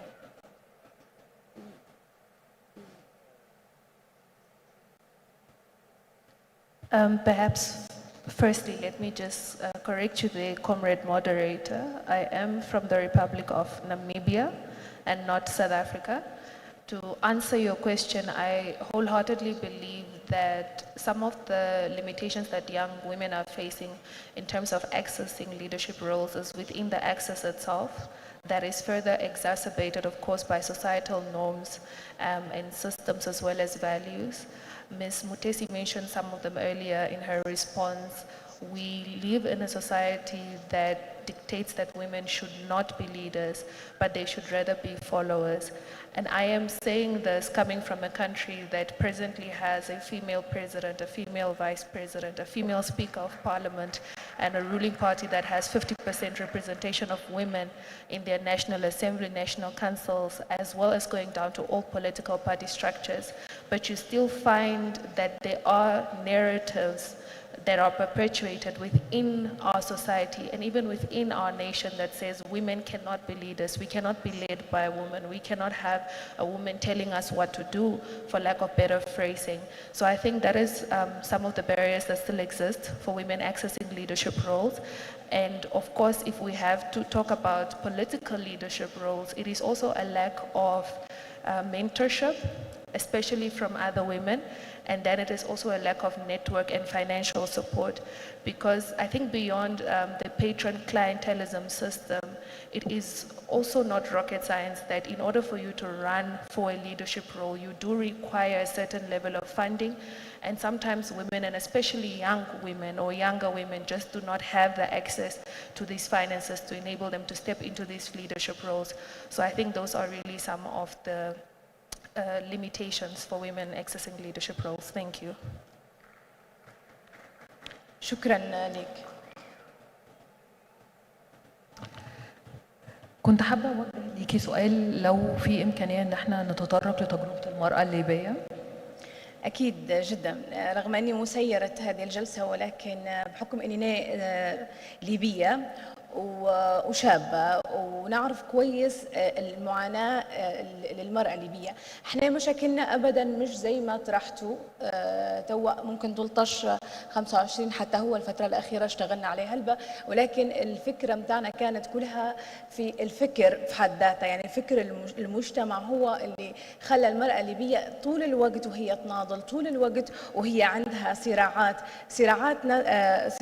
صراعات المرأة الليبية في فكر المجتمع الليبي. يعني احنا لنا من 2011 ل 2025 عندنا سيدات حرفيا حاربوا ووقفوا ضد افكار كانت مزروعه منذ الازل، لدرجه ان احنا اليوم في 2025 في المؤتمر الشباب العربي والافريقي معنا 6 ممثلات ليبيات شابات، ومعنا طبعا السيده من وزاره الخارجيه، فهي اعتقد ادرى بهلبه من فكر فكرة مشاكل المرأة الليبية ومعاناة المرأة الليبية وعقبات المرأة الليبية، ولكن نحن نعرف أن المرأة الليبية قادرة ونشتغلوا يعني بتكاتف طول الوقت، ما بيناتنا تواصل وتشابك رغم أن عندنا مشاكل زي ما قالها زميلي هيثم قبل الوقت هذا، قال إن احنا عندنا مشاكل اللي هو السياسة وانقسام الحكومات. مع هذا قاعدة تحاول المرأة الليبية أن هي طول الوقت أن يصير في تشابك ما بيناتنا شرقا وغربا.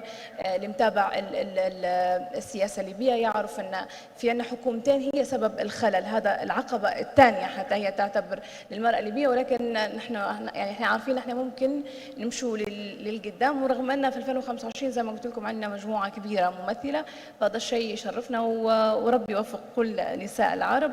خلونا نستكملوا باقي الحوارية وننتقلوا للجزائر. سؤالنا لك الجزائر: ما الدور الذي يمكن أن تلعبه التضامنات الأفرو عربية في تعزيز مساهمات الفتيات في التنمية المستدامة؟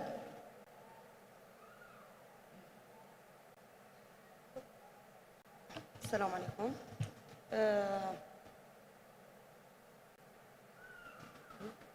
تضامن عربي إفريقي كرافع لتعزيز المساهمات. مساهمة الفتيات في تنمية المستدامة تحديات التي تواجه الفتيات العربيات والإفريقيات متشابهة في جوهرها، من الفقر إلى الأمية، ومن الضعف إلى التمثيل إلى المحدودية مواردها، لكن في المقابل لدينا فرص لبناء جبهة تضامنية إفريقية عربية تقوم على تبادل الخبرات وتجارب. حبيبتي. أوكي.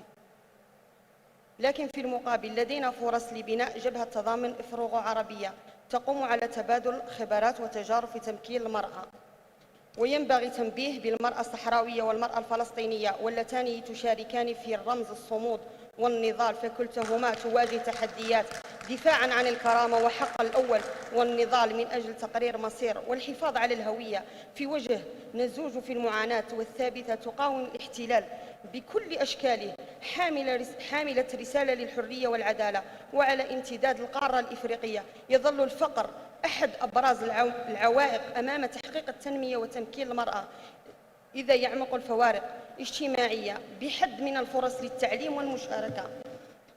وإن تمكين الفتيات والنساء في هذه السياقات لا ينفصل عن دعم القضايا التحرير الإنساني ومكافحة الفقر. في التنمية الحقيقية تبدأ حين يرفع القيود عن طاقات المرأة لتصبح فعالة في بناء مستقبل زاهر عادل وزاهر. وفي الأخير نقول للنساء حين تحلن أهلا فرصة يصنعن الفارق ويهدين مجتمعهن نحو العدالة والازدهار. شكرا. شكرا لك. السؤال اللي بعده حيكون للسيدة موتيسي من أوغندا. حنسألوك عليه: الدور الذي يمكن أن تلعبه التضامنات الأفرو عربية في تعزيز مساهمات الفتيات في التنمية المستدامة.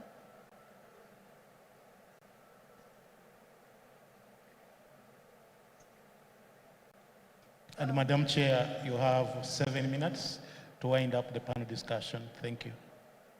Thank you, Madam Moderator. I think the Afro-Arab, the best they can do is policies, because policies are the ones that determine the good and bad in society. So the role of Afro-Arab should be advocating for better policies that are going to cut across the Africa and Arab countries, that are going to enable women to be empowered. Right? Well, for example, education. We should. The world is going AI. So what are the policies that are going to help young people or young women to push them forward into getting hands-on skills with AI? 2, we have health care. Women are affected a lot with health care.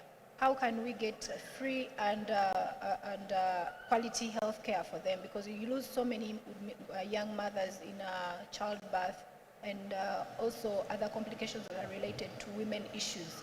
We have economic empowerment. How can we have policies that are going to help young women to access credit without having to maybe rely on their husbands, spouses, fathers, brothers? participation in leadership. How do we push women into participation and they advocate for themselves and their policies that they understand better? Thank you so much.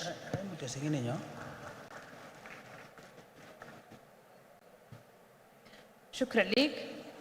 السيدة مي، التنمية المستدامة قبل كل شيء مشتغلين عليها في مصر يعني كنساء بطريقة متوسعة ولا ما زالوا في مشاكل؟ شكرا جدا.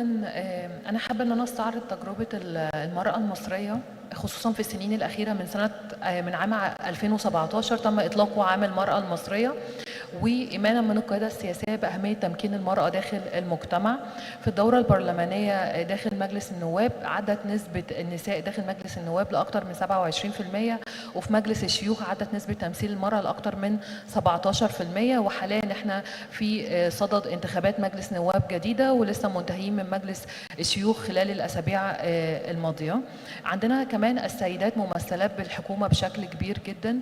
بجانب ده عندنا عدد كبير من السيدات في مجالس ادارات الصحف القوميه وادارات البنوك. تعتبر الدوله المصريه من الدول العشر الاوائل في تمثيل النساء داخل قوات حفظ السلام. احنا بنربط تمكين المراه داخل المجتمع باهداف التنميه المستدامه، وكمان بنبدا نشتغل مؤخرا. عندنا مبادرة رئاسية تحت مسمى حياة كريمة. المبادرة الرئاسية بتقدر ان هي تتنقل داخل القرى والنجوع داخل جميع انحاء الدولة المصرية لإطلاق حملات توعية متعلقة بتمكين المرأة وتمكين الفتيات وربطهم بالتنمية المستدامة. كمان المجلس القومي للمرأة داخل الدولة المصرية بيطلق حملات تحت مسمى حملات طرق أبواب عن طريق الرائدات الريفيات، بيتم من خلالها العمل على نشر الوعي بفكرة تمكين المرأة. كمان بنشتغل على الجزء اللي انا بشوفه مهم جدا وهو فكره اشراك الرجال في عمليات المتعلقه بتمكين وتاهيل النساء، ان الخطاب ما يكونش بس ندوات توعويه بيتم توجيهها للفتيات والسيدات، على قد ما بيتم اشراك الرجال داخل جميع الجلسات التثقيفيه. شكرا. شكرا لك. سيدة ناتولي من جنوب أفريقيا، سؤال نفسه يعني على التنمية المستدامة. ما الدور الذي يمكن أن تلعبه التضامنات الأفرو عربية في تعزيز مساهمات الفتيات في التنمية المستدامة؟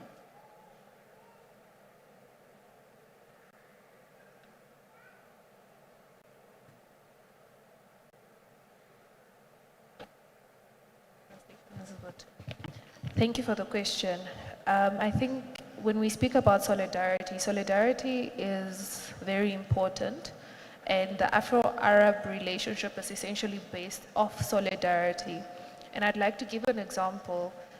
For instance, when certain countries were still engaged in the liberation struggle, fighting for independence, it was solidarity that ensured that young women who were in their respective countries where colonialism was happening were able to get an education by leaving their countries and going to different countries because of the solidarity that existed between their two nations.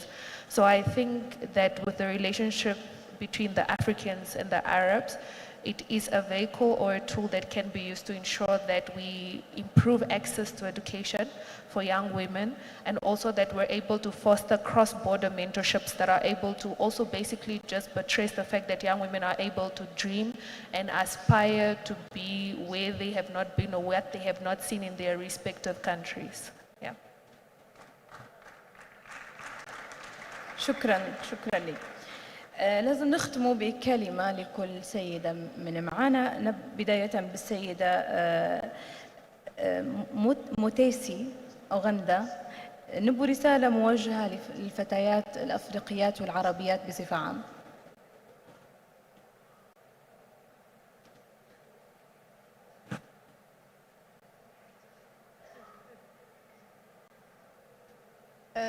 Mine is to encourage you to keep participating, pushing. I know it's not as easy, but you keep pushing, keep participating, and keep advocating and giving space to other young girls and inspiring as many as you can to see that you come in these spaces.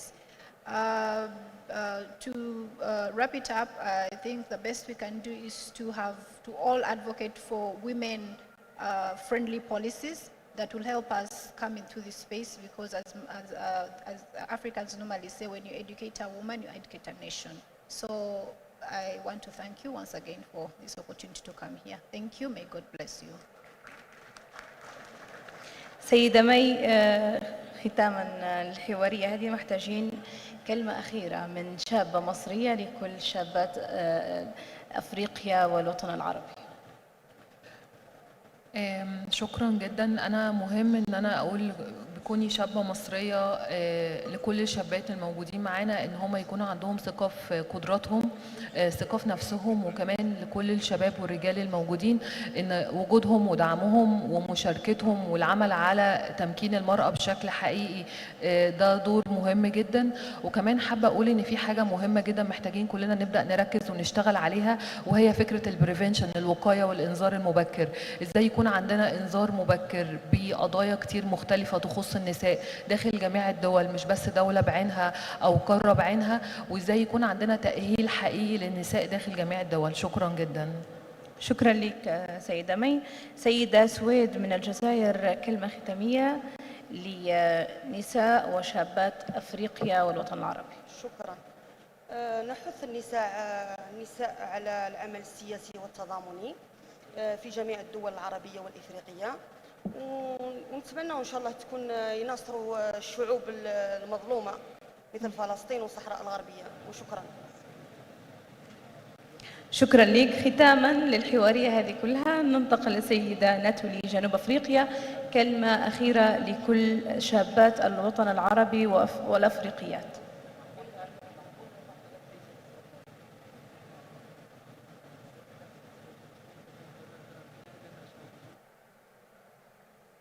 Thank you very much. I think my final words to African women is that you owe your dreams the courage to pursue them. So please be fearless in the pursuit of whatever aspirations that you have. And then to all of us, it is our collective responsibility to mentor and to ensure that we rise together with fellow women. So please do collaborate. Let's work together and ensure that we also participate meaningfully in whatever processes and platforms that are available to us in our respective nations. Thank you. شكرا لكم كسيدات، ويعني أنا سعيدة جدا أننا حاورت شابات عربيات وأفريقيات. أعتقد أن احنا كلنا استفدنا من هذه الحوارية، ومحتاجين طول الوقت وفي كل المؤتمرات أن يكون في صوت المرأة وينسمع لنا صوت المرأة العربية والأفريقية خاصة، يعني محتاج دعم. شكرا لأوغندا على الاستضافة هذه، وشكرا للمؤتمر، وشكرا جزيلا للكل، ونشوفكم إن شاء الله على خير.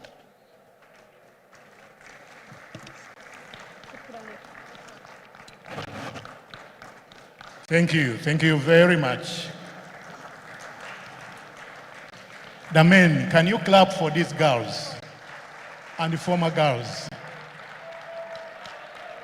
I don't know how we made a mistake to only have the girls and former girls. We should have had some men in there. But let's clap for them once again. They have done a good job. Now, ladies and gentlemen, you have listened from this side, and a lot of important things are coming out. From the younger men, when they were talking, they were saying we are marginalized. And the question for us, marginalized by who? Some young people marginalize themselves. Martin Luther King Jr. said, no one can make you inferior without your consent. You consent to being inferior. And that nobody can climb over your back unless you walk with a bended back. Something else came out, the issue of building partnerships. That whatever it means, we must build partnerships in everything we are doing. And somebody said, your network is your net worth. And that we need to depart from the I to we. It's the we that works better than the I. The I alone, you can do very little. Digital space. If you are not in the digital space, you are in no space. So we need to conquer and see the world ahead of us through digital migration. Don't simply produce raw materials, but add value. Something else came out, that Africa and the Arab world will not transform because of the things we say or plan to do, but because of the things we actually do. Our problems will not be solved by focusing on the scars of the past, but by taking advantage of the opportunities that exist. The cost of investment finances as being critical. We need to explore multiple funding streams and ensuring microeconomic stability. Democratization of opportunities, rural, urban, literate or illiterate.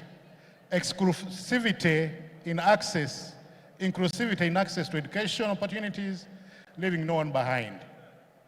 Don't import what you are capable of producing. Innovate and produce locally. Nobody, and absolutely nobody, has capacity to tell you what you can or cannot do apart from yourselves. Then finally, the issue of we need to complement each other and don't compete or pull others down.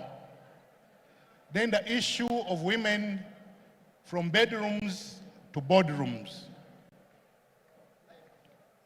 If you are not on the dining table, you could perhaps be part of the menu. Invest more in girl child education and economic empowerment of women, access to investment finances. Structured spaces for women and girls' participation, backed by legal frameworks and policies, guided by empowerment of women. Then dealing with the cultural, economic, and religious impediments to women's participation. Ladies and gentlemen, that's what was discussed and that's what I captured. But we want to give you 10 minutes in case there are issues coming from the floor. People have spoken from this side, you have not spoken from that end. So can I request my colleague Bridget to move the microphone if anybody has something burning in the next 10 minutes to say it or forever to keep your peace. There is a hand, there are 2 hands there, and a hand this side, and another hand there. And those 4 hands would do. Colleagues, let's keep for 20 minutes, then we sign off.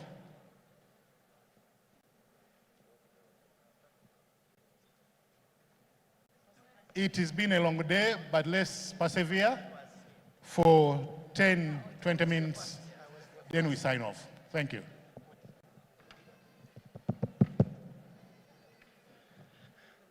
Thank you so much, Chair.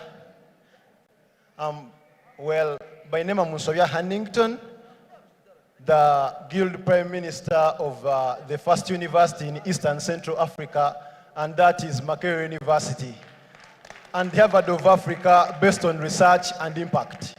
Well, I will thank our dear panelists. Their presentation was really wonderful, especially on gender issues.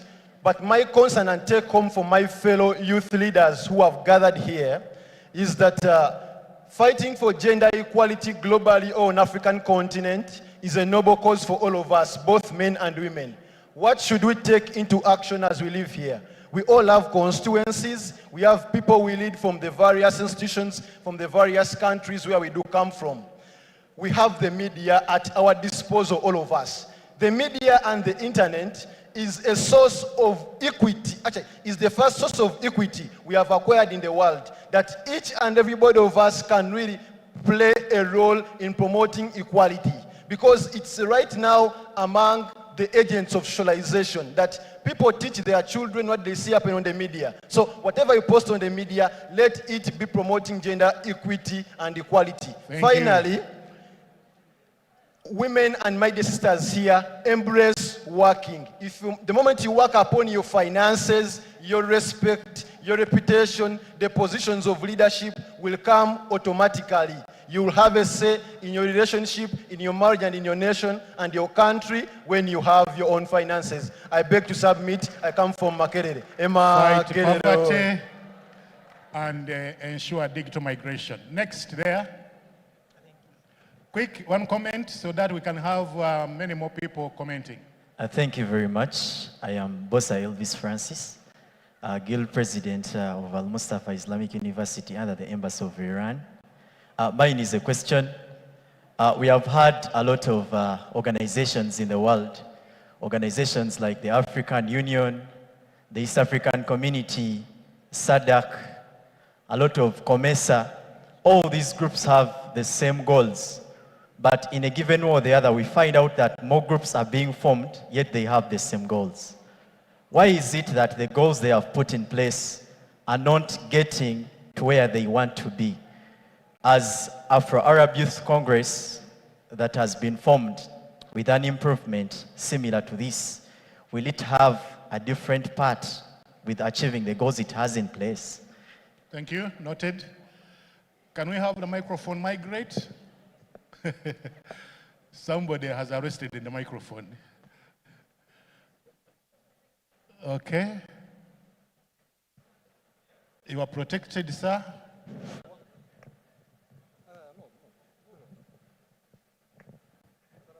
Press at the back. بسم الله الرحمن الرحيم. راشدي علي رئيس مجلس الشعبي بلدي بالجزائر. ونحن في الدولة الجزائرية وبفضل فخامة السيد رئيس الجمهورية عبد المجيد تبون وبمجيئه أعطى فرصة للشباب الجزائري حيث أصبحت يحتم على أي حزب سياسي أو أي فئة معينة أن يكون نسبة الشباب أكثر من 40% في كل القوائم في الترشيحات. كذلك لما استمعت للتدخلات للإخوة الأفارقة والعرب أنه فيه يعني صعوبات بخصوص تمويل الشباب في المشاريع. نحن في الجزائر لا عندنا كل التسهيلات تمنح للشباب من بجميع مختلف يعني نشاطاتهم من 100 مليون إلى آلاف المليارات. وحتى كانت فيه تدخلات، أغلبية التدخلات تقول بلي راهو الأرض لما ما تكونش الأرض البنك ما تعطيكش قروض. احنا في الجزائر دولة تعطيك الأرض وتعطيك القرض، والحمد لله الشعب الجزائري اليوم راهو بدا خرج من القوقعة اللي كان فيه، والحمد لله نشكر يعني الأخت التي تدخلت بخصوص إدماج المرأة. ونحن مع الشعوب اللي تدافع على الشعوب في تقرير مصيرها مثل الشعب الصحراء الغربية الشقيقة والشعب الفلسطيني الشقيق. وشكرا.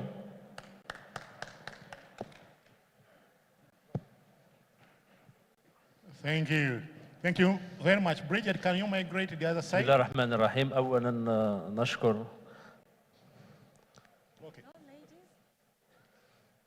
أولا نشكر كل حكومة أوغندا وعلى رأسها معالي الوزير على حفاوة الاستقبال على السيد رئيس.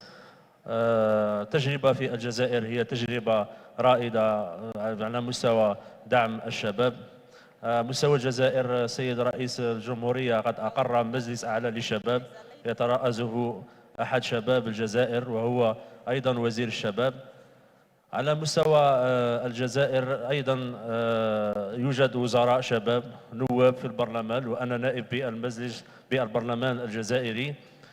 كذلك مؤخرا احتضنت الجزائر مؤتمر إفريقي، وأقر السيد رئيس الجمهورية بإنشاء صندوق لدعم الأفكار المبتكرة على مستوى الشباب الإفريقي. كذلك اليوم الشباب على مستوى إفريقيا هو شباب رائع يمتاز يعني بأفكار مذهلة، شباب متميز، شباب ذو كفاءات علمية. نستطيع اليوم أن نصنع المجد. شباب إفريقيا اليوم ليس كالماضي، شباب إفريقيا اليوم يستطيع أن يصنع الفارق. نستطيع أن نكون في مستوى أعلى، ونتمنى لكم كل التوفيق وشكرا. Thank you, Honorable Member of Parliament. Thank you very much. Thank you very much. Thank you very much. I am Malorile Justin from Chivale District. I work with KDRFM and I am also a youth mobilizer under PLU. My request would have been in the resolutions that were made to help women get more involved in making decisions would be deepening sensitization to the women down there, to the women who cannot access the internet, to the women who cannot access the TVs that we watch, to the women who cannot access the smartphones that we own. Some of them do have them, but they do not know how to use them. We are sensitizing people who already know what to do, but just need to be polished. And we are leaving out those that are at the grassroots. We need to deepen this sensitization so that even if as a mother, she has not been having access to information, at least she is able to raise girls that will have access to the information and be able to make good decisions. Thank you. Thank you. Two last hands and we close. Oh, the hands are growing. Who has the mic? Thank you, moderator. My name is Dorothy Nalule. I work with the Equal Opportunities Commission and I come from Wakiso District. I want to commend the government of Uganda for creating spaces for women participation in leadership. You find that today we have women members of parliament. We also have majority of the women in cabinet. We have women councillors, youth leaders at both the local government and the district levels. So we want to commend government. However, there is still a lot that is needed. We need to mostly look into inclusiveness and also look at the teenage mothers that are across the country. So there is need to sensitize the young girls out there in the local communities to ensure that majority of them are aware of the issues of reproductive health. Thank you so much. Thank you very much. Let me have one last hand there. All right. Yes, good evening to everyone. My name is Marvin Mugume. I'm a student leader and I'm a youth leader. So mine is to thank the government of Uganda for actually providing this platform for the youth to raise their voices. Well, some of us actually only do the role of blaming rather than thanking. That's why, for me, I just stand here to thank the government and thank His Excellency the President of the Republic of Uganda for accepting and allowing the youth to raise their voices. Thank you so much.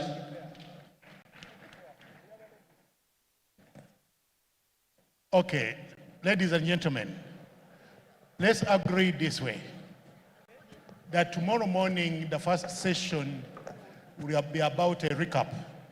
It will be about bringing out the issues that perhaps have not come out very well and having your comments. I want to propose. I can see you agree. Because of time, I want us to, let's have the last one there and the lady there. Yes, Madam, you have the floor. بسم الله الرحمن الرحيم. معكم بابا عمر حداد من صحراء المملكة المغربية، خاصة العيون جوهرة الأقاليم الجنوبية. نبغي نأكد على أن المرأة الصحراوية ديما حاضرة وعندها مكانة في المد العربي الإفريقي، وهذا إن كان يدل على شيء فإنما يدل على تقلدها عدة مناصب سياسية واجتماعية واقتصادية وثقافية. والدليل على ذلك هو انفتاح النساء الصحراويات المغربيات في العمق الإفريقي. ونعرف بنفسي على أنني شابة صحراوية من مدينة العيون أتقلد عدة مناصب، منها نائبة برلمانية عن برلمان الشباب المغربي سنة 2024، ومنها على أنني فاعلة دبلوماسية ومديرة وطنية ومسؤولة البروتوكول والعلاقات الدبلوماسية في منظمة الشباب للتعاون الدولي بمدينة العيون. هذا نأكد على أن النساء الصحراويات اللي بغى يطرح نفسه في مكان سيجده، ومن لم يضع نفسه في مكان فلن يجده. وشكرا. Shukran. Thank you. Yes, so finally. My name is Leo Itia from Liberia. I'm a youth representative and also the General Secretary for the West Africa Young Parliamentarians Network. So when we talk about equality, we should go deeper into looking at persons with disability. Take, for example, here today at this Afro-Arab Youth Congress, I'm not saying anyone with disability. So equality does not only look at male and female, but it goes deeper into groups that are not represented more often. So I think we need to look at that and consider including persons with disability in forums like this, because those voices are normally not at the top, they are at the bottom. And when we talk about equality, it's about bringing everybody on the same path. Thank you. Thank you. Dr. Honorable Agaba Bass, as you come to make the administrative announcements, can I have one hand there? Bridget, choose anybody of your choice around that quadrangle. Can I have Honorable Dr. Agaba Bass, Secretary General of Afro-Arab Youth Council? You have gone for the brighter colors. Okay, give them the mic, it's your choice. She's a lady, so she chose a gentleman. It's okay. Thank you so much, Chair of the session. Chair, let's appreciate the panelists and the contribution that has been made today. But the reality of the matter is that when we talk about the inclusion and the involvement of young people, we need to ensure that we practice in the African continent at large through involvement in terms of delegation from countries, in terms of exposing young people to these platforms so that they come themselves and debate. But also, as we continue the program, we need to ensure that tomorrow, when we deal with this session of interaction, at least the panelists must be present so that we can have an interaction and they can take the points that we're talking about so that we can see our contribution are effective and they're driving what we want, because when we live here, we must live being solution-oriented to the problems of our African continent as young people of our country. Thank you so much. Thank you. We take a note. Secretary General, Honorable Agaba Bass, can you make administrative announcements? Meanwhile, somebody can make a contribution as Honorable Agaba Bass comes. Can somebody trace for me Honorable Agaba Bass?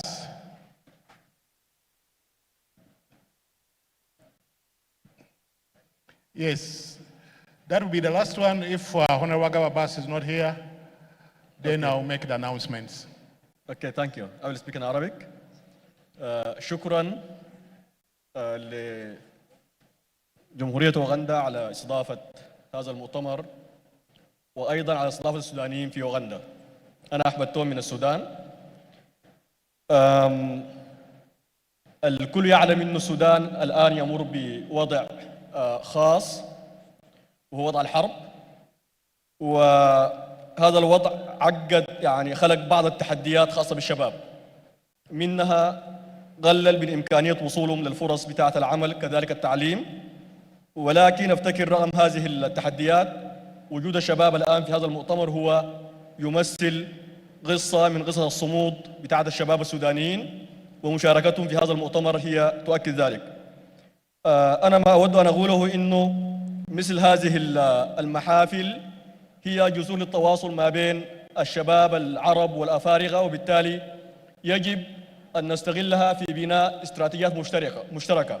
تساعد الشباب في تبادل الخبرات، في تبادل الموارد، في تبادل المعلومات، وبالتالي التنسيق في القضايا التي تهم التنمية والتدريب ورفع القدرات وما إلى ذلك. لدي ملاحظة أخيرة، وهي أنه من الضرورة إتاحة الفرصة للشباب للمشاركة في المواقع القيادية، بما في ذلك السكرتارية العامة لمجلس الشباب العربي الأفريقي. هذه مهمة جدا لنجسد هذا الشعار اللي هو تمكين الشباب وزيادة تأثيرهم. أنا أكتفي بهذه المداخلة وأشكركم، ونحن نمثل أو نحن في هذا الحضور بقيادة مجلس الشباب السوداني، وهو مجلس رغم الاختلاف في السودان لكنه يمثل قضايا الشباب السودانيين بصورة كاملة ويسعى لتمكينهم وللمساهمة في بناء قدراتهم وزيادة مشاركتهم في الفضاء الأفريقي العربي المشترك. شكرا لكم. Thank you. Thank you very much. And with that,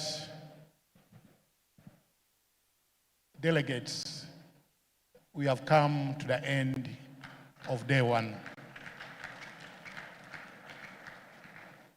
It has been a tough one, but thank you for bearing with us. The beginnings are always that tough. By now, I know for sure that tomorrow we shall be able to sail through as smoothly as possible.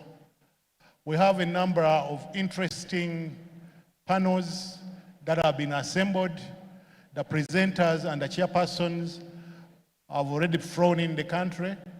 They are present with us. The speakers are ready with their speeches.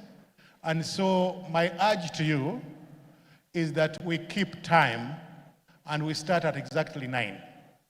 9 o'clock, and I want to assure you, if we start at 9, by 4:30, I'll be letting you free to go and prepare for independence of the Republic of Uganda the following day. All of you have been booked in to attend the independence celebrations for the Republic of Uganda. And so we are looking forward to receiving you there. You can clap if you must clap. If you have not accessed your tag, kindly use the few minutes before you board your bus, if you are not sleeping here, to go back to the hotel where you are sleeping, but also prepare for the Africa Night at Hotel Africana. It's going to be extremely interesting. I don't know whether Deputy Secretary General Amina, Deputy Secretary General, Deputy Secretary General, Deputy Secretary General, do you have something you want to add on? Shukran. She doesn't want to add or subtract. I simply want to thank you for today, and I'm looking forward to having all of you, but make sure you have your tag. There is a tendency for some people who don't belong to find a way of coming in, and we can never be so sure about their intentions. So let's keep away from people without their tags, because the official representation here is through having the tag. You want to say something? Okay. So Deputy Secretary General is going to add a word or two. Then we break off until tomorrow 9 o'clock. Amina. مساء الخير مرة أخرى. نتمنى من كل الشباب أن يستعدوا ليوم الغد، وأن يكونوا نحتاج إلى شيء من الحيوية والنشاط. الشباب هو النشاط وهو الحيوية. لا أعرف لماذا هذا الصمت والهدوء. نريد أن يتناقش الشباب في القضايا التي تهم الشباب. نحن في غنى عن أي مشاكل. نريد أن نتحدث فيما يجمع الشباب العربي والإفريقي، لا ما يفرقه. وأحيي الإخوة من السودان، فهم السودان وجنوب السودان شعب واحد. أيضا ليبيا شعب واحد. إفريقيا والعالم العربي كلهم شعوب تحتاج إلى الوحدة من أجل التنمية والازدهار، ولن يتحقق ذلك إلا بشباب إفريقي عربي موحد. وشكرا، ونتمنى أن يكون يوم الغد يوم حماسي أكثر من اليوم، وأن نتقدم بمخرجات وتوصيات جدية وتكون في مصلحة الشباب العربي والإفريقي والوحدة العربية الإفريقية، لنعيش في فضاء عربي إفريقي يعيش في سلام واستقرار ووحدة. وشكرا، وموعدنا يوم الغد إن شاء الله. لكن الليلة الإفريقية لا بد أن نبرز فيها ما يجمعنا.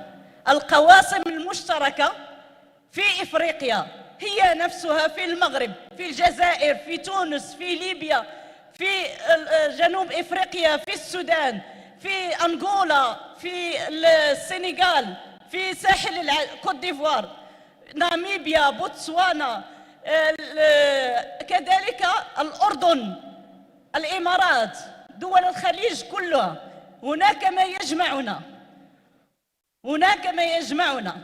أيضا يجب أن نبحث في اللغة الإنجليزية أو الفرنسية أو الإسبانية أو البرتغالية، هذه لغات الاستعمار. يجب أن نبحث في لغة تجمع ما بين العربية والأمازيغية والسواحيلي، وكذلك يعني أن نفكر في قواسم مشتركة. هذا هو الهدف، هذا هو مجلس الشباب العربي والإفريقي. موعدنا يوم الغد إن شاء الله، لكن لنحتفل اليوم في الليلة الإفريقية، وأتمنى أن تكونوا أكثر نشاطا من اليوم. موعدنا غد. Thank you very much. Dinner will be served at Hotel Africana. So you don't have to go to your hotel, but you'll get dinner from the hotel during the Africa night, and everything is on board. Dr. Abbas. Okay, just thank the people for being here. Okay. Thank you very much, comrades. It's been a nice day. It's been engaging. It's been busy. It's the opening day. You have done well. Thank you very much. Thank you. We are off to Africana. At Hotel Africana, we have the culture night, like we said. We expect everybody to be in the culture night. It's African night, but I think it's a mixture also. Like we said, so everybody should be there. The night is going to climax with the dinner. So don't go to your hotel where you stay and tell them you want dinner. The dinner is at Africana. Then when we are done, you'll be transported to your hotels where you're staying. So as we close, we will assemble there, and the buses will be taking off to Africana. They're also waiting for us because they are ready. Thank you very much. Thank you. Tomorrow.